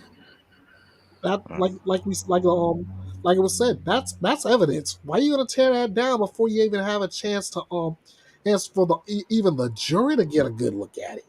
Right. And I mean, I know that the jury can't say we want to walk through it or whatever. It would have to be a request of the defense or the prosecution, but it seems like whether they request it or not, it would stay until after. It seems like the college would say, we're going to tear it down, but we want to wait until the trial is over with. Well, let's look at this much like let's look at this like what went down in the Rodney case. The city wanted that to go away. Right. The county wanted that to go away. Mm-hmm. Bad for tourism, bad for business, bad. It went away. Does the house going away take away some of the focus in town? Obviously, it's not going to take away focus on the internet or, in the trial. But if it's not there anymore, would the university want it to be gone? I would think the university would want it to be gone. Yeah, I do too. I think it would begin a healing process, like for the college and for the students who were still going to be there next year. I get that, but there's still a trial involved in it. One thing you should make a note of is the admission numbers for this fall. Is this going to affect admission numbers for that college? I mean, I wouldn't want my kid going there. But why? If the killer's caught and they've never had anything like this happen there before. Well, let's see. 4 kids get murdered. Right, but the killer's caught. Okay. But before he's caught, I mean, we'd have to go all the way back to the beginning of it. There's not a threat. Oh, wait. Yes, there is a threat. This wasn't a targeted attack. But, yeah, we think that it could have been a targeted attack. Right. This person and this person and this person's cleared. And, yeah, the 2 murders are the 2 attacks that happened over in Washington and Oregon that happened exactly like this one. Same time, same method and everything. Yeah, they're not connected to this case. Okay, you just made my point. Yeah, there's someone too who many. Lives in that area while that house is up. This is the topic of conversation every day over every cup of coffee, over every small conversation until that house is gone. They'll still talk about it after the house is gone, Mm-hmm. but not as much. Right. It's kind of like an out of sight, out of mind type thing. Exactly. And That's, I really think this is going to affect admissions. yeah, I mean, I honestly, if I lived in that area and I had a child that was looking at colleges, You're going to a different college. Yeah, you know, for sure. If that college Absolutely. wasn't on their list, I'd be like, don't even put University of Idaho on your list. If it was, I'd be like, No. scratch it out, because just seeing what happened there, yeah, it's too much flip-flopping back and forth, not being consistent. Right. There's no way, if you don't know who the person is and where this person is that done this crime, how can you say that there's no threat to the community? But they really screwed the pooch on that whole announcement. But there's no threat to the community, but they're going to amp up the security on campus, and they will walk females from class to class or class to car or class to house or whatever. But there's no threat. Make that make sense. I get that they want people to feel safe, but you just can't come out to a college town and say there's no threat and you don't even know who done it. And I think that is probably the biggest issue I have. I don't think even the no threat or threat to, or not threat, target, I don't think that I would look at that as much as I would, there's no threat to the community, but they have no idea who did it. Well, isn't Idaho like ranked one of the biggest party colleges in the country? I thought they were. I don't know. I'm gonna look that up real quick. I thought they were for some reason. I don't know. I just assumed that it's like every other college or university or whatever. I mean, college kids are going to party no matter what. 2023 University of Idaho is #1 party school in the state. Second is Boise, the College of Idaho. Idaho State University.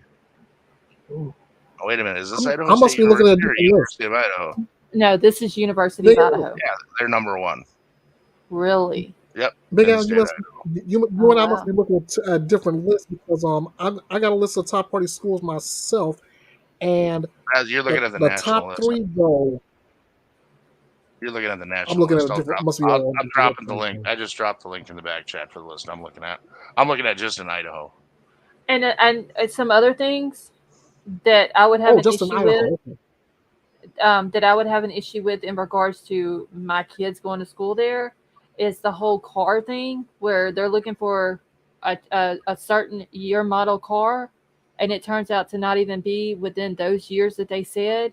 And then the fact that if you go to the Moscow PD's website and you look at their daily call activities and all of the calls that they go out on, half of them they don't even write reports for. I would have a huge issue with that with the town of Moscow. Like, how do you go out to get called out onto a report or onto a call, but you don't make a report on it? I've got friends that are cops, and if it's a nothing burger, a lot of times they don't write a report. Yeah, but so if they go out and they do a welfare check on someone, then there should be a report, but that's not going to be. You're going to have to FOIA that. It's not going to come up on their website. But no, I'm not talking about, like, I don't need the report. It's just they put no report taken. That's what they put on their website. Hey, Teresa. Like, they will go out on a call and there won't be that's weird. Yeah. They will usually if it's like a DV situation, a domestic violence situation, or sexual assault, you can't access that without a solid FOIA, and even then it's all redacted. That's pretty much what Papa Rogers just said. He just mentioned DV. Right. Let me see if I can find one of them, because it was just the report issue. Well, they've made it so easy for these cops nowadays. I mean, they're literally sitting in an office. They got their tough book on a pedestal. It's got voice recognition typing. They can sit in their car and make the report after. Most of them choose to wait till the end of the day to write all the reports. At least the guys that I know. They either wait till the end of the day or they wait till the next day before they go out, and they come in early and write them. Okay, let me see if I can find it real quick. I'm just going to pick a random date if I can go back that far after the murders happened. I know Queen said the whole thing was weird as beat. I can agree with that. Okay, so let's see what this one is. Okay, well, this is an unaliving type person. They did no report on it. Oh, an unaliving type person? Yeah, no report. Let's see, civil calls. Female advised she needed someone to get their stuff out of her house, and they were leaving. Female hung up, attempted to call back, no answer, no report. So this is, I'm just going through, I'm trying to find. You want to do a litmus test on one of those, pick one, and do a FOIA for the body camera. Let's see. And see if they'll let you have it. If they won't let you have it, then that means there's a report somewhere. But because of the situation, it's not public. Okay, so they did one at the Corner Club, May the 16th. There was a report taken on that, but I assume that's because of it being at a business. Well, it was someone had jumped up and broke the neon sign for the business. Jumped up and hit it. So they took a report. That's going to be for insurance purposes, more than likely. Probably. Let's see. Civil issue. Alcohol offense. Let's see if they did a report on that one. Nope, no report. Welfare check. Let's see if they did a report on this one. Okay, here's one right here. Welfare check. And every welfare check should have a report attached to it. Even though we can't see it, we don't need to see it, there still should be a report. Well, P. Fox just made a really good point. And what was that called? The Clary Act? Yes. No report means a better stat for the school. Right. It makes it look like there's less crime in the area. Yeah. Okay, so can y'all see this? And let's just, face facts. At this point in this country, a lot of law enforcement is not reporting a lot of crime, statistically. Right. Okay, so the top one right here, I said I was going to highlight just this one. Welfare check. Found male inside the tower, unconscious in the parking lot area, has the skateboard. Officers responded, no report. Damn. You find an unconscious person, but you don't. There's no type of report. So if this person has to go to the hospital, there's no report that the hospital may need to find out exactly how he was or whatever when he was found. There's literally no reports on anything. Traffic violation, intoxicated person, noise complaint. Max, it's been proven time and time again that law enforcement isn't reporting crime statistics, actually. I could pull up any number of articles about New York City not reporting to the crime statistics anymore for the FBI. Okay, so how do you have a theft call, but there's no report? Yeah, that's extremely strange. Please make that make sense. That's what I'm saying. Now, there's a burglary.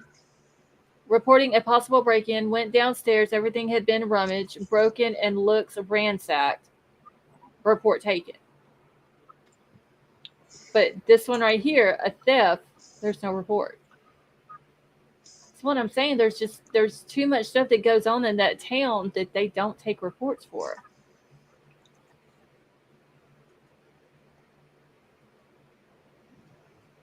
Makes A no traffic sense. accident. It's non-injury, but it's still a traffic accident. 2-vehicle accident. One party then left the scene. Officer responded. Information exchanged, but there's no report. How do you have a traffic accident and there's no report? Yeah, I think there's more to it. I think a lot of this isn't public through that website. Something tells me But it's just something. this website don't make the town of Moscow look good. I'm sure it doesn't. It What doesn't. is it? The police? It's the police's site. Yeah, city It's of their official City site. of Moscow Mm. is what it is. Because you can go. Well, shit. Let me just. I guess I'm about to go back like this. See, whenever you go to the thing, there's the King Road homicides, Yep, message from the that's it. chief, all of it. And this is their daily activity log. And Well, I'll they tell you what, that'd be a good phone call to make. like, how do you have? It doesn't matter if you exchange your information with people. You still want the police report. I would call their public relations person and be like, "Hey, I'm looking at these cases. I'm thinking about sending my kid to college in your town, and it doesn't look like you're taking reports on these crimes. Exactly. Like, Why am I seeing Emerald, that? Emerald, Is there something I'm missing here?"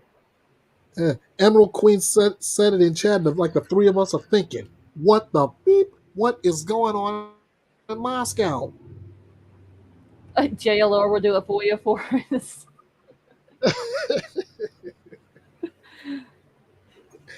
My God, man, This reminds me a lot of like what's going on in Seattle and San Francisco and LA. I was just talking to a friend of mine from LA today.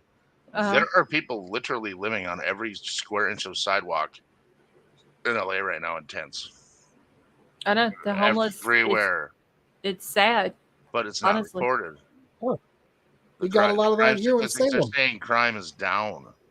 They're saying crime is down in San Francisco. How is that possible when it's utter chaos? You look at the video, people driving down the street and there's zombies everywhere, like there is all over Philadelphia. And I seen a video. I don't know who the channel was, but they were just walking through the streets of San Francisco. Yeah. And there was literally people that was so high. Yeah, they're just standing slunched over. Laying on the sidewalks. There was one person that was laying by some stairs to a building. It was, they were just one person eating food off the sidewalk. Oh, yeah. Like off the concrete of the sidewalk. Like, yeah. There's one in the top of my timeline on Twitter tonight. Sitting there and it keeps popping back up because people are commenting on it like crazy. It's a guy walking down the street, doing the forward-facing camera. And he turns to the side, and there's literally a guy leaning up against the Great Clips window, pooping, while people are inside getting their haircut. And he's leaning up against the glass window, just calmly taking a poop right on the sidewalk. And apparently that's like normal in some of these cities. And it's about who's running the cities. Right. I just found out last weekend, I just found out from a cop friend of mine in Minneapolis. Now they're giving away drug kits. So you go and you ask for a drug kit and they give you a needle, some Narcan, a spoon, cotton, the tie-off thing, rubber thingy for your arm, a crack pipe, a meth pipe. They're giving them crack pipes? Oh, yeah, crack pipes and meth pipes. Yeah. You got to be bullshit. I want to see pictures or something. It's true. They're doing it. Oh, wow. Like, I know that they have... keeping people safe. They do have some of the places that will give the heroin addicts, like, clean... They'll do, like, a needle exchange where they bring in their used needles for clean needles. Oh, California has safe spaces, so they give them a place to go and actually shoot up. Right, because they're saying that they're trying to cut down on, like, disease, like STDs and stuff like that being exchanged between the needle users and stuff like that. I think they want poor people to kill themselves is what they want. Well, I mean, like, I get that they're doing the needle exchange. I get why they're doing it. But to me, that makes it look like that they're telling the people out there, oh, it's okay, go ahead and do it instead of trying to get yourself clean. Right. That's the way I take it. Yep. But I do understand why they're doing it. They're trying to keep people from dying one way or spreading diseases. Die in the other. I mean, it doesn't make any sense any way you look at it. And Obsessed for Disneyland says, let me guess, Al, big cities or the blue cities. I'm not going to say that. I'm just going to say the people that are running those cities, because I'm of the firm belief at this point, there is no blue or red. It's all good and evil. And that's on both sides. We as a country right now, in my opinion, and I'll jump off my soapbox in 2 seconds. We're in trouble on both sides. We have dishonest Agreed. politicians on both sides. There are liars on both sides. There's massive corruption on both sides. I refuse to blame one side, red or blue, Democrat or Republican, anymore, because I think they're all crooked as shit. And that's all I'll say about that. Sorry. Okay, because Papa Rogers is asking if I'm seeing his comments. I see where he asked me that, but I don't see. Okay, so Elliot, I see where the one. I see his latest comment. Let's see. When there's practically nothing of value stolen, like a weed eater or lawn chair, let's see. Shit, will the police spend their time writing up a report when the victim could just do themselves? I mean, something maybe that small was one thing, but a traffic accident, you don't write a report. Like, how do you turn something in on an insurance, like on an insurance claim, with no police report? Like, my aunt just had a wreck at the first part of March, and it wasn't her fault. The woman hit her, pulled out in front of her. But she literally, before she could do anything with her insurance, she had to have that police report. And that police report was literally 20 pages long. So how do you do that with no report? I don't understand that.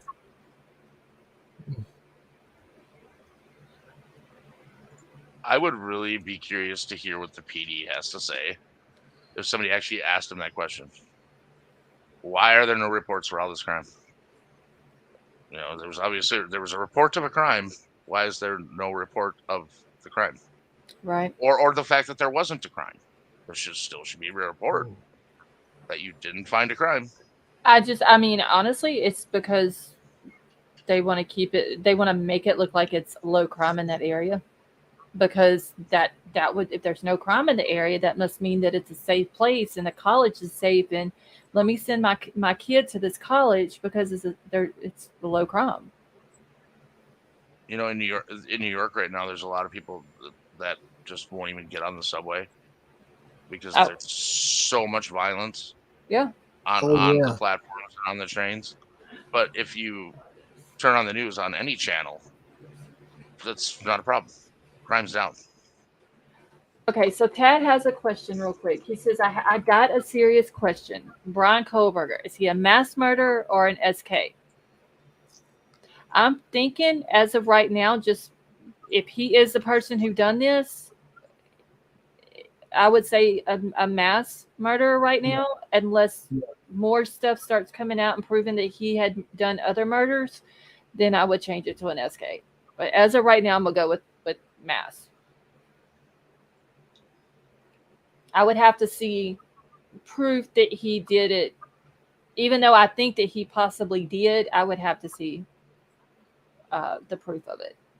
And Callie, don't feel bad. The chat has been weird. For some reason, it's not wanting to act right tonight. Mm-hmm. Let's see. Technically, he's a mass murderer because he hasn't killed and cooled off. Yeah, there's a cooling period between, like, you can go and murder one or more people and be an SK, but there's always that cool down period. And then there's another one. And then there's a cool down period. Like, they never know when they're going to pop up. Roger. Well, Roger can't. Serial killer. White Little Baby is now singing in the chat for y'all. And that is true. That's all. That everybody needs love. Everybody needs to spread love and positivity and quit acting like a bunch of idiots out there. Not that any of y'all are idiots. I'm not saying that. But people just are ignorant. You should have heard me when Big Al. You should have heard me when I was talking about when I first got onto the panel, and I was referring to my own live talking about Talk about neglectful parents leaving kids in hot cars. A 16-year-old dumping dumping babies, in the trash can days after she had the babies. I mean, sometimes I also don't in here? understand this world. Oh, I don't understand this world 98% of the time. Oh, see, mass And murders usually don't other hide or problem with disguise that the the other identity. team said, just when you think you got a grasp on it, they change the questions on you. Okay, I see now my chat is. Let's see. I gotta say, mine's totally normal. Mine is it's like it'll still roll, but then all of a sudden it'll just go like super quick, and then I lose a comment. Roger Kent, Wait, yes, you maybe it might be give me someone sniping from comments. Salem, Oregon. Hey David, how are you? Let's see, I thought it was 3 or more. Okay. It may be 3 or more, Callie. I could be wrong.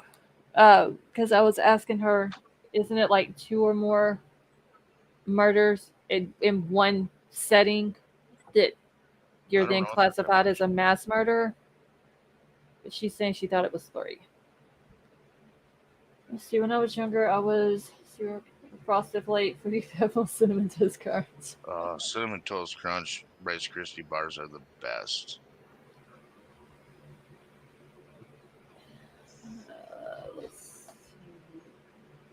You just made me Jones for one of those, Tad. Thanks. Okay. Hey, Jen, how are you? The similarities between BK and BTK are becoming more than a coincidence at this point. He really memorized that book well. I'm going to get that book. Was it The Confessions of a Serial Killer? I'm going to get that book. I want to read it. And then I want to read BTK's daughter's book. I forgot the name of hers. Carrie Rawson is her name. But I want to read her book too. I got chat.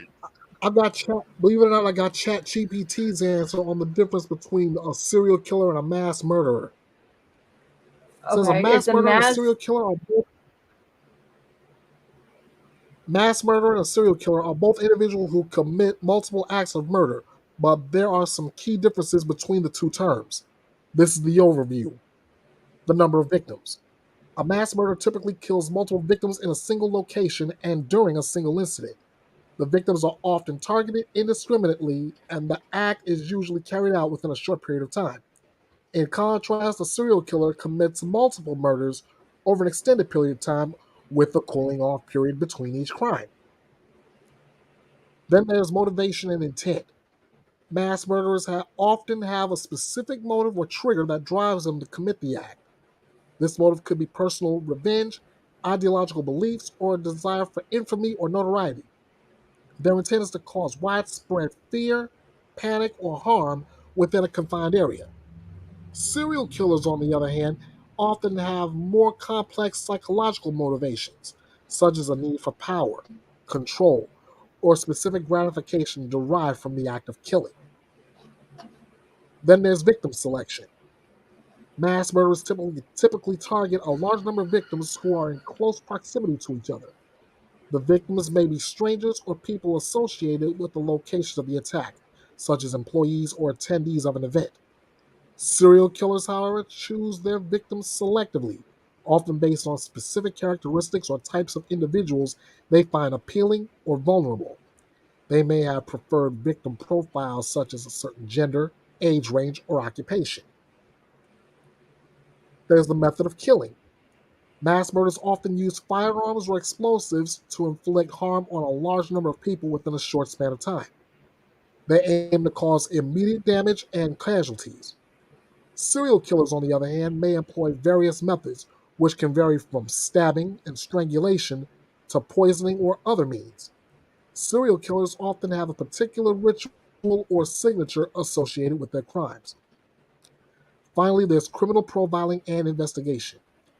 Due to the nature of their crimes, mass murderers are more likely to be apprehended quickly, often at the scene of the crime or shortly afterward.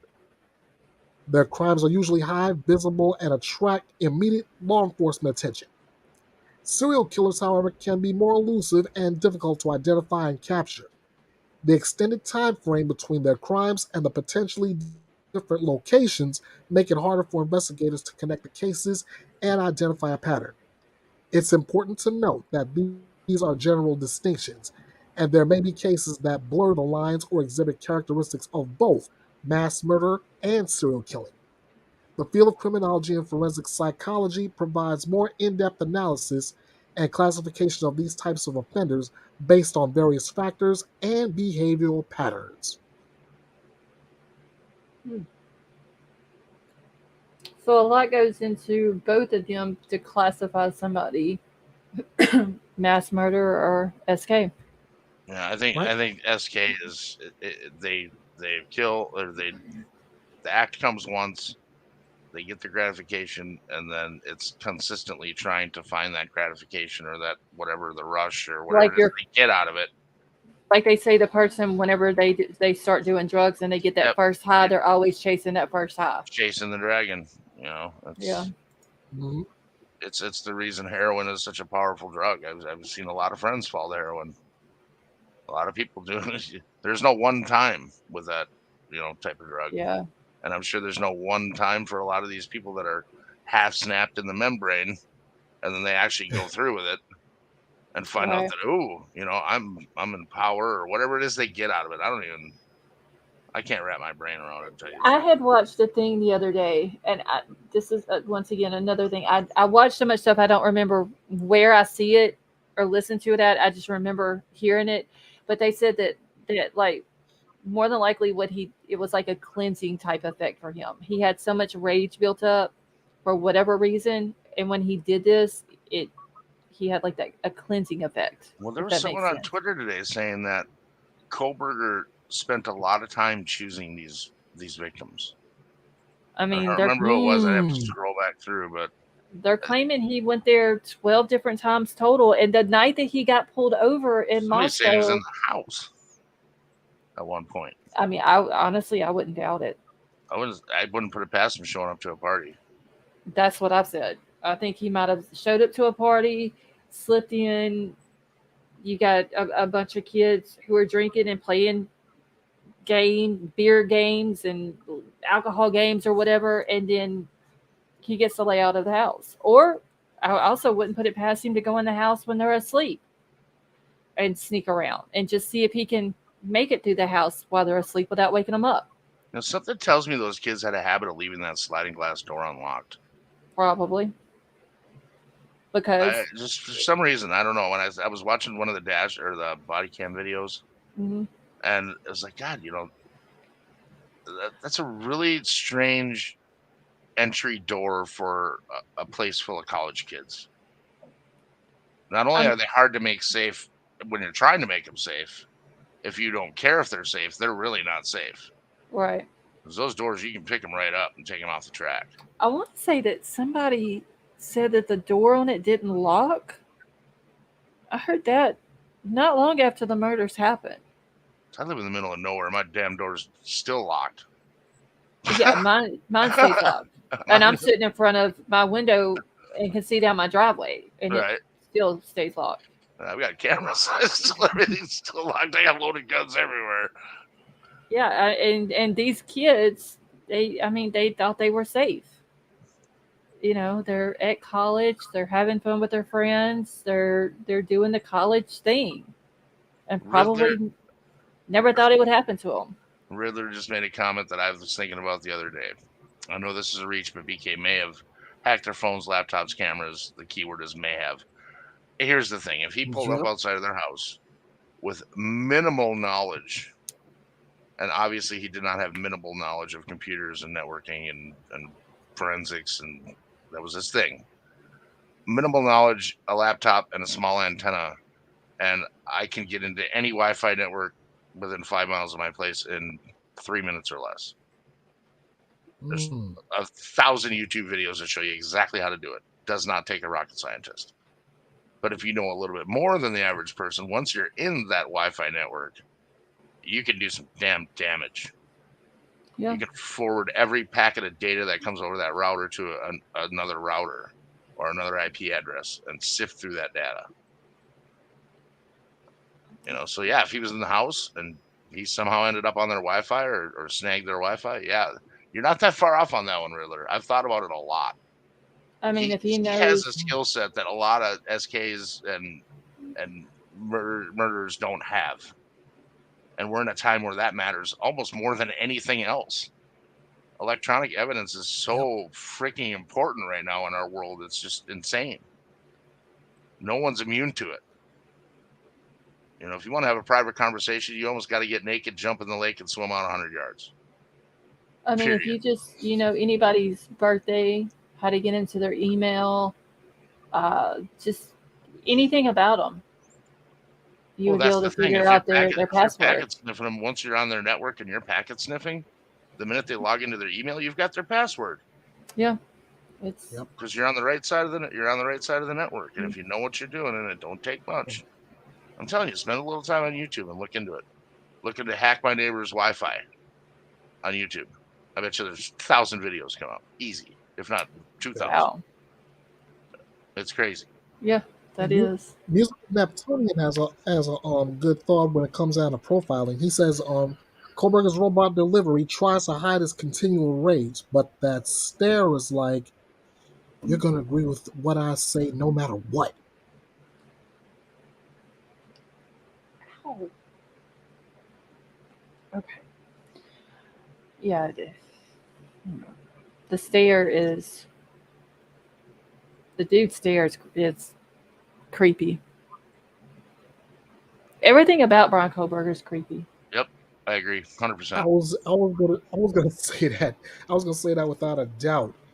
I mean, just saying weird is just being too kind. Yeah. Yeah, like I said, you're dealing with somebody who's a formidable opponent to the police with regards to the electronic data that's involved in this, and there's a lot of it. I mean, he might be cocky as shit and thinks he's smarter than he actually is, but he knows enough to be pretty dangerous in the field. Right. And that's probably, that's the reason why he wanted in with the police. He wanted that inside, and just so he can get in and see body cam footages and no telling what else. I remember one of my first labs in college. We were just getting started, just getting ready to meet the people that we were going to be going through these programs with for the next 3 years. And the first day, one of the guys next to me, they had the internet shut off in the lab. Teacher shuts the internet off. Pay attention, when the professor's up there talking. Or the guy there was a guy there giving a presentation. Anyway, boom, I look over. He's on the friggin' internet looking shit up, playing around, looking at videos and shit. And I'm like, oh my God, dude, you seriously hacked that fast? There's people that before they even get to school have so much knowledge about how electronics and the internet works.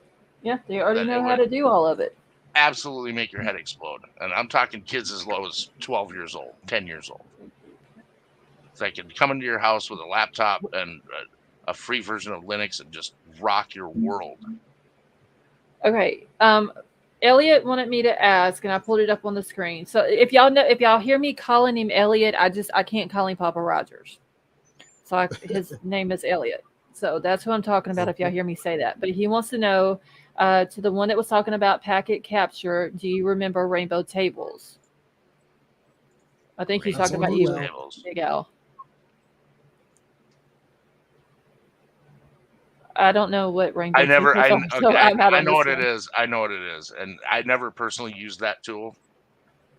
It's a tool to crack passwords and using packet sniffing. I've never personally used that tool. I've used other tools. Who you been hacking, Big Al? I quit messing around with Patriot Act. As soon as that Patriot Act passed, man, I went from the Riddler to the Batman. but back in the day, back in the day when the internet was first coming out, it was interesting to see what you could get away with. Oh, And for whatever reason, one of my closest friends, if people are familiar, probably not, but one of my closest friends actually shut down the New York Times and 3 other major websites. And he's since passed and died a mysterious death after working for many 3-letter agencies for years after being caught and had to work his way out. His name's Adrian Lamo. And he was actually the guy that got the data for the main WikiLeaks thing. And he was contacted by what's his nuts that turned female. I forget the kid's name. And he wanted to dump all that data on him, and Adrian turned him into the FBI. Because this is we're living in a different world now. This data-rich environment. If you know what you're doing, you can really mess with people's lives. You can turn people's power off. You can. Right. I mean, well, Turquoise says, "Hack me." I'm a traitor. No, I'm not a traitor, Riddler. I love my country.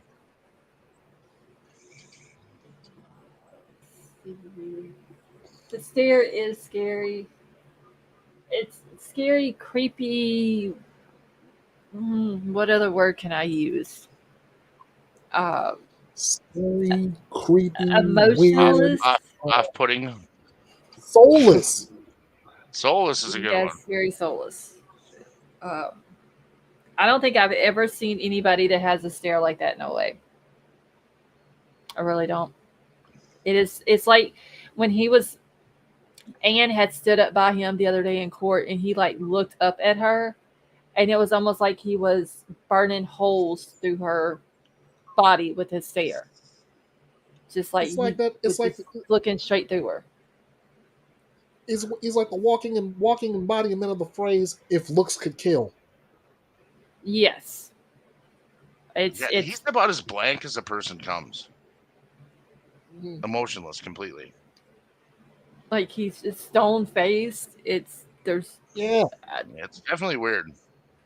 Lifeless. And White Widow Betty says lifeless. Yeah, that's a good one. That's another great one. That's why people look at him and they're like, "This is the dude who done it," because he has no emotion. If he was truly innocent, it's like he would be screaming at the top of his lungs that he's innocent, and he hasn't done that. He just said, "I can't wait to get to Idaho to be exonerated." One of us is making Turquoise's dog bark. My dog is either barking at Big L or Scarlet.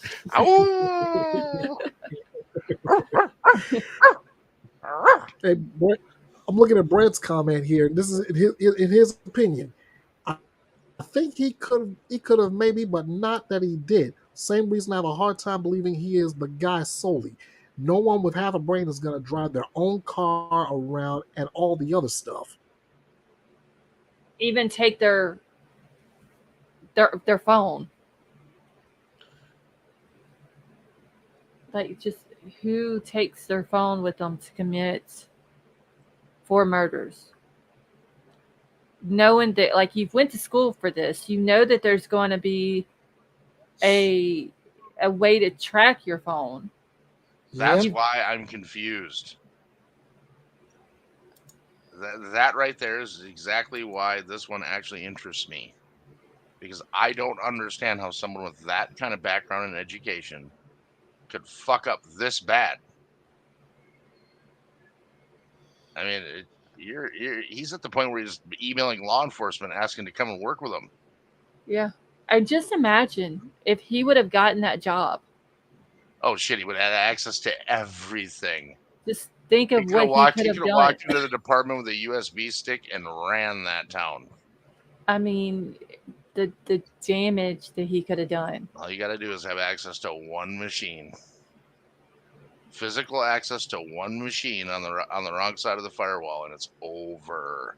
And wasn't what was it that it was on the Washington State University? There was a thing there that they had, but Moscow said that WSU didn't handle their. Was it the street cams? Is that what it was? I don't know. I want to say that's what it was. That at WSU, they have a lab there. And I want to say that it's the street cams, that they handle the ones for WSU and Pullman.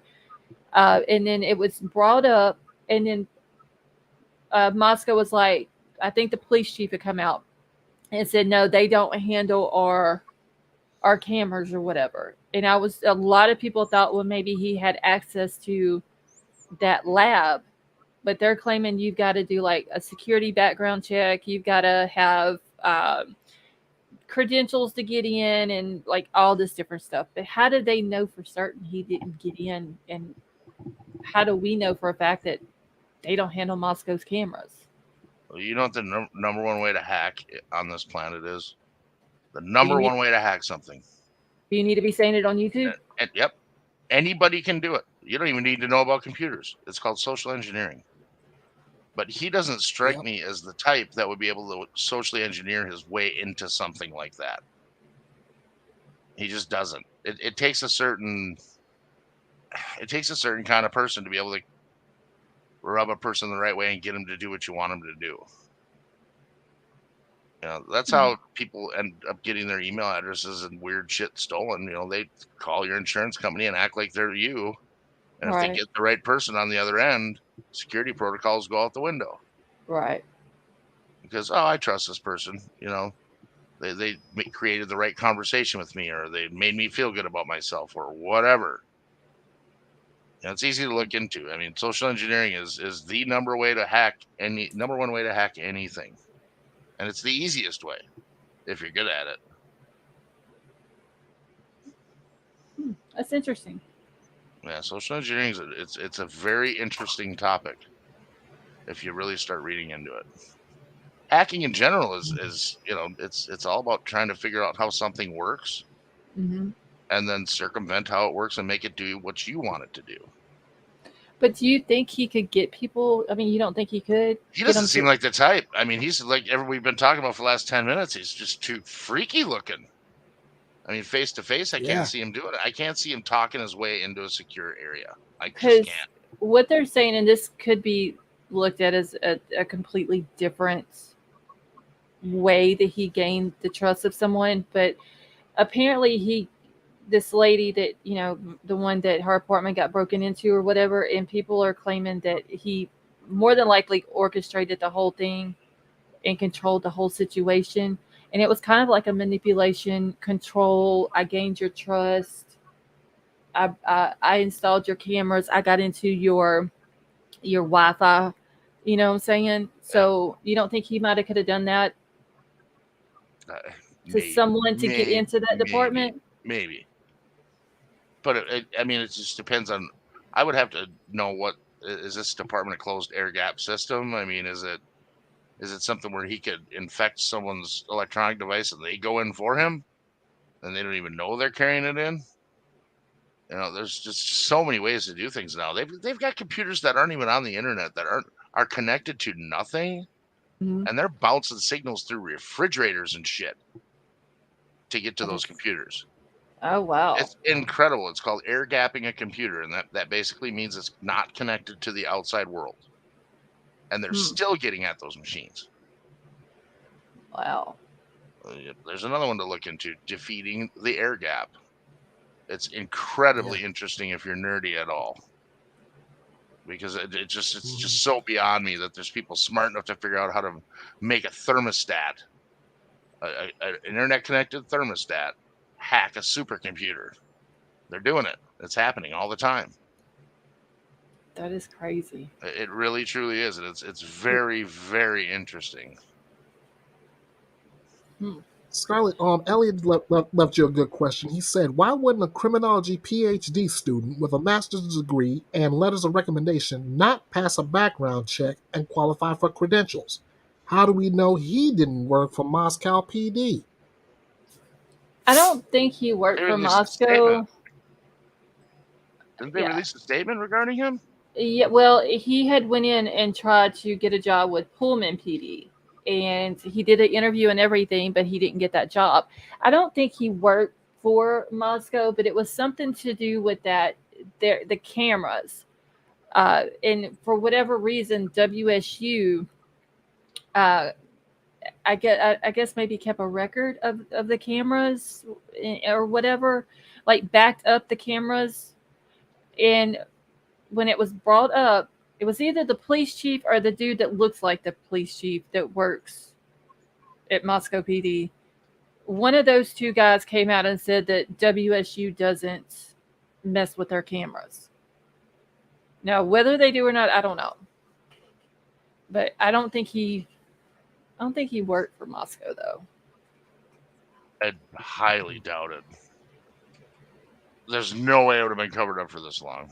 No. Now, is there a chance that he could have got into the lab where these camera systems were? I think it's a possibility. I mean, he could have befriended a neighbor or a student, just whatever. I think that's probably a possibility. But well, he resided in Washington or Oregon. He was in Washington. He was in Washington, so yeah, he lived on the campus, on WSU campus. What was he doing on that side of town? Who was he working with over there? Was he working with Ellie over there? In Washington? Yeah. He was a teacher's aide. He But applied. was he working with Ellie in Washington? No, he applied for a position at Pullman PD, which is in Washington, where WSU was at, but he didn't get the job. Let's see. I think Ellie would have stated if he worked for Moscow police. I'd be wondering if he didn't get the job. Number one, I'd be wondering why. And number two, I'd love to see his psych eval. See what it was. I think it was 3 people that had applied for the job. He did an interview, and then somehow somebody got the email that he sent to the police chief, thanking him for his time and all that. And then the police chief wrote him back and said it was great talking with you, but in the end, he never went to work with them. They ended up hiring one of the other 2 people. So, but it was all done. It wasn't done in person. It was either Zoom or by phone or something like that. Because it was when that happened. I want to say that was in May of 2022 also. For the internship. And no, they haven't. They never came out, King Scarlet, and said officially he didn't get it, but he was the TA at WSU. So I don't know if he would have been able to keep up being a TA plus college work, because he was in the PhD program plus working for Pullman PD. I don't know how. Max Smith just made a really good point talking to Roger. He may have found the PhD was way harder than he guessed it would be. And half fail, I would believe that. I bet you the number is higher than that. It's easy to get into a program for a PhD. It's even harder to get one. Right. I agree 100% with that statement. I know a lot of people that have gone for their PhD that didn't make it. Very, very hard to do when you're trying to pay your normal bills and have a normal life and do a normal job. Right, because not only was he doing the PhD program, him being a TA, he was grading papers all the time, doing all of these different things as well. Being a TA, he's basically doing 80% of the professor's work. Right. So he probably he wouldn't have had time, I don't think, to work for Pullman. Plus stalking people. That is true, Angie. And I'm sure they probably looked at that. They said, all right, well, you're a teacher's assistant, you're a PhD candidate, and you're full-time with that. Well, what are we going to get out of you? Right. The scraps, whatever mental brain power you have left after you're done with all of that. Tad, yes, he did get kicked out of the program, and WSU sent a letter to him that he is not to step foot back on their campus. If he does, he'll be trespassing. See, did he have access to student info as a TA? Do TAs have access to that? I mean, he had his own office. I can't say. I They don't know obviously if have intranet access, as a teacher would, to probably certain things. Student records and stuff. No, I would yeah, not that would think be so. with like the college. What would But what? there again, it depends on what level this guy's at. Who knows? I've been waiting to hear whether or not this guy's got any kind of tendencies to, crack codes or break into shit. And I haven't heard anything yet. I haven't seen anything on Reddit either. No, as far as like his abilities in that capacity, I haven't seen anything about it. No, I haven't either. And we just know And that if he was anybody, it'd be out there. right. Somebody'd be opening their mouth, I guarantee you. Because that community's, it's not real big. The only thing that I've really heard is he's, the criminal justice stuff he did. He was a criminology student, a PhD student, or in the PhD program, and he did he studied for cloud forensics. But other than that, never heard anything about programming or cracking codes or hacking or nothing like that. I'm gonna have to look at what that cloud forensics program is like, what their synopsis is of it, and what they're actually teaching. I don't remember if he took that one at DeSales or if he was taking that one at the first community college that he went to. I don't remember, but I know that he took when he was at DeSales, he was studying under Catherine Ramsland, which is the lady who has written the book about BTK and all that. And she was in with him and talked to him. And one of her assignments for her students was they had to read that book, The Confession of an SK. And it was about Dennis Rader, the BTK killer. Yeah. So that was like one of her things, which is why I want to read the book, because like I want to know, like one thing, you just want to read it and see what's in it. But was there something in there that clicked in his head, or was it something that maybe he had planned, like he thought that he wanted to do something like this, or even knew that he wanted to do something like this, so he starts taking these classes to learn how to do it and get away with it. Turquoise says, can you imagine extra courses he may have taken? I'm not worried about the courses that he took. I'm worried about what he researched online. And if the guy's really, really smart, the information's out there. You can teach yourself how to do just about anything. It just depends on how willing you are to sink yourself into it, and how your brain works. Because some people they're self teachers. It's easier for them to learn if they teach themselves. Yep. Me, I can't have somebody teaching me how to do something. I have to mess with it. Yeah, I have to see it. I have to mess with it. I have to play around with it and figure it out my own self. I can't have somebody else. And there's a lot of people like that. They would rather work on it them own selves and take their notes and learn it on their own. I worked with some massive nerds. And I worked with some people that you would never guess in a million years that they had any kind of knowledge. Mm-hmm. But I was not one of those people that could sit in a basement full of computer screens without ever seeing the outside world and stare at computers all day. That's why I sit in front of my window.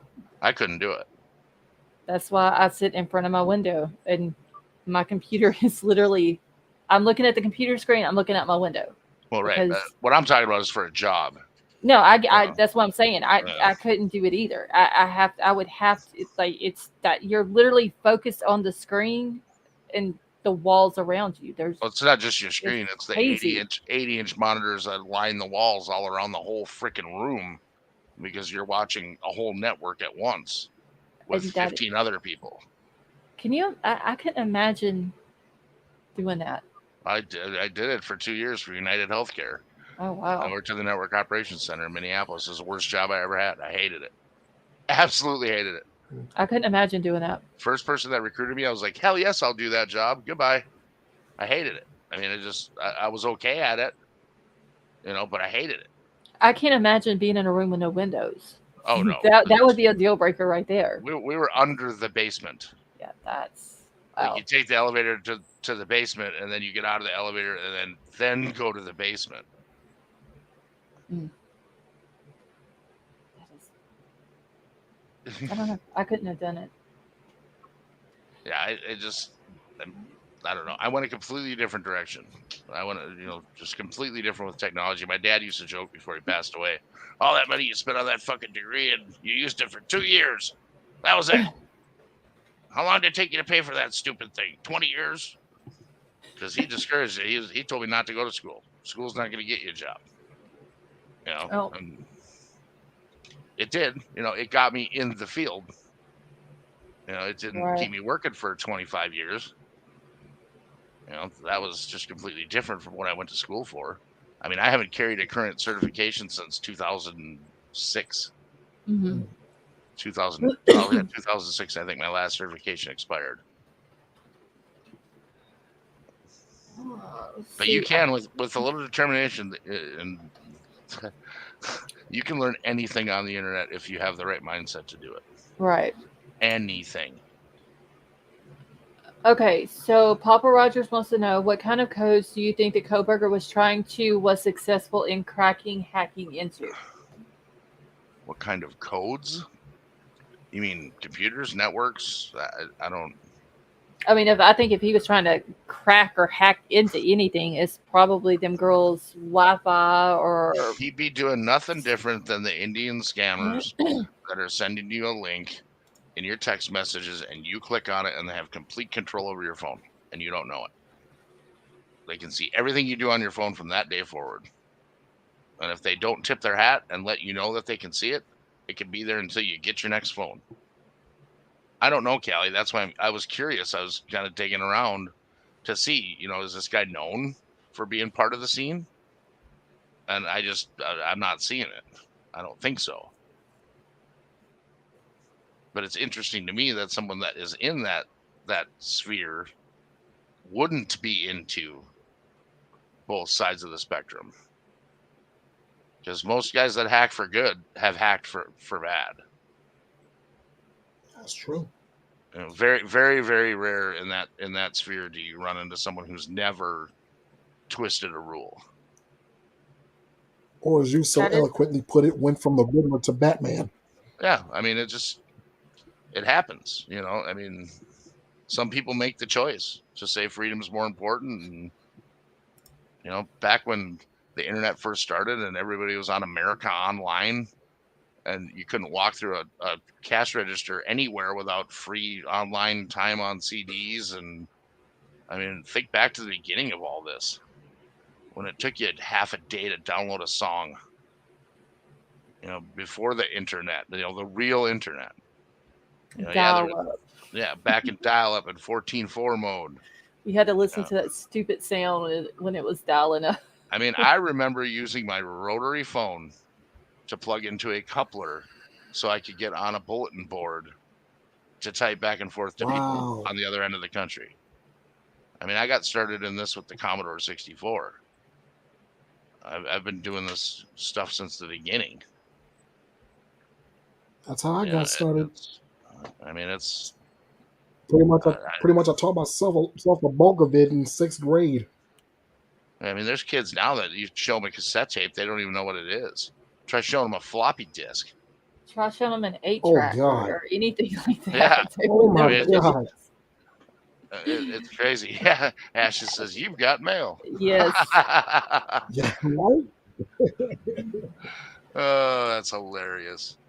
Well, Ashes, it's funny, and I'll say this because it doesn't really matter anymore. It's basically a defunct company now anyway. But one of my email addresses that I've had for years and years and years and years is alan@aol.com. If that tells you anything.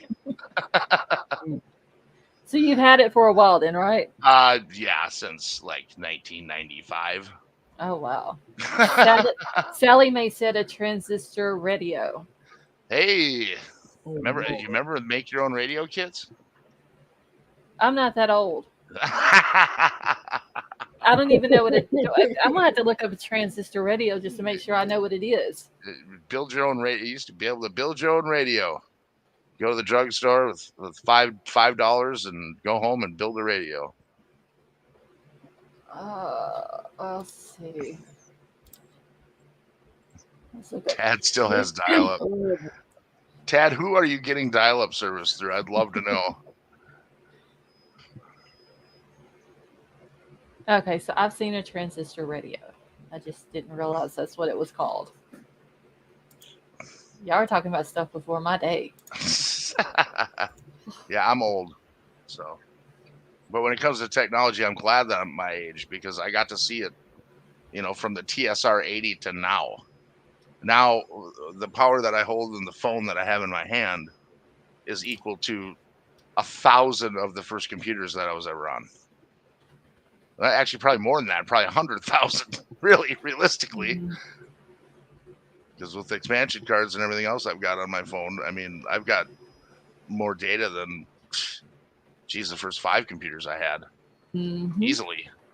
I remember paying $1,000 for a 512 megabyte drive for my computer and being so excited. What the heck saving is up for it forever. What is a TV with vacuum tubes? Oh my! Who said that? Riddler. Yes, Riddler. I know exactly what a TV with vacuum tubes are. Those are those TVs that you try to pick them up and you break your back. Oh, like the big console TVs? Yeah, that's back in the day when you turned on the TV, you heard like a buzzing noise while the tubes warmed up. Oh, okay. But that's and that was literally for a lot of us. That was literally called the backbreaker. Yep, I guarantee you, there's 160 people in this chat. We got at least one guitar player in here that will say the best amps in the world are vacuum tube amplifiers. Still to this day, with all the digital equipment we have, there are guitar players out there that will pay way more money for an old 50s Fender amp with vacuum tubes. It's a totally different electronics, different sound.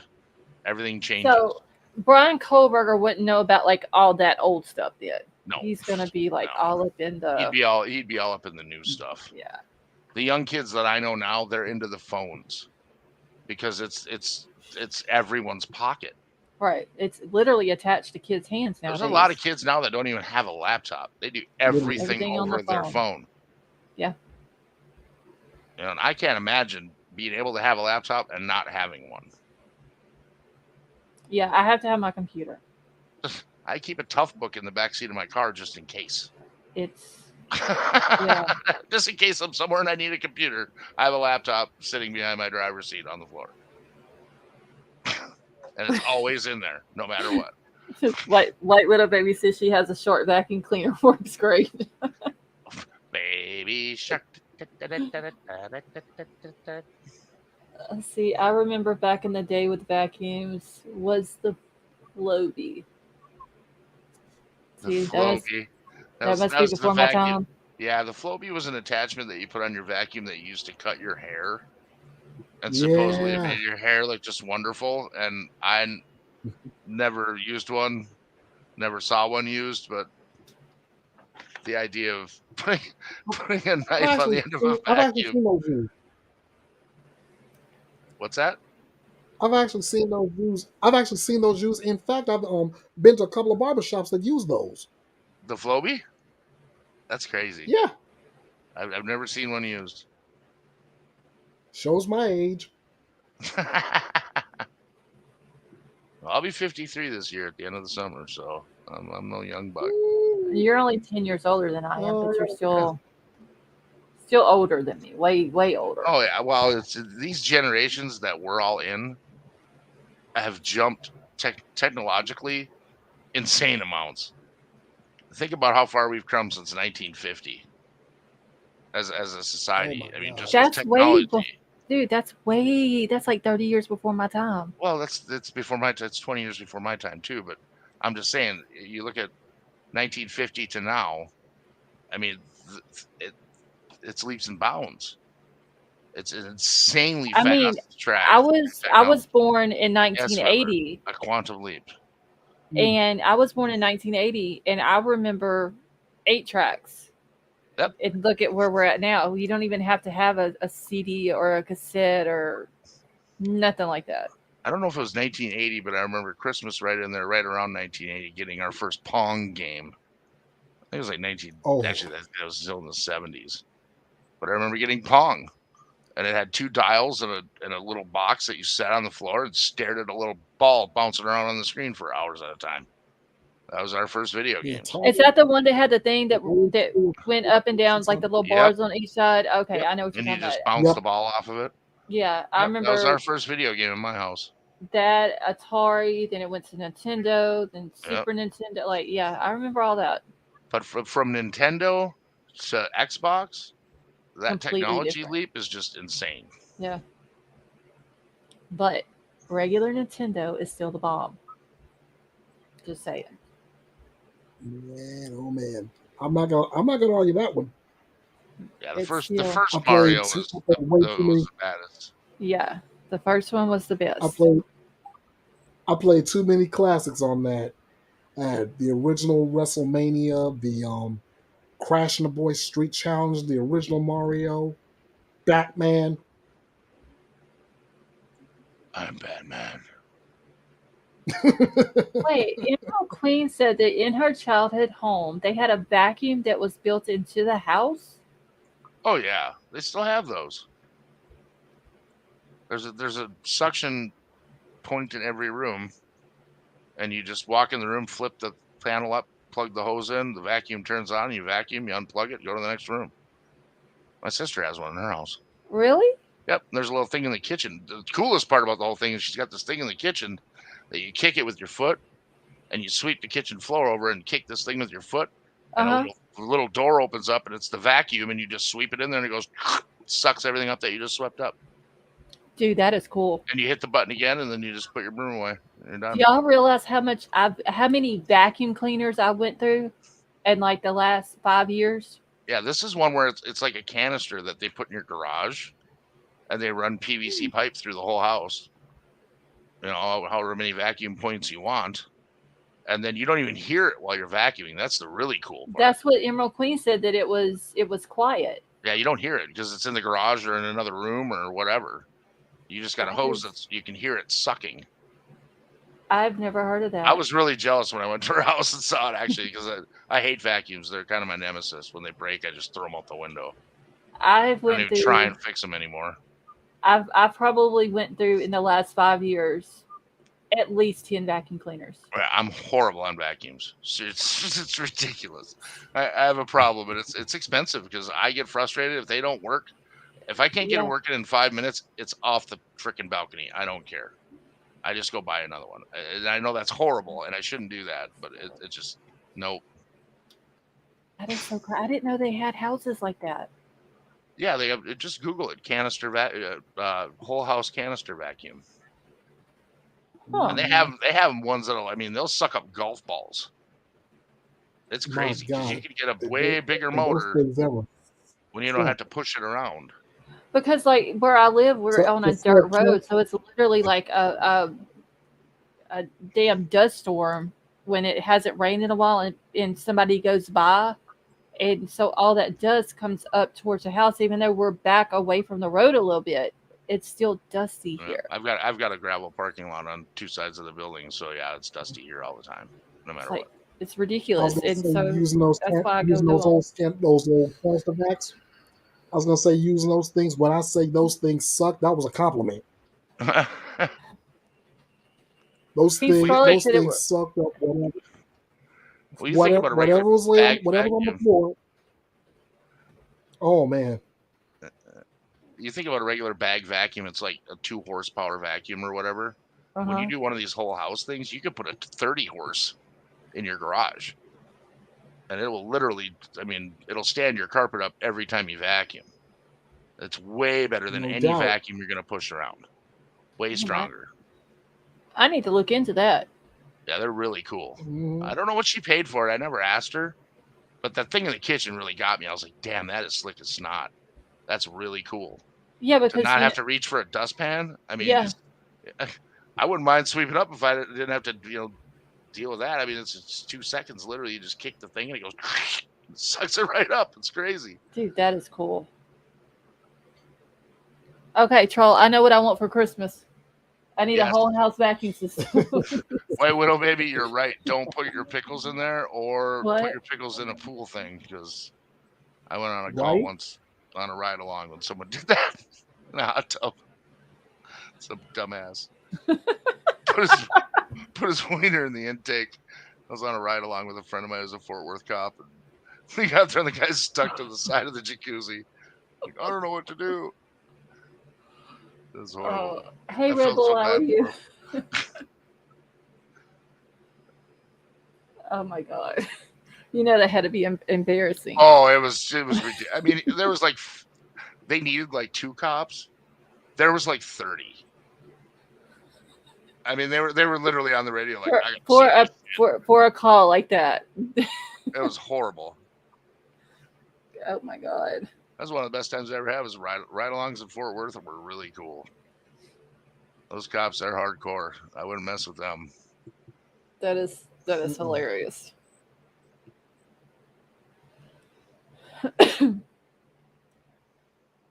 Let's see. Moral support. Yeah, I don't know what the outcome of that whole thing was. I don't know what the remedy of the situation was, but when we were there, it wasn't good. I mean, they had the thing all turned off and everything, and he still couldn't get out. So I don't know if they had to get a jackhammer out or what. They didn't y'all didn't follow them to the hospital? Oh no. We were just there to see what was going on. Oh. She just brought me over there. She's like, we got to go check this out. And we got there, and there were literally cop cars. You would have thought there was a freaking murder. There were so many cars. Oh my god! And especially the female cops. Oh, it was like that really had to be embarrassing. Well, the gal that I was with, she's pretty hardcore. More like a guy when she's working than a female. But she was rolling. It was funny. The firemen were laughing. It was something else. Okay, so I had to make a deal with Troll in order to get the whole house vacuum thingy. I have to buy him a ham radio. There ain't nothing wrong. That's a pretty good deal because you benefit from that too. So you win. Yeah, here I'll tell you what one runs here. I'll let you guys talk about something for a minute. I'll look. I mean, I didn't put my Christmas list in. I told my daughter I wanted an island for Christmas. But on an island, I'm going to need a whole house vacuum system. So, you know.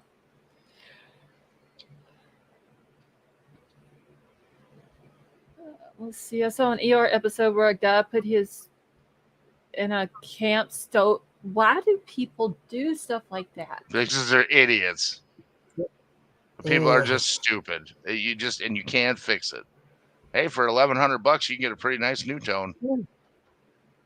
Oh Lord, them things are $1,100. Oh, they go all the way up to like into the thousands. Here, I'll drop you a link to the back. He can. Chat. Okay, he can. You can pull it up on screen if you want to, so people know what you're talking about. But yeah, he can get the tower. Let's see. New tone all-in-one builder. This is a vacuum cleaner. Mm-hmm. Oh, that's the whole house vacuum.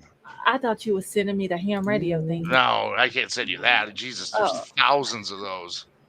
Okay, I thought that's what you were sending. God, he kind of Troll high five. When you just say ham radio, that's leaving it pretty wide open, bro. Good one. What? A lot of ham radios out there. Yeah, that's what he's been wanting. And a friend of his who recently passed away had like the antenna, like all of it. So he's gonna check with his friend's sister and see if he can. So yeah, you see that long round hose and the wand attachments. That's all you have in your house. So you just take it from room to room. You just go into the room, flip up the little dealie, plug the hose in, and it automatically turns on. Well, damn, it ain't but $1,100. It's pretty sweet. It's a lot of work to put one in. I don't know that anybody really does it unless it's new construction, because you got pipes running, shit running everywhere. Well, when she buys me an island and we build a beach house, and we'll put. There you go. You shouldn't do that though, because last I heard, sea levels are rising and you might drown. That's what you have a boat for. But you're good. I mean, just keep an eye on Obama because he's building a place on the beach in Hawaii. So when he sells, it's time to get out. Oh, wow.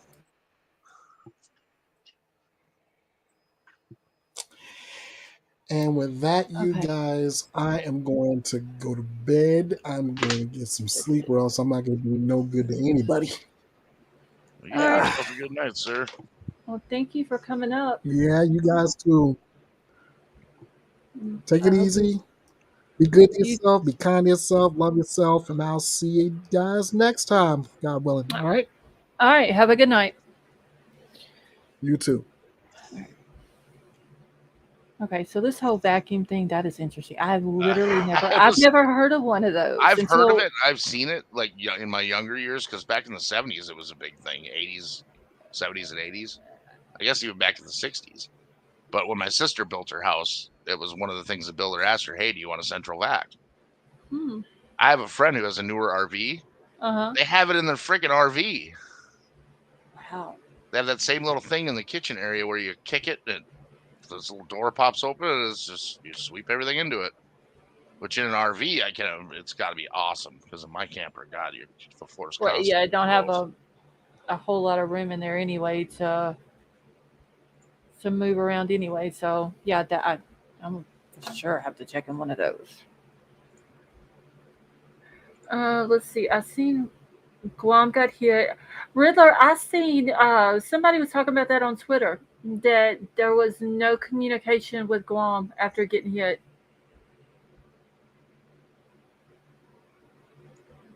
That is so crazy. Hopefully everybody is Hey, Sybil, okay out there. I gotta ask Sybil, are you okay? Because you're deleting comments that probably shouldn't be. Is she in here? I don't know, but I'm seeing deleted comments by Sybil that I'm looking at the comments and they shouldn't be deleted. Oh, it's because they're using caps.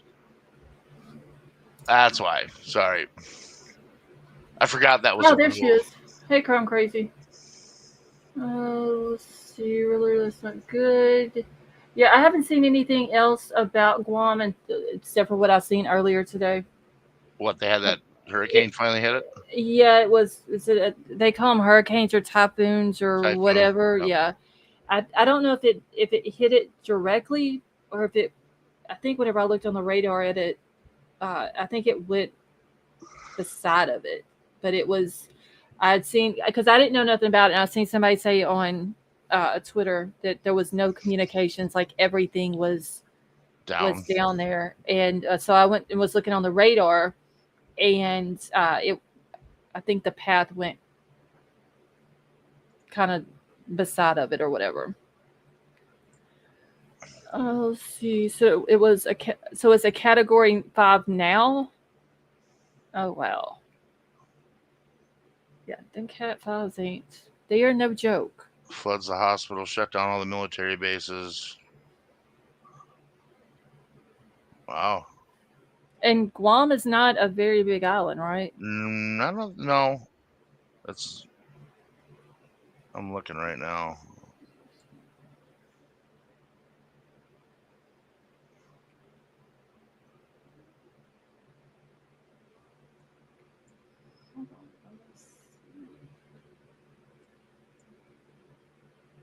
Okay, so the eye went off the edge of the island, so it still got hit pretty good then.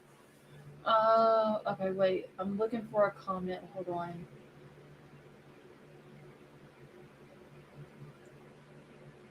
Where did it go?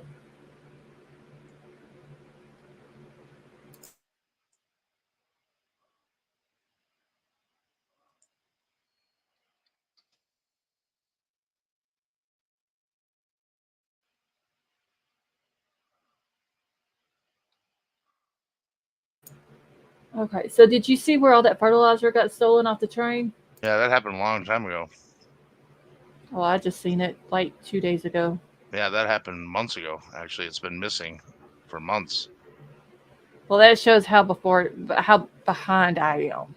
Yeah, it's been missing for a long time, and it just vanished like a fart in the wind.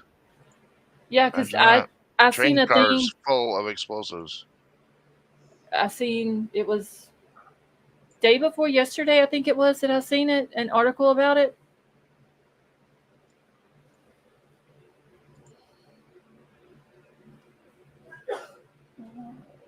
That is a huge freaking storm that went through there. Wow.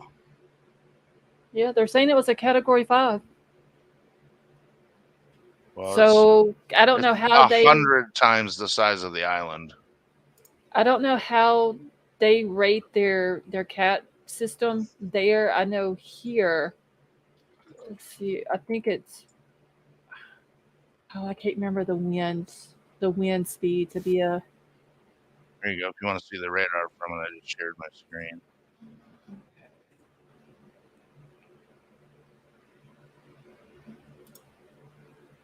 Oh wow. So that little dot in the middle that you can't really see, Yeah. where that pointer is, that's Guam. So it basically tore Guam up and the islands up above it. Yeah, the Mariana Islands. That's a huge freaking storm. Man. So it's basically headed straight at Taiwan.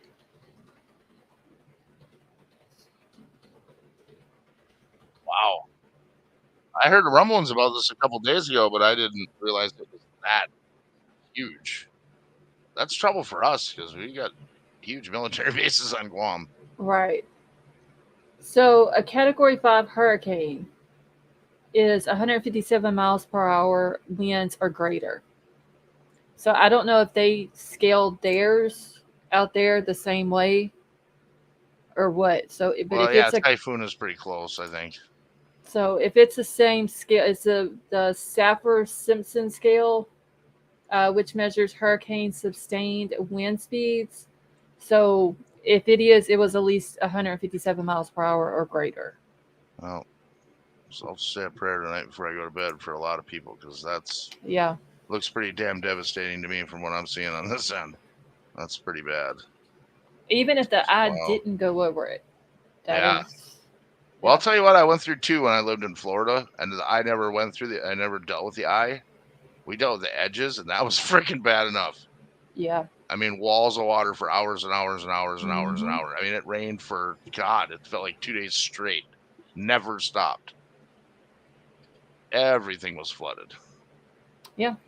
That's like when Laura was the last bad one that we had back in 2020. And it was storming. And then all of a sudden the eye comes straight over us and it was calm. Like sun shining, pretty. And then here come the rain and the storm and the winds and all that again. Some storms, them hurricanes can get wild. The worst thing I ever saw in my entire life was Katrina, after Katrina. I was there for 3 weeks upfitting National Guard and emergency services with GPS radios and transmitters and receivers and all kinds of stuff because the cell network stayed down for so long down there. I was watching those people literally just wander down the road with their lives in a trash bag. Yeah. Yeah, the most heartbreaking shit I've ever seen. And I went back like 10 years later, and most of that stuff wasn't rebuilt yet 10 years later. No, there's a lot of stuff down in Cameron where Rita hit. There's some things that was there before that's not there. And I haven't been down there since Laura hit. We were there Father's Day weekend on the beach at Rutherford Beach, and that's where Laura hit a couple 2 months later. And from what I understand, it literally just wiped it off the map, basically. New Orleans was the saddest thing I've ever seen. Yeah. And people, they see it on TV, but until you see the devastation and the destruction of a hurricane and with your own eyes, you can never grasp how bad it is. Yeah, it doesn't do it justice. When we went to Cameron after Rita hit, there's houses that were completely gone. All you seen was the pylons up out of the ground because they built all their houses up, up in the air. Yeah. And the pylons were still there. And the few buildings that was there, you would see them. They would have the X's on them, letting people know that they had then went through that house and cleared it. I tell you, there's one video on my channel, and it's somebody asked me to put it on there. I was actually going to pull it off, but it's when those there were 14 tornadoes that went through Alabama that one year. Mm-hmm. You remember that? And it was like Tuscaloosa pretty much got wiped off the freaking map. I remember one year there was a lot of them over there. Yeah, we went down there and brought supplies two different trips, and boy, what I saw down there was pretty bad too. But it still couldn't hold a candle to New Orleans during Katrina. I mean, that was awful. Yeah, because I mean, when the surges come in from the hurricanes, it pushes everything up. And then when the surge goes out, it leaves everything right there. There was up to the intercoastal canal, there was shrimp boats out in the marsh. There was houses, there was vehicles. Like it was just in there, just left there, like because they can't get out to get them out. Water's a powerful thing, man. It's crazy. Cali down, that is true. Louisiana government and the U.S. government failed them big time. Oh yeah. It was. So did the National Guard. So did FEMA. It was ridiculous. I've never seen anything like it. We watched it on TV, and I'm 5 hours from New Orleans, and we were watching up here, and they were sending school buses from up here down there to help evacuate people out, and they come up here. They went Alexandria. They went all over the state of Louisiana, over into Texas, Mississippi, Arkansas, all that, trying to get them out of there. That was my first real exposure to government waste, because the company that I worked for, unfortunately, they bilked that state and FEMA for so much money. They were they were charging triple. Yeah. What we'd normally charge any other customer for the same equipment, they were charging triple. Which is, for my time, they were billing out like $550 an hour for my time. Yeah, and there was people still living down there. Okay, so Katrina and Rita, that was 2006, right? I want to say it was 2006. Okay, so we went down to Cameron. 2005. It was 2005. 2005. Okay, so 2000. The next year we went down to Cameron, and we went 06, 07, 08, like several years in a row. We would go down there, and like 5 and 6 years later, there was people still living in FEMA trailers. Yeah, and those FEMA trailers were nothing to write home about. Everybody said, "Oh, they're getting free house, free trailer, free." Yeah, they were pieces of shit, people. Yeah, they were pieces of shit. They were tiny. They were not. They were gross. They weren't built well. They were not watertight. And the next storm that came through just took off. out. Yeah, took off with them. So yeah, I got really upset during those times when people were saying, "Oh, these people getting all this free shit. They should move." Well, you know what? No, that's not how it works. No. I mean, a lot of people New Orleans is a very strategic city. Has been since this country was founded. You know, you can't do without the Port of New Orleans. Right. As a country, you just can't. It's like saying you're going to do without the Port of Houston or, Tampa. Yeah. You just can't. You can't function. That is true. A lot of stuff comes through that port. Oh yeah. That's especially, with everything that's been going on as of late with China not shipping us goods. Mm-hmm. We're getting a lot more things from the other side of the world, and that's where it's all coming in, is there in Tampa and the New York ports. But the New York ports have always been full. Yeah. I mean, such a huge city, like the cities up through there, it's, I can imagine how, just basically like the airports. Yep. In places like that, they're constantly full. Yeah, a lot of the smaller airports down in that area. There's a couple regional airports in Louisiana that you get off the plane, it's like, whoa. You're almost waiting to hear the banjos, because it's just there isn't even a flight bridge. You're just like coming down some old rickety steps off the plane, and there's nothing in the airport except for a couple of vending machines and the door. Yeah. Because they've been so devastated so many times over and over again that they don't have the money to rebuild them and make them nice. It's not. I mean, a lot of people look at it like it's not worth it to even rebuild. So in some places, a lot of people after Rita and Katrina, when they left Louisiana, they never came back. Well, they left. I really like Louisiana. It's okay down here. We got good food, but our roads suck. Yeah, the roads suck everywhere. Roads are horrible. Yeah, they're pretty bad up here right now too. We've got potholes. I got their own zip code up here right now after the winter we had. You can go fishing on ours. What? Yeah, and our heat is horrible. Today it wasn't that bad. The sun was shining. It was really nice, but it wasn't that hot. Like the humidity wasn't bad. But like a few days ago, you literally couldn't breathe when you were outside. That's the roads and the heat is what's the worst thing down here. Yeah, you guys have the humidity like nowhere else. Oh my god, it's the worst. Now, if you get further down south, closer to the beach, you've got that constant beach air coming in, ocean air, whatever. It's not that bad, but you have a lot of rainstorms come through down there. Yeah, Gulf breeze makes every difference in the world. Yes, and I could say firsthand when I lived on the water in Florida and when I lived 10 miles in, totally different. Yeah, it's completely different. Every now and then they will say up here where we're at, because I'm in the northwest corner of Louisiana.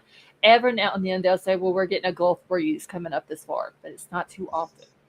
I just looked at the weather for here. It's 41 degrees here right now. It is. What is the temperature 40 right now? freaking 1. Oh, it is 64 here. Good God. And 3 hours south of here, it's 70 degrees. Yeah, the weather's crazy too. And another thing that Louisiana has, our crime rate is horrible, and so is the drugs. Well, I think crime and drugs are bad everywhere right now.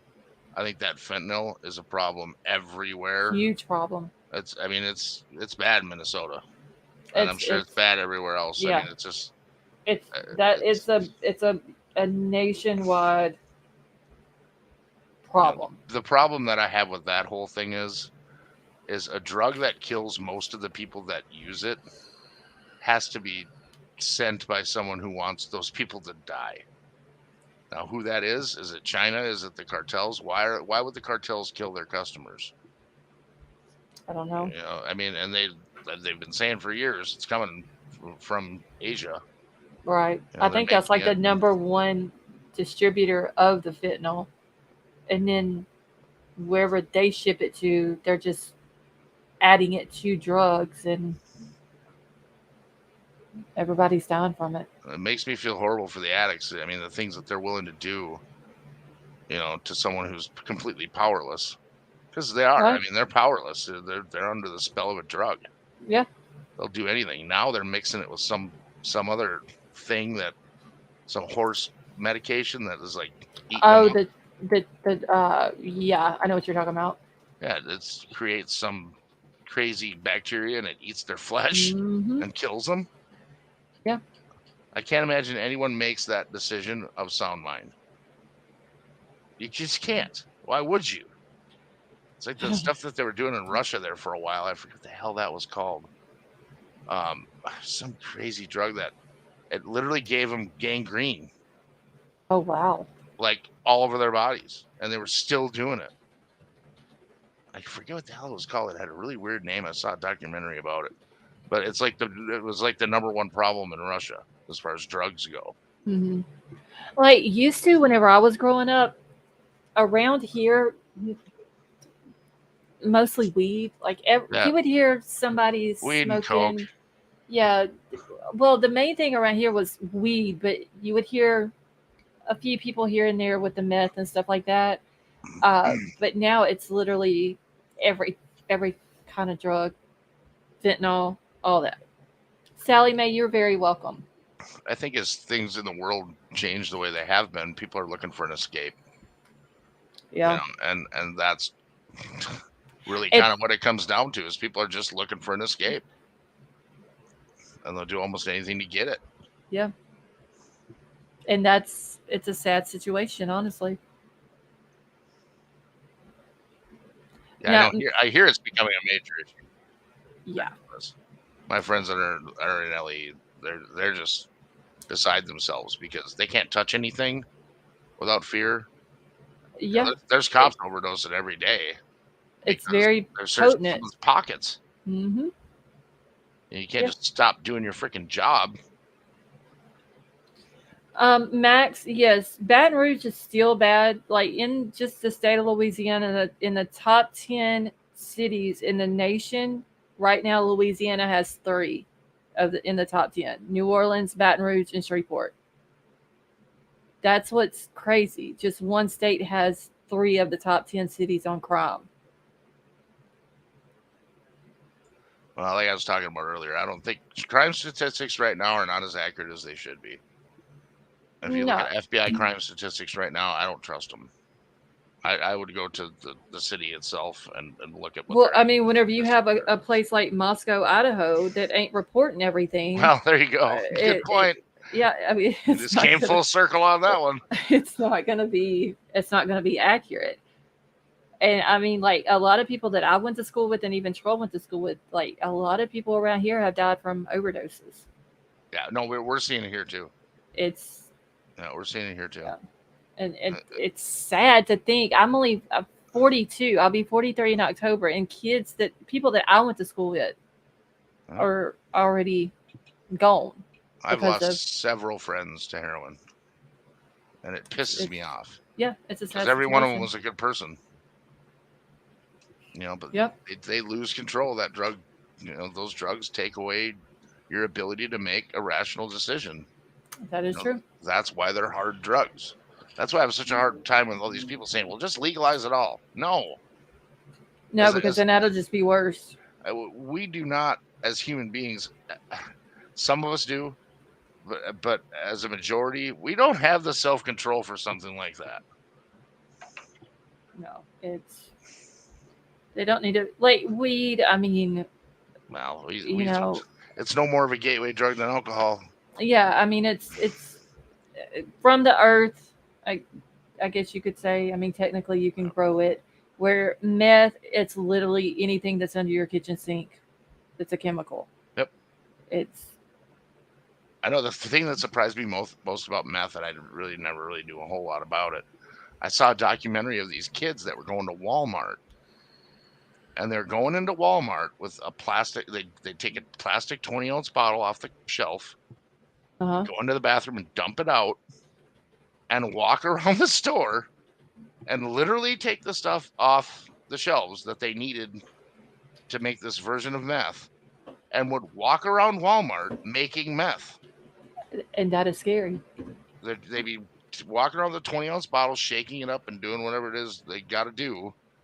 And they were literally making the meth in Walmart, not paying for any of the stuff, and then going in the bathroom and dumping the toxic waste in the sink, and taking whatever this drugs that they were making, using the Sudafed from the pharmacy, and walk out the door. Damn. And either use it or sell it. What the hell? It was.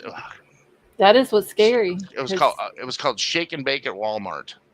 That's what it was. I think I don't know if it's still on YouTube or not, but it was like a 30-minute documentary about this is like a normal thing that people are doing. Oh my God. That's crazy. I was like, holy crap, it's that easy to make? I mean, that's terrifying. While you're walking around in Walmart. Well, and then one of the people that they talked to said, yeah, it's all fun and games until that 20-ounce bottle explodes. Exactly. It's a freaking hazmat scene. Yep. But they're actually dumping it. They were finding this in the water supply because they're filtering, their water and putting it back out to the public. Well, they were finding all these chemicals in the water supply going, what the hell's going on? And this was a big part of it. People were just dumping it down the drain. No big deal. Just dump it down the drain. Not a care in the world. Not a care in the world. Just flush it down the toilet. It'll go away. That is, wow. I've never heard of that, but Glowbug, you're very welcome. And Glowbug, congratulations on your sobriety. That's not an easy thing to achieve. She says July the 5th, you'll have 8 years. That is awesome, awesome news. Congratulations on that. So it sounds like 8 years ago on July 4th, you had an epiphany. And July 5th, you said, that's it. And that's something to be proud of. Exactly. For real. Because that is not an easy thing to do. I know I've basically quit drinking in the last year, and I own a freaking bar. Yeah. So, I mean, yeah, it's got to be hard being around it, but oh God, it's every day. I mean, Yeah. the other night I poured a glass of whiskey and had it sitting on my desk because I couldn't sleep. And I just had enough of the insomnia. It was still sitting there in the morning. I didn't even take a sip. I just don't need it anymore for me personally. Other people want to do it, that's fine. They can handle it. Yeah. Me, when I start drinking whiskey, I don't stop till I fall over. That's just what it is. I will drink the whole bottle. And when you have multiple bottles, that's a dangerous thing. Exactly. So I just don't do it. Now I might indulge in cannabis once in a while, but I maintain my composure and control. I mean, but weed, I don't think weed is that big of a deal, honestly. Well, I don't think it is either, but I think it's a bigger deal now than it ever was before because it's so strong now that it's. Well, they got different flavors. It's just so strong. If you get your hands on the wrong, I can't handle some of it. To tell you the truth, I mean, I don't spend very much money on it. I'll tell you that. Yeah, I don't. Only thing I do is vape. I don't drink. I don't smoke. I don't do any drugs. I never had a desire to do any of that. And that's great. Yeah, Glowbug, Minnesota just legalized THC 9, I think. But actually, that's federally legal now. Oh, there's a federal law on the books under one of the farm bills. You talking about the Delta 9? Yeah, Delta 9. That's what it is. Yeah. Yeah, they sell that down here, like the Delta 8 and Delta 9 stuff. Yeah, it's all over up here. I actually, my beer distributor is constantly trying to get me to sell it, and I'm like, it's too expensive. And honestly, people are coming to a bar to drink beer. If I want people to come and hang out and be stoned, we'll throw some SpongeBob on the TV and pull out the hookah. Hey, Duncan, how are you? Yeah, they sell all that here. They sell Kratom. They haven't. I don't know what it is, but like at all of our vape shops, you can buy the Kratom and you can buy the Delta 8 or Delta 9. Yeah, I don't know. I like the whole grow it out of the ground thing. Right. Grow one plant in your backyard for the whole year. Yeah. And if that keeps you happy, on your Friday nights or your days off, great. Right. Who's in danger? The only thing in danger is your snack cabinet. Yeah, because you get the munchies. Yeah, your Oreos are doomed. Now, see, like in Louisiana, they haven't legalized marijuana, but they do have the medical marijuana here. We had the medical here, but it was you couldn't smoke it. So you could get the pills and the drops and. Yeah, see, that's how it was here. But you couldn't smoke it. You had to go to a certain doctor. Then there's, I think, 9 dispensaries across the state of Louisiana, so you could go to any dispensary that you wanted to.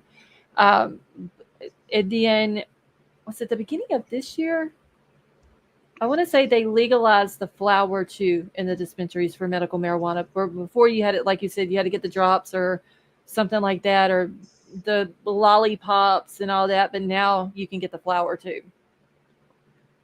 Riddler said, I wonder how much lung problems we'll have in 20 years from weed. Well, here's the thing. Most of the people that are smoking weed now were smoking weed before it was illegal. True. And that's just, they're just not worried about getting caught now in some places. I have cop friends that smoke.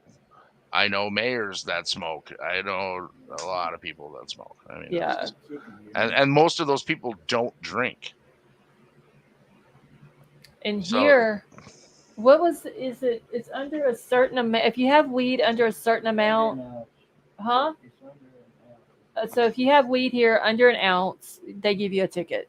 Right. It's that way here in Minnesota too. Yeah. So, actually, I think it's even more than an ounce here in Minnesota. It's still a ticket. Well, our governor, which this is his last term, said that he would never sign for it to be legalized here. So I don't know who the next governor of Louisiana is going to be, but I don't know if it's ever going to end up getting to where it's completely legal here or not. Yeah, it's going to be interesting to see what they do here in Minnesota. And that Kratom stuff, I remember a while back somebody was in chat. I don't remember who it was, but they said that they I guess took Kratom, however you use it, but they took it for pain, and it was supposed to help for pain or whatever. So But it's a plant. so some people were saying it's good, some people were saying it wasn't. I just know that they have a big kratom sign, like neon sign, and we have 3 vape shops in our town, and all 3 of them have the kratom sign. Oh, well, here you go. It's researchers found that people report using kratom to alleviate pain, address symptoms of mental health conditions like anxiety and depression, and to help stop or reduce opioid or other substance use, to manage the withdrawal symptoms and the cravings related to opioids and other drugs. So if people are using that plant to get off opioids, come on over to my place. I'll give you a pat on the back and a free Coke. Because good job. If it takes a plant to get you away from something that can potentially kill you, Right. have at it. I remember somebody in chat, like I said a long time ago, said that they were using it for pain and it helped them. So I don't know nothing about it. That's why I never tried it. But some people think that it works. So, I mean, if it helps them and they're not on pills or drugs, then I guess that would be the way to go. Riddler says it doesn't have a filter, or does it now? I know several people that use filtered tubes. They use cigarette tubes to smoke, to cut down on the tar. Cocaine is a plant. It is made from a plant. That is true. Made from a plant using a lot of chemicals. Yeah. It's not just the plant. I know that the Delta 8, Delta 9, it's at gas stations here. Everywhere here. Yeah. Most of the bars and restaurants have the seltzers, the edibles, and now they're starting to get the stuff that you smoke. Oh wow! They've actually these scientists have found a way to grow it and keep it down to the THC limits that they can sell it. Yeah, and looks and smells and everything's the same. It's just a lower THC.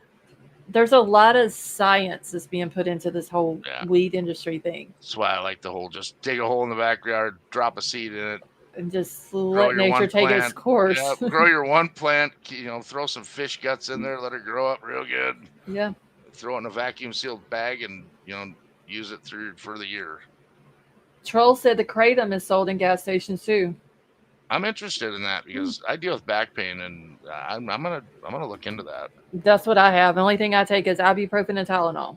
See, I can't take ibuprofen because of the other meds that I'm on. Oh yeah. So they're constantly trying to give me oxycodone, and it's like, nah, I'm good. The last thing I need to do is pick up another problem. I'll pass. And I've said no to my doctor. I can't even tell you how many times. They're constantly trying to prescribe me opioids, and I'm like, nah, no. Yeah, I can't take nothing like that. When I had neck surgery, it was I had throat surgery, and I can't, anything like that, it makes me sick. Like I get really, really bad sick. So I stick to my Tylenol, my ibuprofen. Oh, Brad knows the law in Minnesota. 42.5 grams or 1.5 ounces. And it has to be away from the driver's reach, like in the trunk. But the kicker to that, Brad, now my LE friends are telling me, even if technically if you're using legal cannabis, it makes your permit to carry a firearm void. Which I'm waiting to hear how that shakes out, because this is a federal law that snuck this in. This is nationwide. That's why it's popping up all over the country, because they hid it in some freaking stupid farm bill or something. Right. Because I didn't even know it was. I found out it was legal almost a year after they made it legal. Nobody really knew in Minnesota. Which was really weird, because all of a sudden my beer distributor's like, "Hey, you want some gummies?" And I'm like, "Why? What do you got?" I was thinking he was just talking to me like on a personal level. I didn't think he was had a catalog to break out and be like, "Well, we got these gummies and these they have strips and this and that," and I'm like, "Holy shit!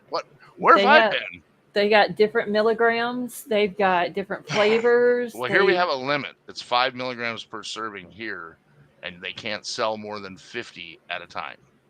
Oh damn! In one package. I think you can get them at the vape shop. It's don't they have 25 milligram gummies? 25 milligram gummies. Like the higher the milligram, the less you get in quantity. Um, and then they've got like I think a 10 and a 20. They've got several different strengths and quantities and packs, and they've got like the size packet that you get cough drops in, like Yep. from Walmart. You can get a pack of gummies like that from the vape shop. That's like 20, 25 milligrams.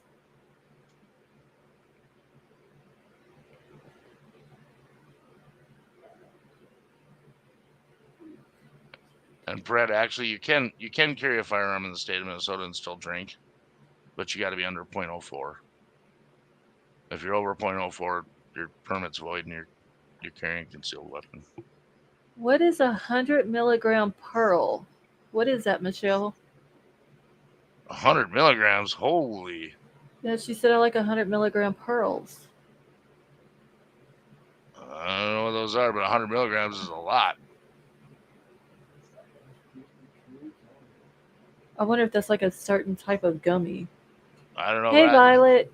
I went to Seattle for work one time and took an extra day Mm-hmm. because I could. I was like, I'm just going to take my day off here and fly out from here instead of from home.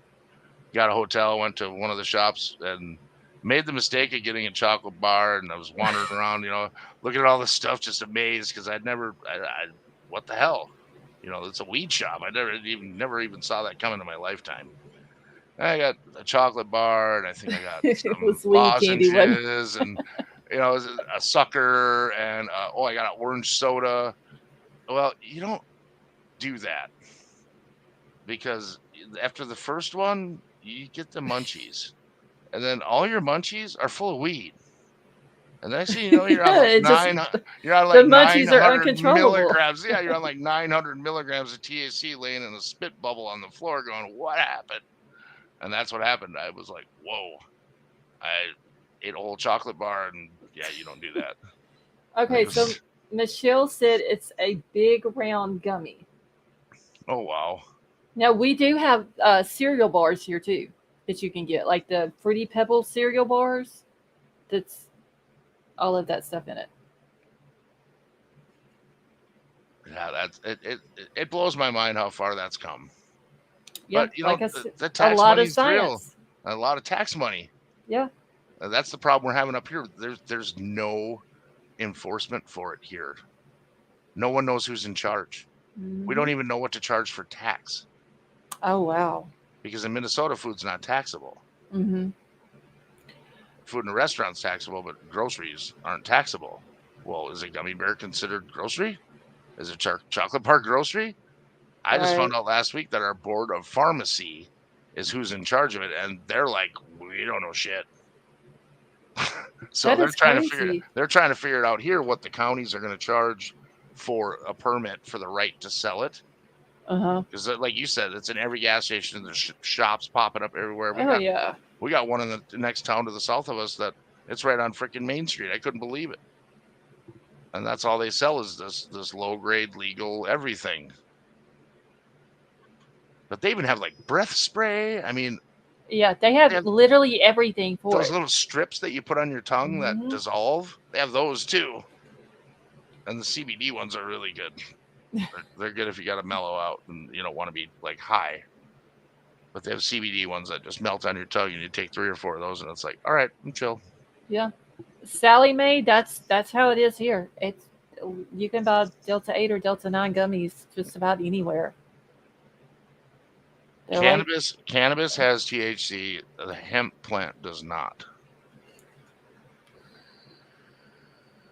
Brett was asking. Sorry. Oh no, you're good. Let's see. The pearls are legal at Missouri dispensaries. I've never heard of the pearls. Now I know that you can get. They have the gummies that are 100 milligrams that are like the pure rosin that you can get. Yeah, I think Minnesota should take a page out of the Colorado playbook and put some money into their schools and their roads and just make it legal and tax the shit out of it and be done with it. Yeah, I mean, why not just make the weed legal in every state? It's, I don't know. That was like the whole big thing with Louisiana. They put, they moved all the gambling in here, the river boats and all that, and it's supposed to help with the roads. Yeah, they're worse now than they've ever been. Well, they brought in charitable gambling here to pay for our new stadium for the Vikings. Mm-hmm. Well, they paid for it in 2 years, 3 years, or some crazy number, like less than 10 years. But can't fix the roads. That's what's crazy. There's a road not far from here, and it is so bad that people can hardly get up and down it. Like there's a while back I remember seeing on Facebook. It's a dirt road, but it gets so muddy that school buses can't go down it, and an ambulance will not go down it. So when you have a road that bad, what happens when it's a medical emergency? I'm sure they're probably blowing tires when they hit them. And I know that's what's happening down here in Minneapolis and St. Paul. Yeah. You hit a pothole, they're so hard and so harsh that it blows your tire out. Well, the school buses and the ambulance won't go down this dirt road because they'll get stuck. So, like I said, if it rains a lot, the people that live on the road can't even get out. So what happens if it's a medical emergency? The people can't get out of the road because they get stuck, and the ambulance can't come in because they'll get stuck. Like, that's how bad our roads are. There's a road, if you leave off of the end of my dirt road, there was a road that's blacktop right past the end of my road. Mm-hmm. They've literally just about tore all the asphalt off of it and made it a dirt road because it was so bad. The potholes were so bad. I know up here right now, finding good gravel is like really hard. You can get dirt mixed with gravel. You can get sand, but finding good road gravel is like really hard. Yeah, they'll come through and just put gravel over the top of our blacktop roads, or they'll come through. There'll be two guys that work for the parish. They're in just a regular pickup truck, pulling a trailer that's got this black. I know exactly what you're talking about. And they just take it and shovel it into the hole, and they don't pack it down in there to where it's a level with the road. So when cars start running over it, it just sinks. Yeah. The same thing around here too. It's so frustrating. And you can't dodge them because there's so many holes. So whenever you run over that shit, then it gets on your vehicle. But that's what you call fixing our roads in Louisiana. It's bullshit. Like our dirt road is better than the blacktops.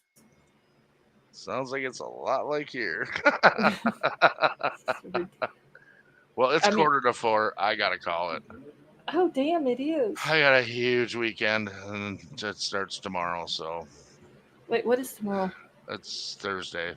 My weekends always start on Thursday. Okay. Food and liquor come on Thursday, and then that's when people start calling into work is on Thursday. Because it's a holiday weekend, and they want to go party with their friends, and right. I have to find a way to beg them to come to work right now because we can't hire anybody. It's just crazy.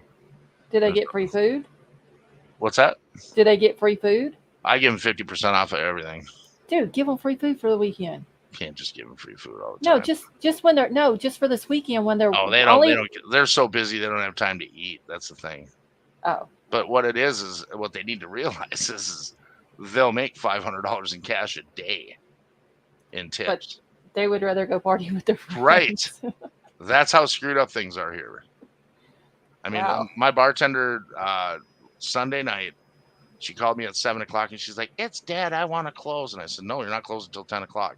Between 9 and 10:00, she made $170 in tips between 9 and 10. Bet you she was glad you made her stay open. Well, and I wrote her about it too. I was like, "Are you glad I had you stay? Because you would have probably spent that, leaving early." And she's like, "Well, you don't know that people are going to show up." And I'm like, "And neither do you." Right. But they can't show up if we're not open. Right. But that's how these people think these days. It's like, well, I'm bored and I want to go. And I'm not making money right this minute, so screw it. I want to close. Which is why I can't move off site, because if I did, they would do that shit. Right. Yeah. But anyway, great talk tonight. As always, the end was fun. Always. It's always a blast. It's always a blast at the end for sure. When the For sure. seriousness goes away and we stop talking about depressing stuff and everybody's laughing and having a good time in the chats. Rocking, Yeah. nobody's arguing. It's enjoyable as hell. Because this case is just, That's frustrating. I mean, it's beyond frustrating. you don't know what to believe, or the twists and the turns, and the seriousness of it and the heartbreak of it and all that. So we all need to laugh sometime. Well, when I heard that ironclad alibi thing, and I didn't know what was going on yet, let me tell you, I was fit to be tied.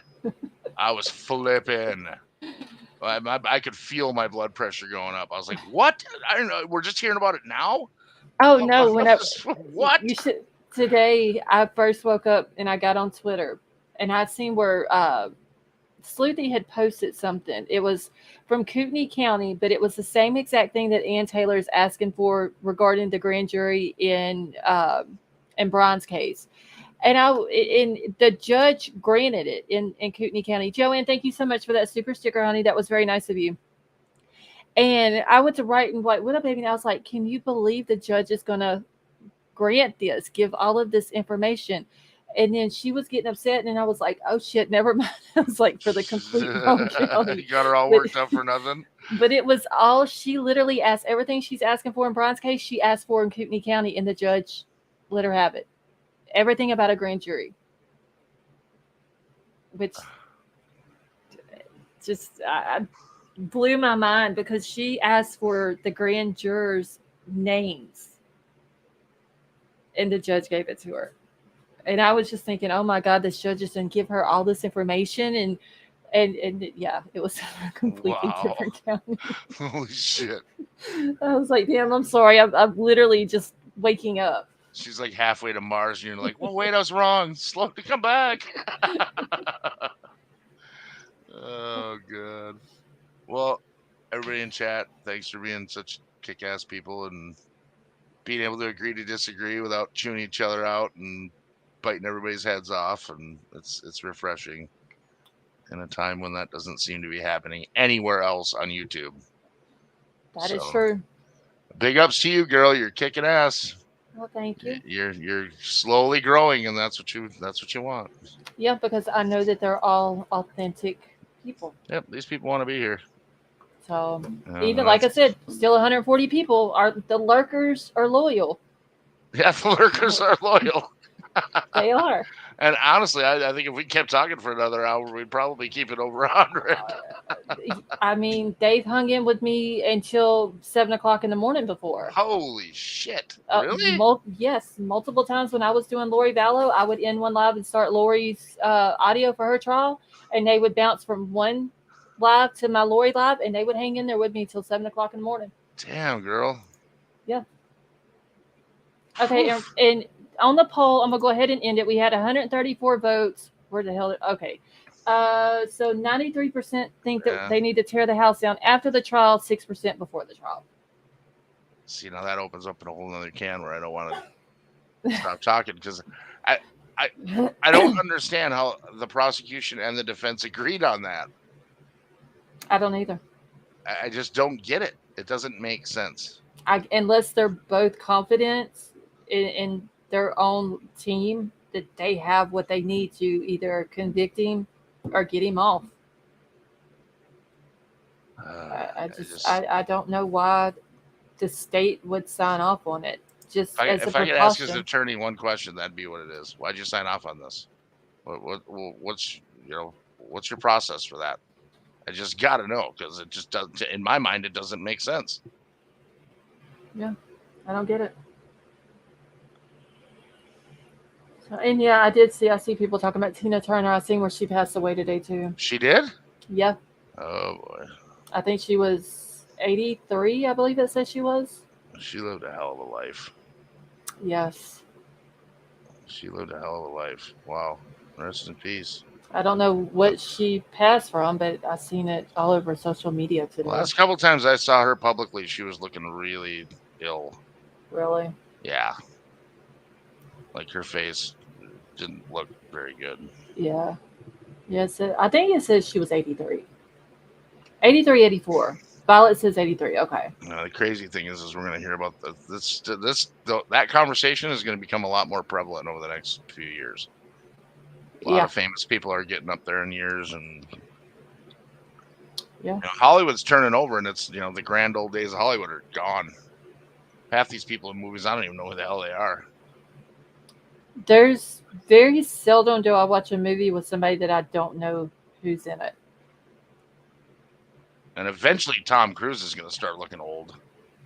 I don't know when that's going to start, but apparently eventually. Son of a bitch is bathing in the freaking fountain of youth, but I don't know. It's all that Botox. Something. I don't know. I watched that I watched that Top Gun movie. I couldn't believe it. I was like, what? This son of a bitch is like in his 60s.